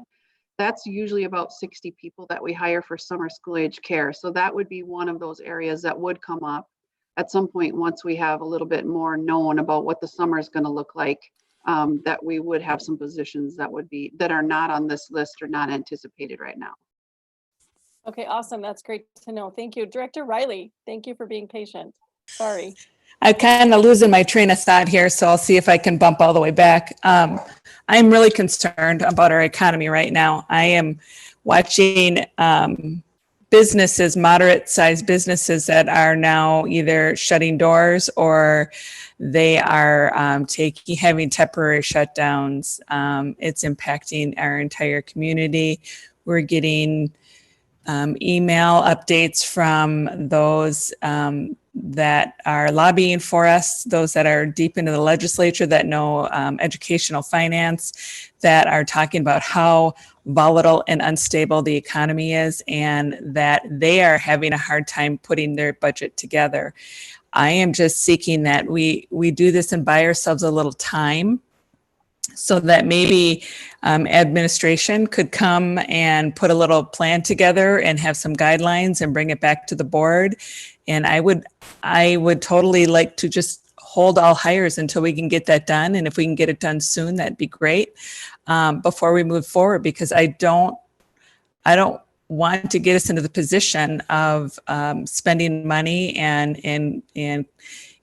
sealing the deal on contracts and then kind of being stuck. We were in this position a while ago with the last recession. And if we aren't careful moving forward, we could be into a lot of trouble in a few years. And not only because of what's happening right now in the economy, but because of what's happening right now in the economy, we may not get our renewal for our levy at $12 million. So that fund balance better be protected. So I'm super concerned that we need to be conservative moving forward of what exactly is happening, so our education can be done for our children in a way that isn't going to really strain the system in several years down the road. Dr. McDowell? To that point, the list that Kathy shared with you tonight, just to make sure everybody understands, is those are the positions that we need based on the numbers of students we have. So the numbers that Kathy shared with you that are the, like for the teachers, and like we talked this morning at finance, the question came up, what are the positions that are going to be touching kids when they get, what are those first? Those are the first tier, the ones that have to address those. So those teaching positions are the positions we need to have for the kids that we have in the system. Except for the two that Kathy's called out there that aren't, that they'd be an addition. So I just want to make sure the board is aware that on that list that you saw, that is, I think, Tina, to your point, what we think right now is what we're going to need to get through with the students that we have, that we know of coming into next year. Director Pelletier? Unmute. There we go. Oh, no, we still can't hear you.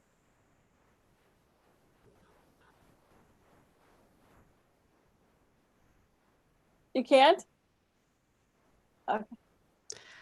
There you go. There we go. It is long past my bedtime. I'm so sorry. I guess I'm wondering a couple things. Kathy, I couldn't see your screen very well, so I just wanted to ask you about those. It's just for a little bit of clarity on the 14 positions, and I'm confused by this in that I feel like our students aren't going anywhere, albeit we're in the situation. They're still with us. They're not going to flee. And I'm also wondering, are these positions budgeted for currently in our budget? So maybe even the 14 positions that you're talking about, Kath, if you wouldn't mind, just could you go back to your screen there and just tell me about what those 14 are, and are they currently being budgeted? Yes, the 14 positions are budgeted for. The only ones that would be any kind of an increase to the budgets are the one I've called out under the teachers section, where I've talked about the speech language, the 1.0 SPED and the 0.4 OT. Those would be an increase, but it's also based on enrollment, projected enrollments for early childhood that increase significantly each year. So what we've done is set up a model. So those positions are an increase to the budget. Otherwise, it's within our allocation based on our enrollments and the kids. It's the staffing models that we use to allocate staffing. Does that answer your question, Jen? Okay. Yep. Thank you. Thank you. So, but I think the concern is that what oh, I'm sorry, I didn't see all the hands up. Go ahead, Director Burns. Oh, okay. Thank you. We'll go to Whitesburg. Thank you.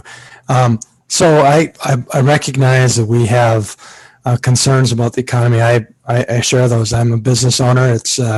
There are concerns we're going to have in the near term and likely in the long term.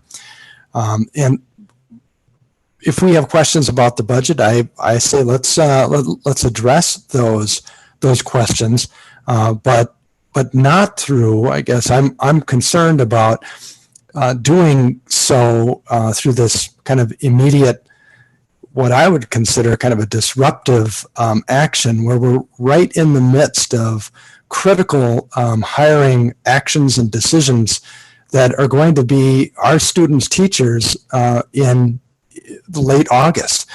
That if we take this action to freeze, it could really disrupt our opportunity to have the best teachers available for our students.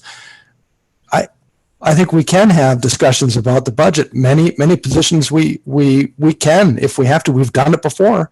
We can cut them if we have to. If it turns out that we're not going to have the funding that we anticipate, there is a fair amount of room in the budget that we can cut if we have to. And as Director Potacek mentions, we do have a fund balance right now that gives us some cushion. But I feel like taking this action right now really disrupts our opportunity to to capture the teachers who are going to be in front of our students in just a few months. We talked about supporting our principals and the hard work that they're doing. That's what they're doing. Like today, they're working on hiring their staff for next year, and I feel like that would be a significant disruption to put that on ice right now. Okay, thank you. Director Weisberg? I would agree with you, Mark, if we were talking about a permanent freeze, but this is just basically a month to see where we are and if we can have more information. And I know Director Pelletier, you used the word, our students aren't going to flee. We don't know what's going to happen to our students. There are a lot of parents who are not going to be comfortable sending their children back to school until we have a vaccine. I mean, that's just true. And we don't know how many parents that will involve. A lot of people are really enjoying distance learning and may want to continue that. We don't know that the students we have currently will all be back. If they're not, the cuts that you just talked about, Director Burns, will have to happen. And that's what we're trying to avoid. So just putting the brakes on for a little bit while we can be thoughtful and try to do the best we can for the people that we have so that we don't have to do cuts or pay cuts. I mean, that's what we're trying to avoid. We're just trying to be thoughtful about it, get as much information as we can, and then go forward. Yeah, I just my comeback is what I'm concerned about is that we're not really being thoughtful about it when we're in the midst of our hiring. We've had interviews. We're not being thoughtful about how are we going to get the very best teachers if we say no now we're on hiring freeze. We're not going to have an opportunity to talk with them until after June 1st, which may very well be too late. I disagree. Director Potacek? Yes. You know what I heard. Can you hear me? Mm-hmm. Yes, Okay. we can hear you. Okay, I'm used to, depending on who's talking, there are some people who I turn it down. There are some people I go to turn it up. So I'm not sure where I'm at. I thought what Kathy presented, and maybe it wasn't, they say about a message, it's what the person sends out, and it also depends on the receiver. But I thought what I saw Kathy provide us with is kind of a middle ground that I personally am comfortable with. First of all, the group that's and I hate to do this process anyway, but the group I'm most comfortable with is what I saw, those teaching positions, regardless of where they're at. There is a lot to be said. Ultimately, most programs, you want the best teachers you can get. And particularly, and I know, Kai, I had, because I talked to Nate Cox the other day, and Nate and I talked about the bathrooms and what was going on. But leading up to that, we talked about teachers and what have you been doing? And part of what they've been doing is interviewing and selecting teachers. And so what I'm saying, that process, if you have to let go a really good candidate right now, that's really hard. And so I respect that. And I respect those teaching positions. Where I'm saying, I think Kathy led off to a little middle ground here, is if we took the paras who were the health and the behavior, and we're not saying indefinitely, but we're saying, okay, if we had to hold off till June for those, and then those other positions that were labeled other on the bottom, if we said, okay, those timelines too, we can work toward early June is having that. Now, one other thing that struck me tonight when we were talking about transportation, and something Jan said that struck me, and I don't think it was a slip of tongue or anything. Even when he was talking about transportation, he says, if we need it in the fall. I mean, we're assuming that somewhere along the line, hopefully next fall, things are going to be back to normal. I'm not so Right. sure. That's exactly right. That's exactly right, Mike. Go ahead, Shelley. Thank you. And I thank you, Kathy, for what you put together. I feel like it's not getting us to a middle ground when it's only 14 out of over 100. So is there a way we can get closer? My biggest concern is also the teachers, and I would like to see us still be able to hire those positions, but it does feel like you didn't give us very much, and I get like we want to hire all those people and make sure we have the best people in there, but is there any way to get to closer to a middle ground? Well, Can I jump in there? go ahead. Or Kathy, Sure, go ahead, Bob. No, Kathy, go ahead if you want, but I want to explain. I think it's important to explain these positions again. I'm just going to put it out there. You're asking us to negotiate positions that, like, we're not back in the fall where we're saying, hey, we're thinking we want to do this program, or we're thinking we want to change up how we're doing this. These positions are going to be needed in the fall. I get the long-term concern, but we're going to need those teachers. These aren't teachers to lower class sizes. These aren't paraprofessionals to just be in a classroom. Most of those paraprofessionals are IEP driven paraprofessionals. That's So you're true. going to need them anyway. Even if you're distance learning, you're going to need them. You're going to need the teachers because the only thing that you're going to do is prolong when you hire them. It isn't going to be that you're not going to hire these teachers for the most part. I get the concern and the understanding, but to suggest that we're not going to need the majority of 35 teachers in our system, that's not going to happen. Because we already are at the spot where we don't have a lot to trim in our teaching staff from a class size perspective. Yeah, I don't know. I could be wrong. I'm not sure what Director Pearson meant by getting to a middle ground. I think I think what's kind of becoming clear to me is, and we kind of touched on this in the finance meeting this morning as well. I was listening in on that meeting. Could we get to a place where we could define something like a tier 1 employee is a replacement position or someone who would be like returning? So it's a current employee who is just, going through a normal process that we do every year where they are going to reapply for their current position, or maybe slightly different, but still a current employee, whether that's a para or a teacher. Anyway, a person who's a frontline direct student contact position.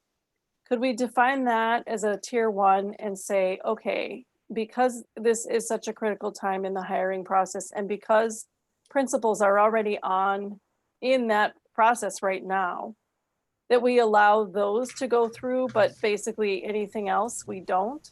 Is there That's a way what we we could gave you. define tier 1? Well, okay, so That's what we gave you. what is a tier? So how are we defining tier 1 then, I guess is what I'm asking. What you just described, and that was the way Tina described it at the finance meeting as well. So what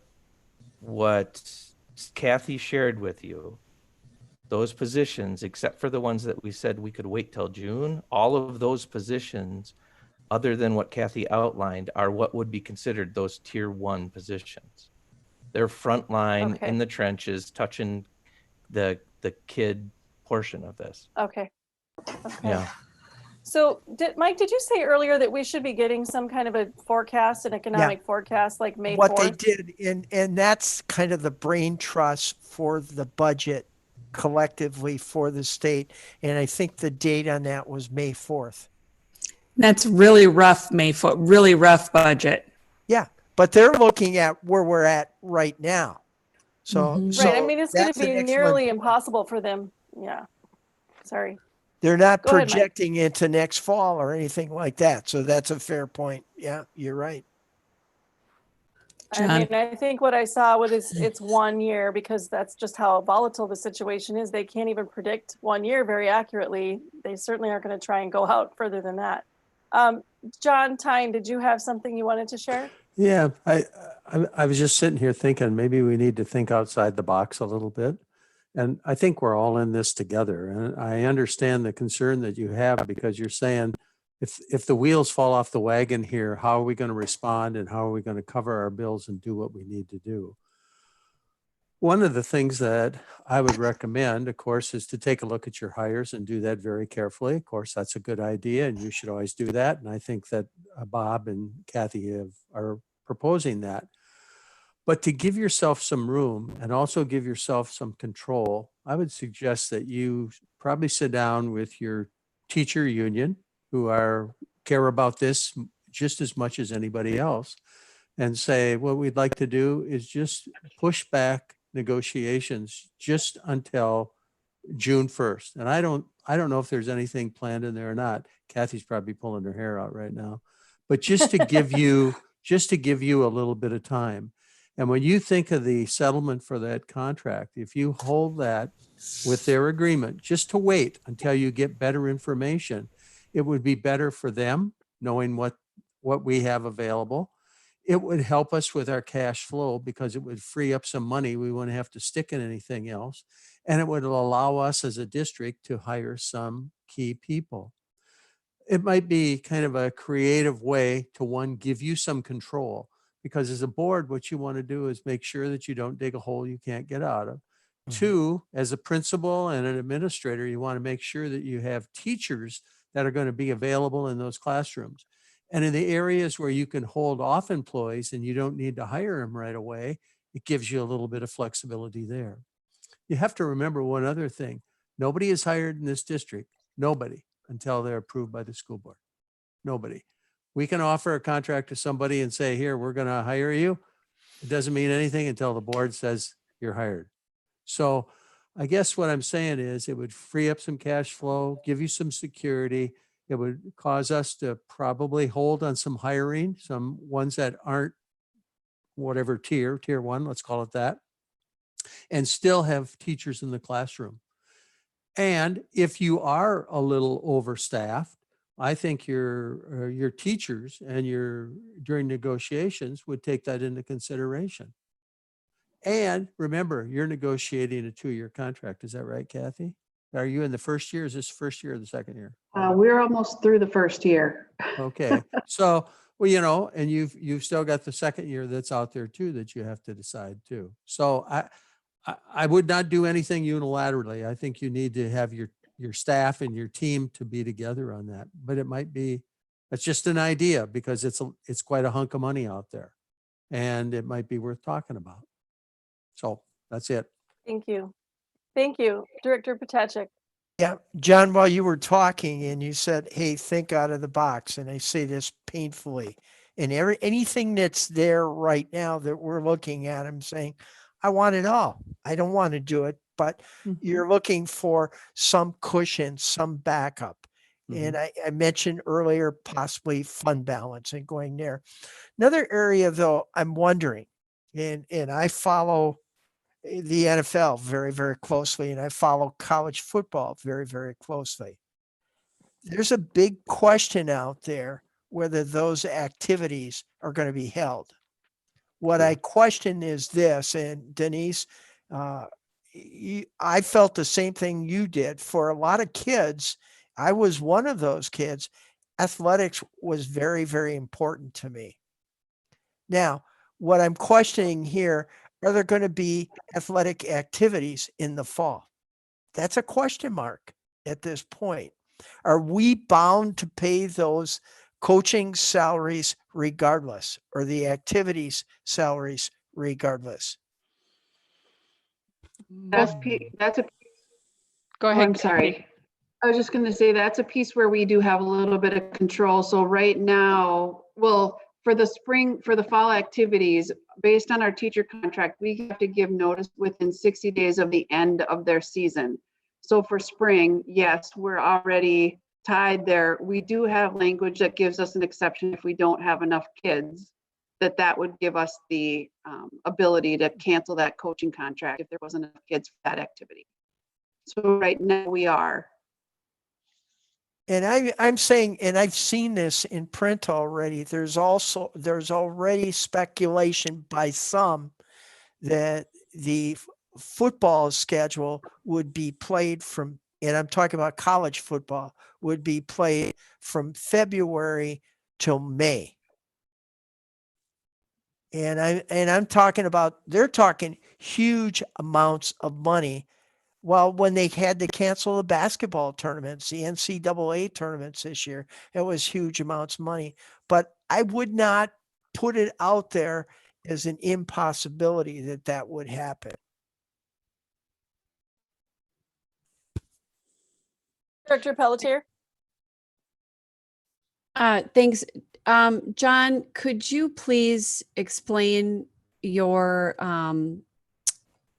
statement again to me a little bit so I can could you just repeat that? You were talking about an out of the box thought. Just could you go back to that for a minute, please? Well, one of the things that I'm thinking is we all are in this together, and the union has an interest in this too. And they want to see positions filled, and they don't want to see jobs cut. So what I guess I'm asking, is it possible to sit and talk to the union and say, we want to negotiate, but can we just put it on hold till whatever date you picked? You said June 1st. That will give us a better idea of where we're at. And not having to pay that out right away will be a pretty significant amount of money. You'd probably have to end up paying it in the end, but it would buy you a little bit of time. And, sometimes what school districts do is they say, you know what, we don't have a lot of money in the first year, but maybe we can do something in the second year. You get what I'm trying to say? So there might be some options there that you can look at. I'm just looking at a way to save some cash, but still have teachers in the classroom so they can do the job. The union has the same interest. So just to follow up on that, and I think we can all safely say everyone in this room is concerned about our finances and where this is going and the uncertainty. So I absolutely agree with that. Where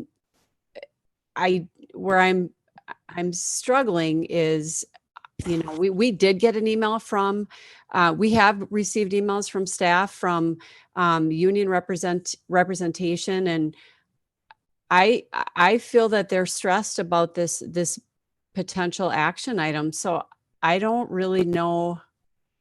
I feel like it's precipitous to do this right now without having any kind of discussion, without bringing them into the fold, without asking them to be at the table. It doesn't seem collaborative to me at all. And it seems almost top heavy and negative in tone. And that's my biggest concern.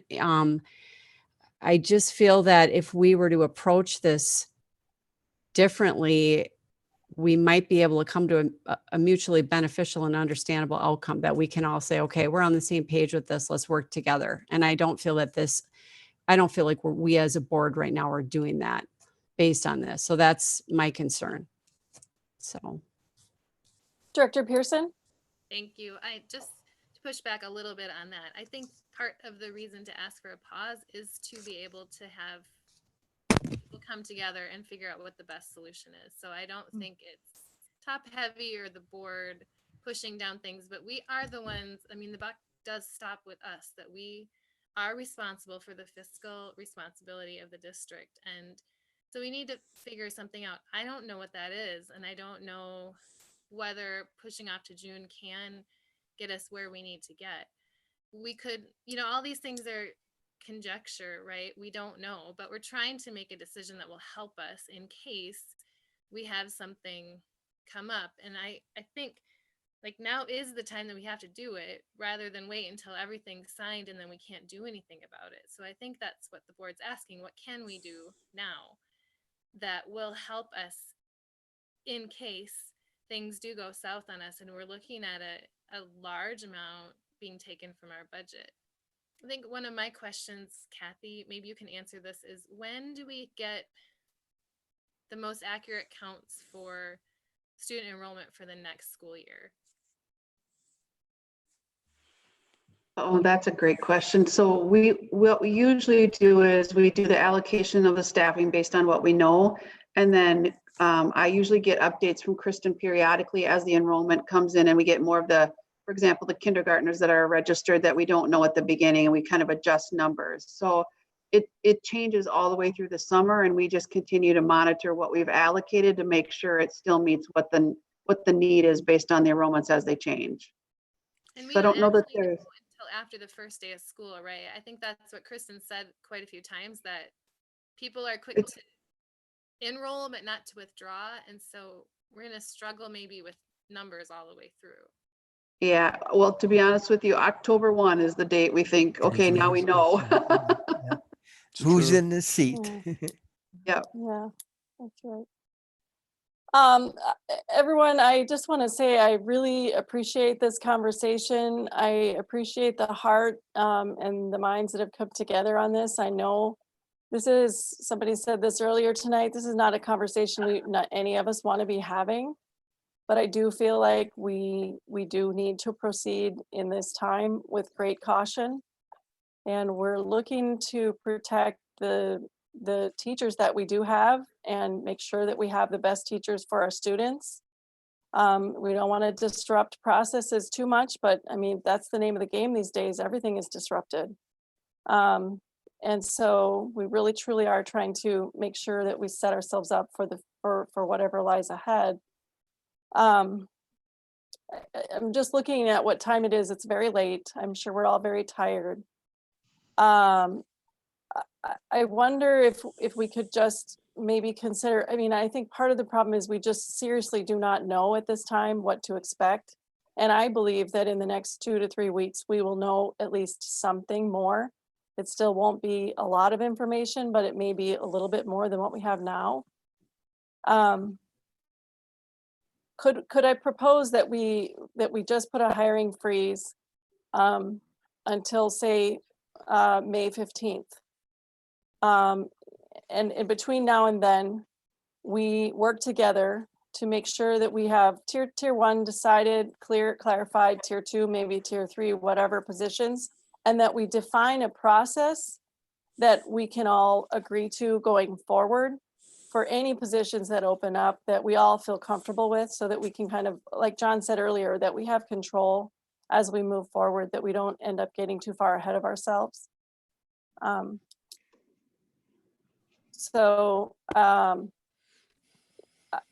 I guess I kind of partially said a motion. I don't know. I guess I would rather, before I make a formal motion. Oh, so all right. So I see a thumbs up.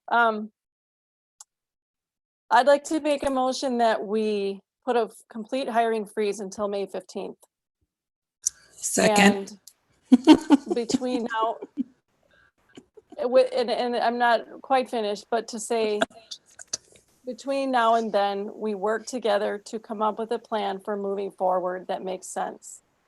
And if there are positions, as Kathy said, there are positions that are currently very close to being completed, then, I mean, I guess I'm not really sure how to address that, but I certainly think it's not something that's supposed to be a hard set. If there's some, I mean, we can use some discretion here, obviously. So that's the motion, that we instead of waiting till June 1st, we wait till May 15th. And we work together to come up with a plan for going forward. I think Kathy had her hand up. Can I ask, Oh, how sorry. would you, Yeah. I have principals that have interviews scheduled for tomorrow. And as we're having this conversation, I'm getting texts from them that are saying, so am I supposed to cancel my interviews for tomorrow? So I'm going to need some direction, if this is where the board's going, on how you want me to handle this with principals, because this is literally going to put some of them over the edge. Kathy, did you have your hand up? Yeah, the question that I'm a little farther along than Bob. I already have 9 of them on an agenda that have been offered and accepted that are coming to the board. So I guess if we could just get clarity on where we are in the process, where you want us to stop, so that some of them are, we haven't interviewed, which isn't going to be an issue, but if they're already offered and people have resigned jobs to take them here and we are scheduled to go to the board, I worry about not continuing with those. Yes, that's both excellent questions. Go ahead, Shelley. Thank you. I was just going to say, I think with that, I think we can't leave it too open-ended. I think we can't just say use discretion. We need to have clarity around what the motion means. And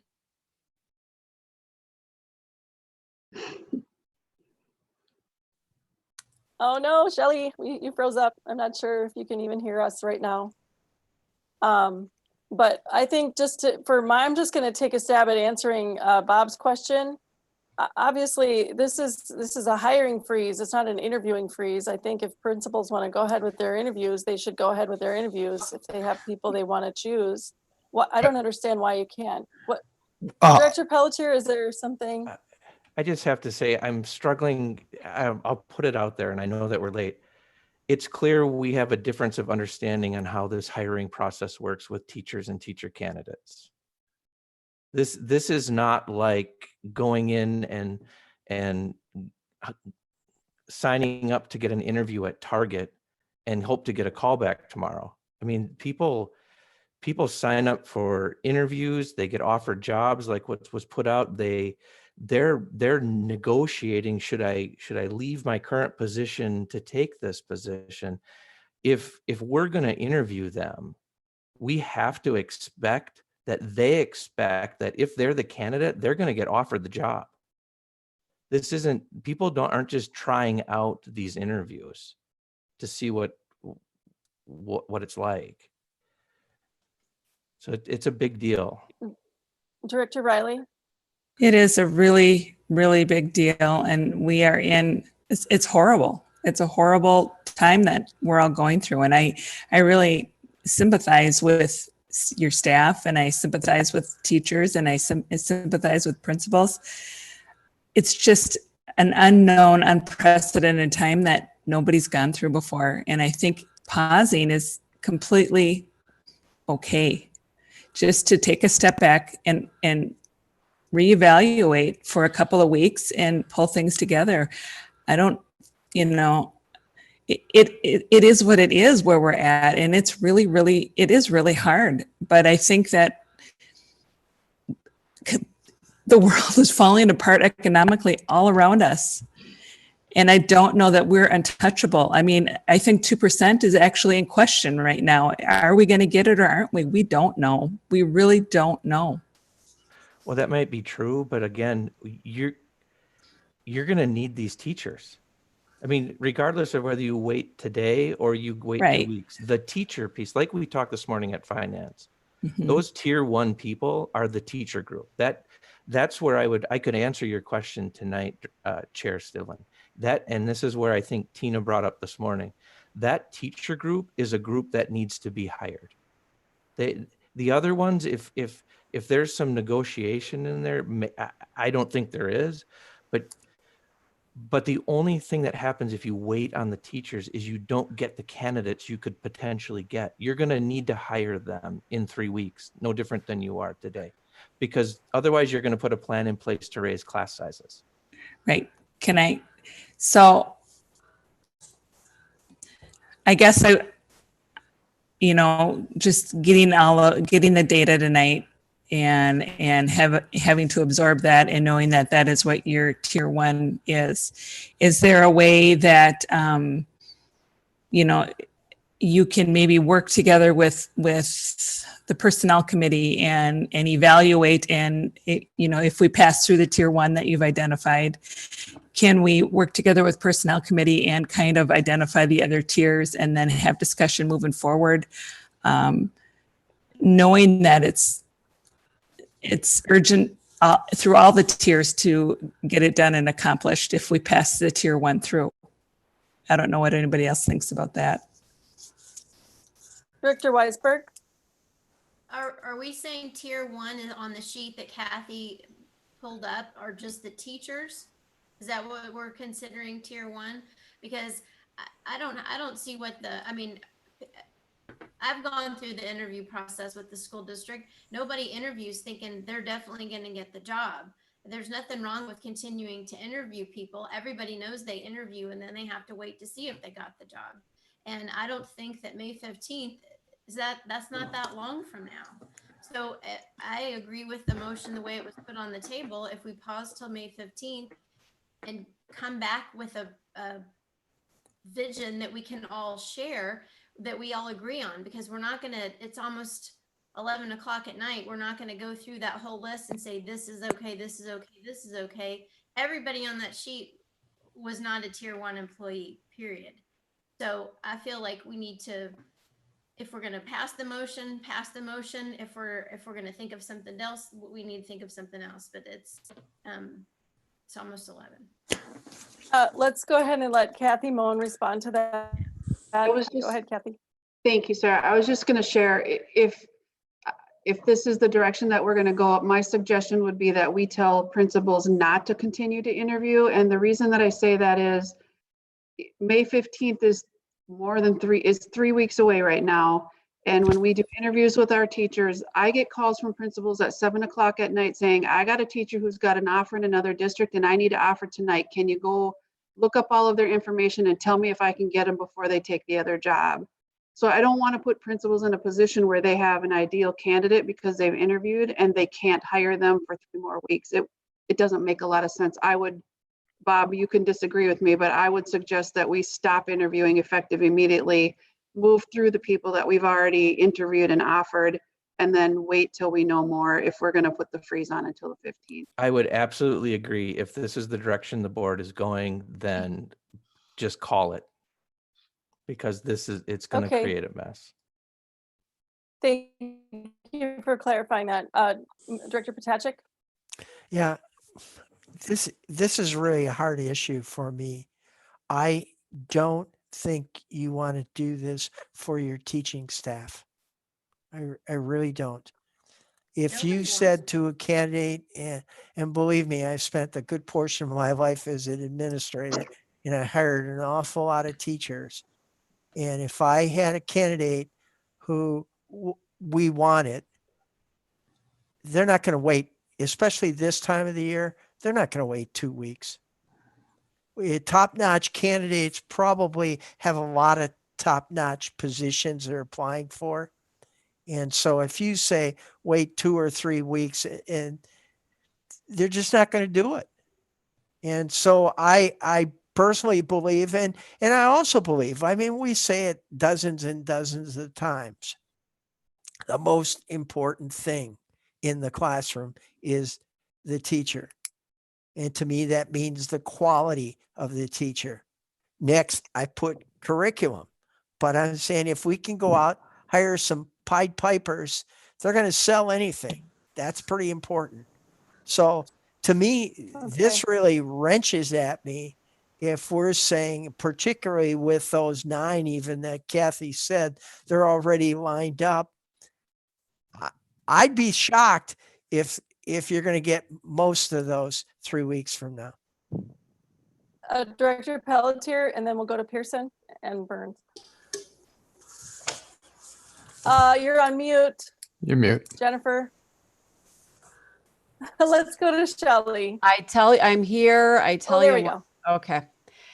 Mike, thanks for the comments. I share that same concern, and to take it one step further, you know, these are human beings that I could just almost, I'm getting emotional about this. These people are also nervous for their financial stability at their homes. So to the point, they do need jobs. And the flip side of this that I don't believe we're considering right now is, you know, these people have to provide for their families as well. So we're putting, you know, and please help me understand this if I have this wrong.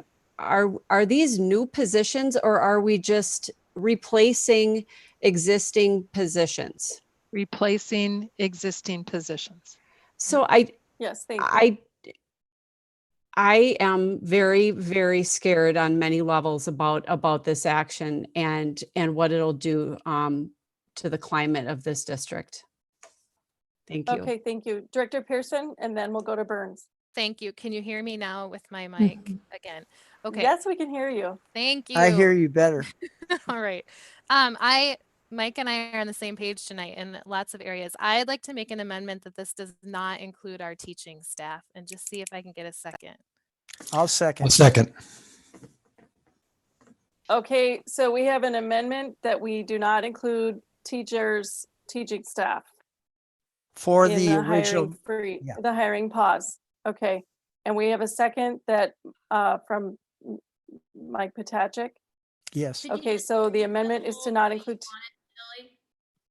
Could you just read Can you it say the that way you again? want Well, an amendment is just that it's the original motion, and then I would add that this does not Okay. include teaching staff.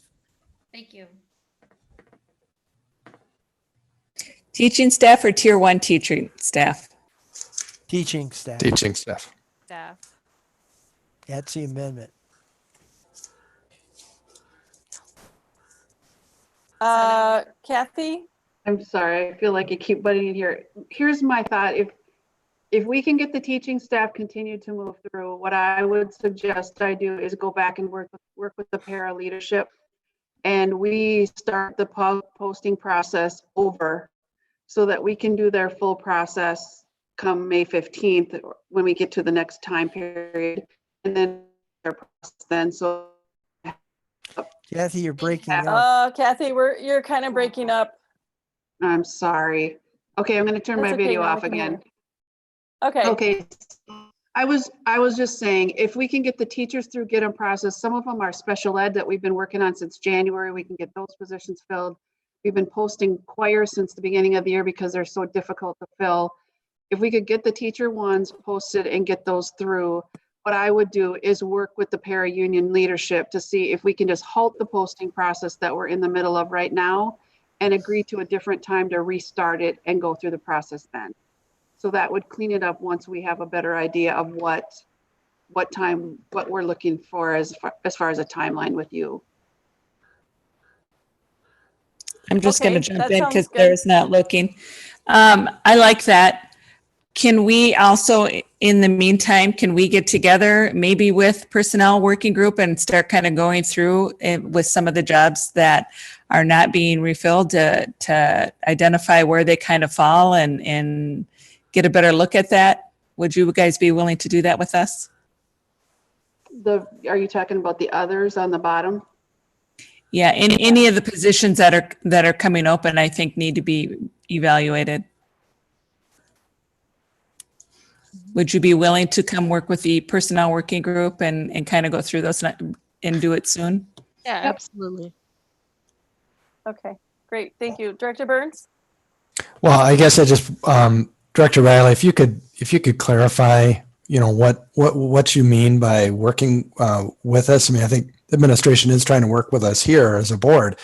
What are you suggesting in terms of that the personnel working group would have a role? Well, I would like to have administration define where they feel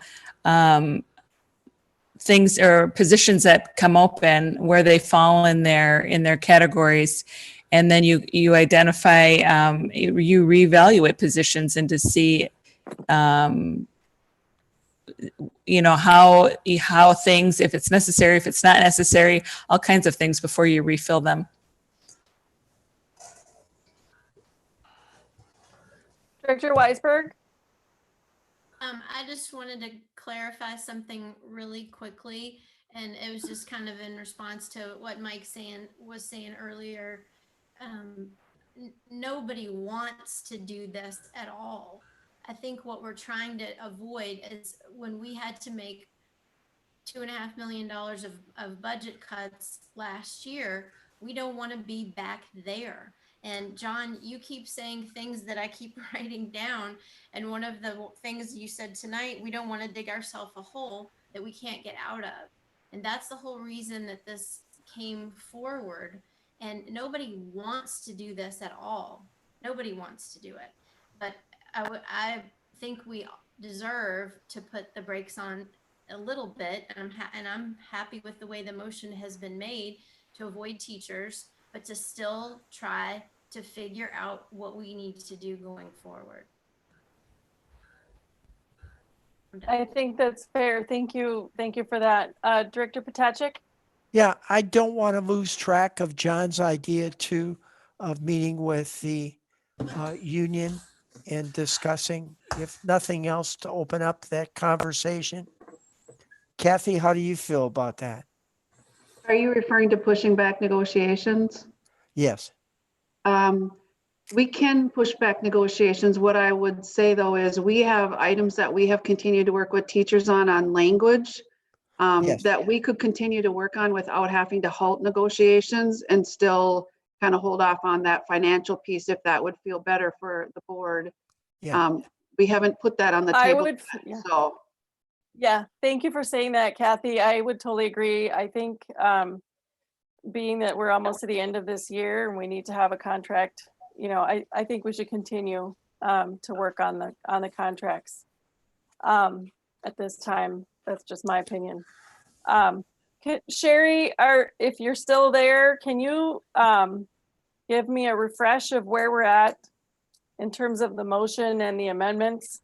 So the first motion we had was a hiring freeze until May 15th. Work together to ensure we have tiers decided and define a process that can be agreed upon going forward. That was a motion by Chair Stivlin and seconded by Member Riley. And then we had a motion to amend that, that we do not include the teaching staff by Member Pelletier and second by Member Potacek. Thank you. I think that sound thank right? you. So we So did not vote on the amendment. So we've Correct. been, it was the amendment was put forward by Director Pearson and it was seconded by Director Potacek. yes. So we call Okay. it. Okay. Okay. And so are we comfortable at this point voting on the amendment to exclude teachers from the main motion? Are we comfortable? Yes? Okay, Sherry, let's do a roll call. Yeah, Mark? go ahead, Mark. Can I just, Real quick. it sounded to me like the motion had some language in it at the end that was maybe not clear. I'm just wondering, before we vote on this amendment, would it be maybe we're already there because we have a second, but I think the intent behind the amendment, if I don't want to state the wrong thing here, Shelley, but is that the idea is that we'd be putting a freeze on until May 15th, until for only those positions who are not teachers. Correct. Sherry, I apologize, but can you read back the original motion one more time for me? Sure. From what Chair Stivlin had said was hiring freeze until May 15th, work together to ensure we have tiers decided and define a process that can be agreed upon going forward.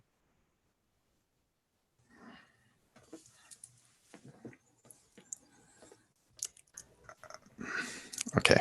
I don't know what tiers are. Okay. Yeah. What we're looking at, Mark, though, is the amendment to exclude teachers. So we need to vote on the amendment first, and then we can get back to the main motion if you want to make some adjustments to that. Okay. Fair It's enough. getting really late. I really do kind of want to hurry this up, you guys. Yeah, this is extremely critical, though.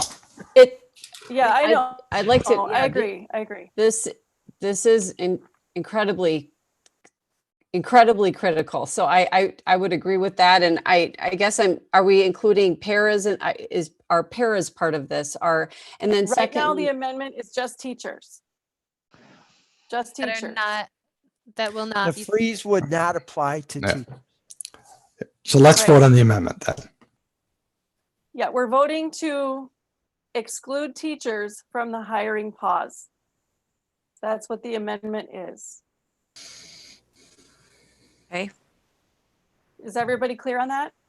Roll Okay, call. so let's do the roll call vote on the amendment to exclude teachers from the hiring pause. Director Burns, Yes. Vice Chair Pearson, Yes. Director Pelletier, yes. Clerk Potacek, Yes. Treasurer Riley, Yes. Chair Stivland, Yes. Director Weisberg. She's muted, but she did a thumb. I saw her up. thumb. There we go. Yeah, you have a unanimous vote. Okay. Okay. So can we read, Sherry, if you don't mind, the amended version? Well, how you want to state this to say to not include to not include teaching, non-teaching. Just hiring pause, comma, excluding teachers.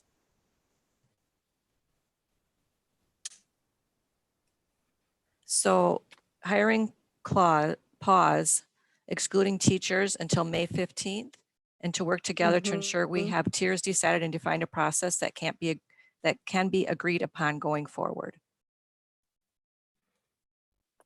Okay, thank you very much. So Mark, if you want to drop some part of that off, you can feel free to make an amendment to that. Well, before I even propose an amendment, I want to be clear about how this impacts the hiring process for the paraprofessionals, because I believe if I'm not mistaken, there were almost 60 some positions, right, that were involved there. Can you please, Kathy, speak again how this impacts the hiring process for, in many cases, it's our special education paraprofessionals, right?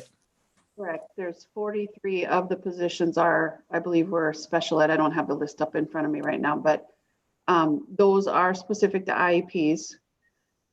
So we would be pushing back our hiring. What I was proposing doing is working with the leadership of the union, push back our posting timelines, which we've pushed back 2 weeks already. We would push back that whole process again. The downside of that is if paras are released and are not rehired by the end of the school year, they start looking for other jobs. That would be our risk related with that. Some of them are, sometimes you can work with people and say, we anticipate having positions. Don't go look for a position. We anticipate being able to rehire you, but you also want to be careful that you don't say, we hope we have to have a position, and then they don't go look and then you don't have one.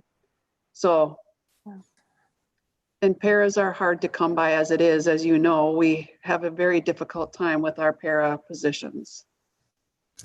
Okay, thank you. Director Potacek? I'll yield to Jen first and then I'll go. Okay, Jen, go ahead. Thanks, Mike. Just a quick follow-up, Kathy, to your statement about the paras. So you said the majority of these paras, or a large number of these paras, are the paras that handle our kids with on IEPs. Did you say that? Special Yeah, needs. I'm just going to pull up my spreadsheet again here. Which 43 of them are special ed paras. Which means those pairs are required for our students. Yeah, by law. And this is what I was trying to get to that's before. a concern. Okay. Well, this is what I was trying to get to before. I know that you're continually asking for tiers. There isn't that much wiggle room. I mean, there just isn't. I'm not trying to be difficult. There just isn't.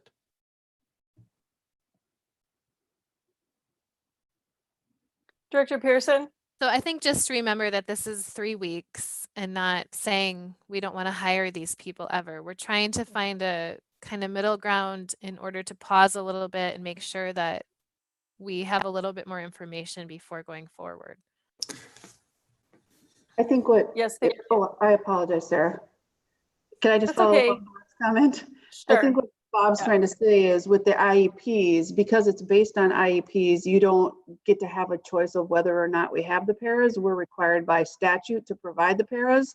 So to delay it is the only thing that's happening by delaying those special ed paras is you're now going to lose people that you have and have to find people to fill those. I totally understand what you're trying to do. With the IEPs, we are not going to have a choice but to fill those positions. The only thing that would change is kids' IEPs change between now and May 15th. That would change that need. Okay, thank you. Director Burns, did you have something? Well, I kind of lost my train of thought, but I just am really, I'll be repeating myself, but I'm really concerned about interrupting this process that has been started. There have been already connections made between our principals and prospective hires. There have been pairs that have already been in the buildings, but because of the process that the district follows, have essentially been pink slipped in a way they're no longer. Now they're trying to be rehired, and they've already made connections with our students. And if we interrupt that now, I just feel I understand, right, the concerns about what may or may not be coming in terms of our economic impact. But we don't want to overreact by doing something that could really interrupt what it works so well in our district. We have the finest teachers and staff around. And I feel like, what are we going to gain, especially by May 15th? We're not going to know. We know how the legislature works. They're going to be struggling to figure something out. I feel like I would rather be in the position that we were a year ago, trying to figure out how to cut the budget from a holistic perspective, than attempting to do it at the front end where we just don't know, and we're interrupting a process that we don't know the impacts of it. Whereas if we look at the budget from a whole picture, we know how we're going to impact it. So an analogy that I have is that if I'm concerned about the future having a job, do I say, well, I'll sell my car? But then if it turns out I do have a job, now I don't have a car. I just think there are ways that we can cut the budget. There are ways that we can if it turns out that we have to. I just don't think that this is the best way to do it. And I feel like the paras that we have on deck, it's important for us to hire. Okay, thank you. Director Riley? Kathy, did you say that it is helpful to hire back by the last day of school? Is that what you were referring to? If May 15th and we have figured some things out by May 31st, that would be most helpful? Yeah, that's our goal always, is to get through the process so that we have our staff rehired. Anybody that's released, they're rehired by the end of the school year. That's our goal. Okay, thanks. Director Weisberg? Yeah, and I guess I'm just tired of people saying this is something like we're relishing this. And Mark, that's what you just did. And that's kind of insulting. Nobody's relishing this. Of course, we would need the paras. We're talking about 3 weeks, and I completely disagree. I would much rather be more careful on the front end than giving somebody a job, letting them rack up bills, and then they can't pay them. To me, that makes no sense. So I think you made a good point, and that's a fundamental point. Are we going to do something hard now? Are we going to do it hard then? I think it makes it easier if we do the hard thing now rather than give somebody a job and snatch away from them later. That's cruel. Okay, I think I saw Shelley. Did you have something earlier, or are you good? Okay, Jennifer. And then I just want to remind people it's Kathy, back to you on this. I think whoever asked, maybe it was Director Riley, about having the assignments by the end of the school year. So in your assessment, separating the paras and putting the paras on a freeze, what is your interpretation of risk if we wait on this for 3 weeks? What's your interpretation of that risk? So here's what I will tell you. I believe that I could wait till May 15th and start the spring posting process at that time. We could still get through the process and get paras rehired by the end of the school year. I believe I can still do that.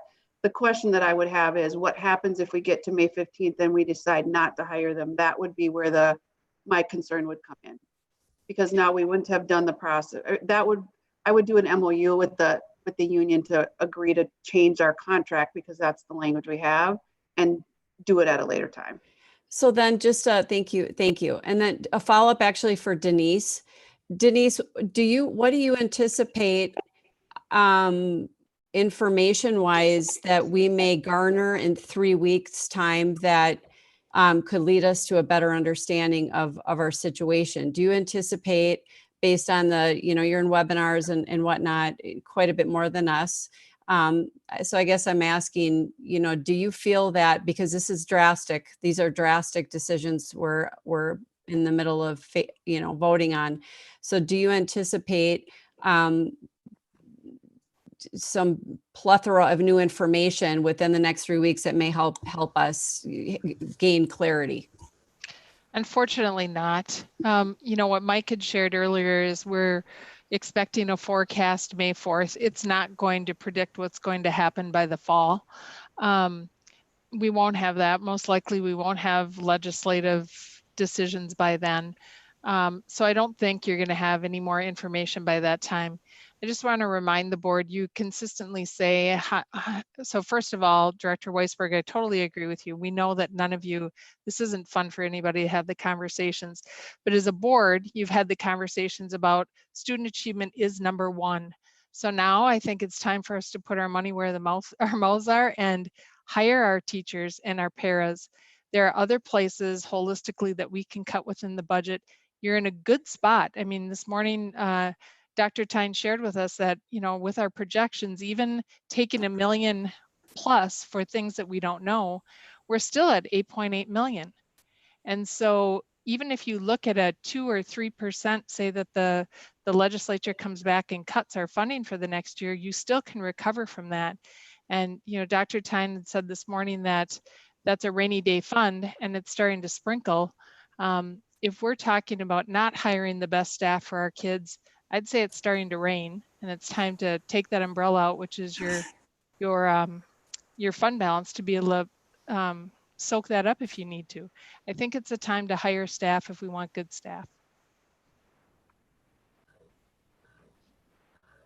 Okay, so we have a motion on the table. If anybody's interested in making an amendment, I think we should probably do that. And I want to remind people it is 11:15. I want to respect that everyone is very, very tired. And I know that this is really, really important. And I do appreciate the conversation and everyone's input, but let's see if we can't try to get to a place where we can end as happy a note as we can. Okay. Okay. So Jennifer, go ahead. Thank you. I have an amendment, and I actually, to your point, Denise, that did remind me, we added on that letters curriculum to the $97,000 a few months back onto our secondary curriculum add-on. And, I think, we can also from our end, I'd like to see us assist the situation from our end. If letters is something that you're not implementing this summer, for example, might we rethink that, take that out of the budget? That's $100,000 right there. So I was also wondering, I'm going to make an amendment, a second amendment attempt to add the paras to the motion or to the amendment with the teaching staff as well. I would like to make an amendment to add the paras to that amendment. So you're saying that your motion is that the paras would also be excluded from the hiring pause? Correct. That would be Bob's tier 1. So do we have a second for that amendment? Does anybody want to include the paras? Can I just be clear on the motion? We need a second. Nope, you can't talk. You got to have a second. If we don't have a second, we're not going forward with this. I'll second. Sorry, does anybody want a second? Okay, go ahead. Thank you. All right. I'd like to be clear. And, by the way, this agenda item was added 2 days ago. So the fact that we're discussing this 11, it doesn't matter. This is an important item. And so we're talking about it. If it takes us to 4 a.m., it takes us to 4 a.m. I want to be clear about the amendment. Does that mean essentially following the recommendation of Kathy, of the administration, that there was a set of paras that we would go ahead with the hiring process, and then, but there would be some that we would not. Is that what the amendment proposes to cover? I think you said, Kathy, there were 57 paras altogether that the postings just went out.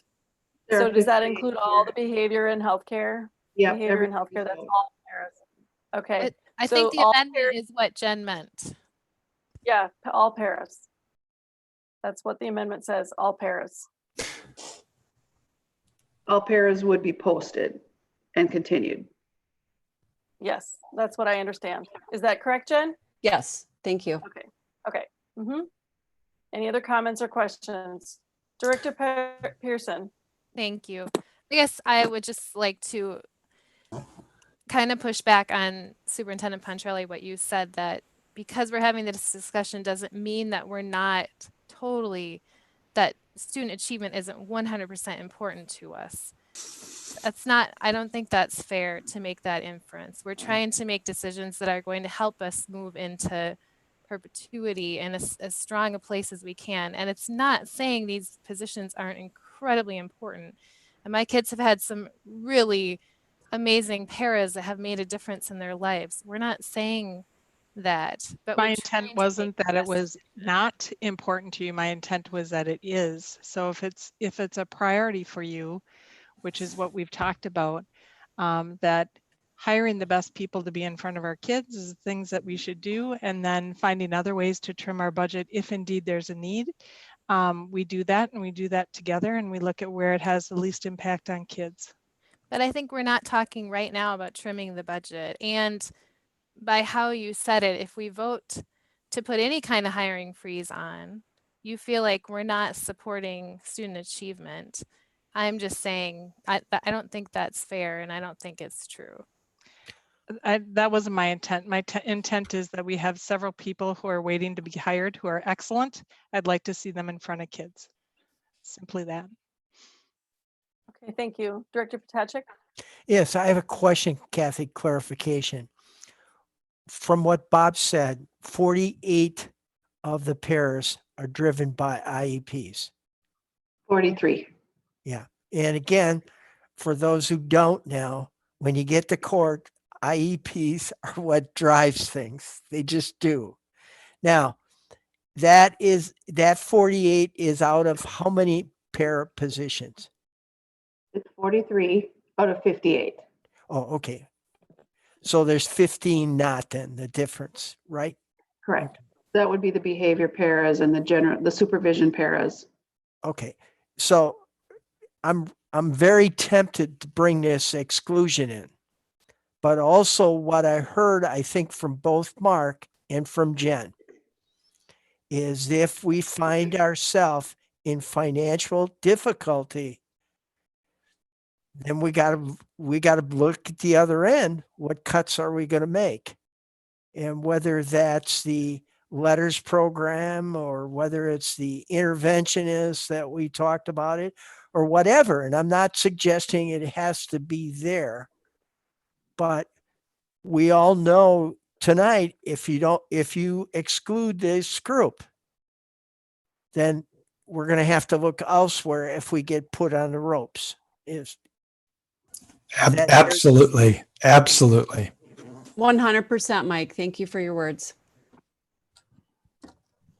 Okay, so we have an amendment to the main motion to include the paras as a group, what we might call it as a tier 1, that they would be excluded from the hiring pause until May 15th. Does anybody have any other comments about the amendment, whether or not we should include paras? Could I just clarify? Because Tina, you brought up the tier 1 thing, and what I was referring to as the tier 1 paras are what Mike was talking about, where the special education ones, not The ones required by law. The ones required by law. Yep. Yep. I think that's what we talked about in our meeting. Yep. I was, and that's what I mean. We tried to craft this sheet tonight based on what you had shared this morning, Tina, as far as that. So what? Okay, so Go ahead. I think it might be, just from, if I can understand the situation right now in terms of the paras, all 58 positions were just posted. And if we were to not, if we were to exclude them from this pause, those would all of them go forward as normal. And Correct. if we don't exclude them, then all of that would be put on pause. All paras would be treated the same, regardless of whether they're IEP based or behavior based or, supervision type. Is that correct?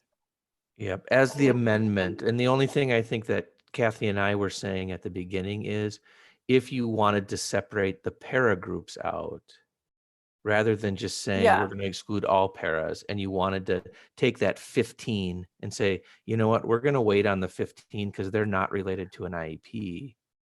Wait on those 15. Right. Yeah. It is 11:23. We have an amendment on the table to exclude the paras. If anybody has any comments about that, we can talk about that, but then we need to vote. Go Okay. ahead, Mike. One last comment. I promise it'll be my last comment. Okay. And Go quick. Well, now I'm losing my train. Sorry.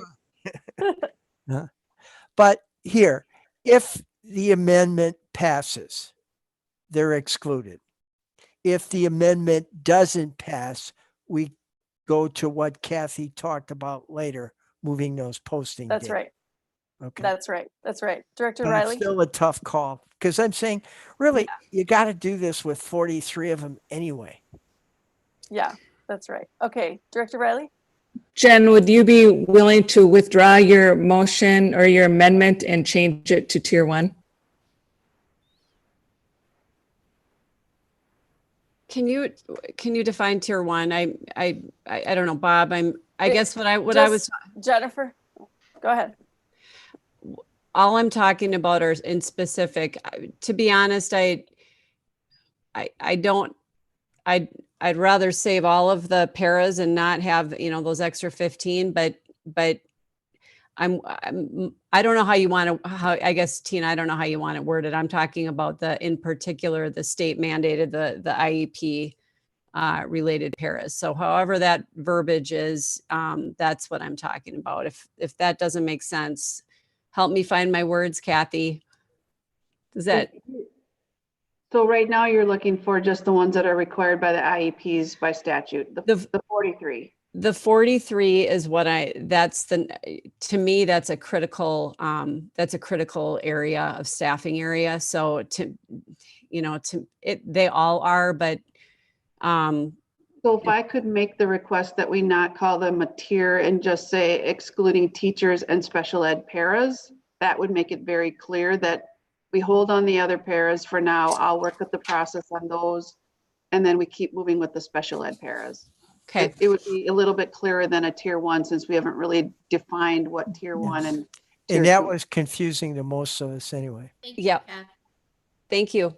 Okay, so Jennifer, if you could just amend your amendment then, and I'm sorry it's so late. I really hate to do this, but just amend your amendment to say, well, I guess I can make the amendment. I can amend the amendment to say what you just said, Kathy, that it's teachers and special ed paras. Special ed paras would be also excluded from the hiring pause. Correct. That's fine. Thank you, Sarah. Okay. Okay, so then. Mark seconded, I think. So can we get a second on that amendment of the amendment? Can I second that one also? Yes, okay. Yes, you can. All right. Then okay. All right. Let's quickly vote. I think we have to vote on this. I'm not even kidding. Let's vote on the amendment to the amendment. Sherry, are you still awake? I'm still awake. You sound awake. I'm so sorry. Director Okay. Burns, Yes. Vice Chair Pearson, Yes. Director Pelletier, Yes. Clerk Potacek, Yes. Treasurer Riley, Yes. Chair Stivland, Yes. and Director Weisberg. Yes. You have a unanimous vote. Okay, thank you. So now we have an amendment that says that special ed paras will be excluded from the hiring pause until May 15th. And in the meantime, we're going to work on trying to figure out a strategy for going forward. The language is, as it was said earlier, perhaps Sherry, could you reread it as amended? So yes, a motion by Chair Stivland to amend the motion of a hiring freeze until May 15th, excluding teaching staff and special ed paras from the hiring pause. Yes, that sounds right. Okay. Director Pelletier. Sorry, I didn't. Yes.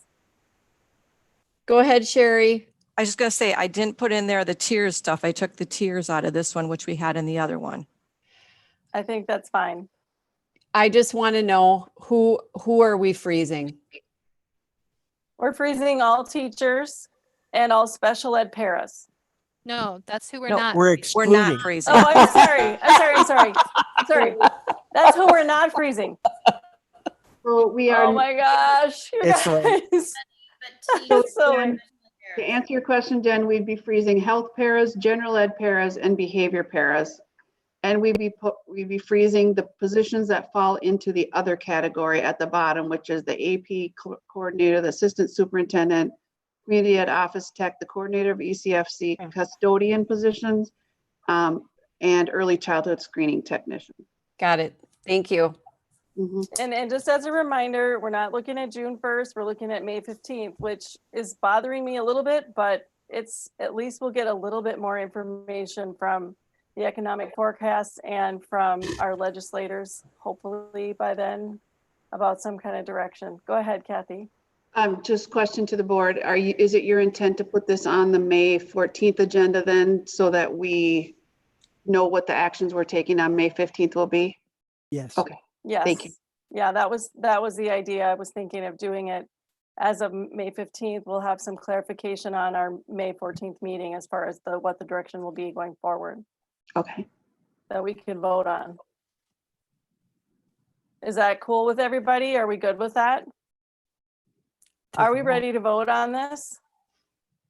So tell me Anybody? bottom line, what does it mean? If we vote this, the 10 paras and the other are in a separate category that's frozen till the 15th. The non-special ed paras and the others are in a different category. Okay. Yes. That's what we're voting on. Correct. Yes. Okay. Roll call. Everybody clear? Okay, Sherry. Director Burns, Yes.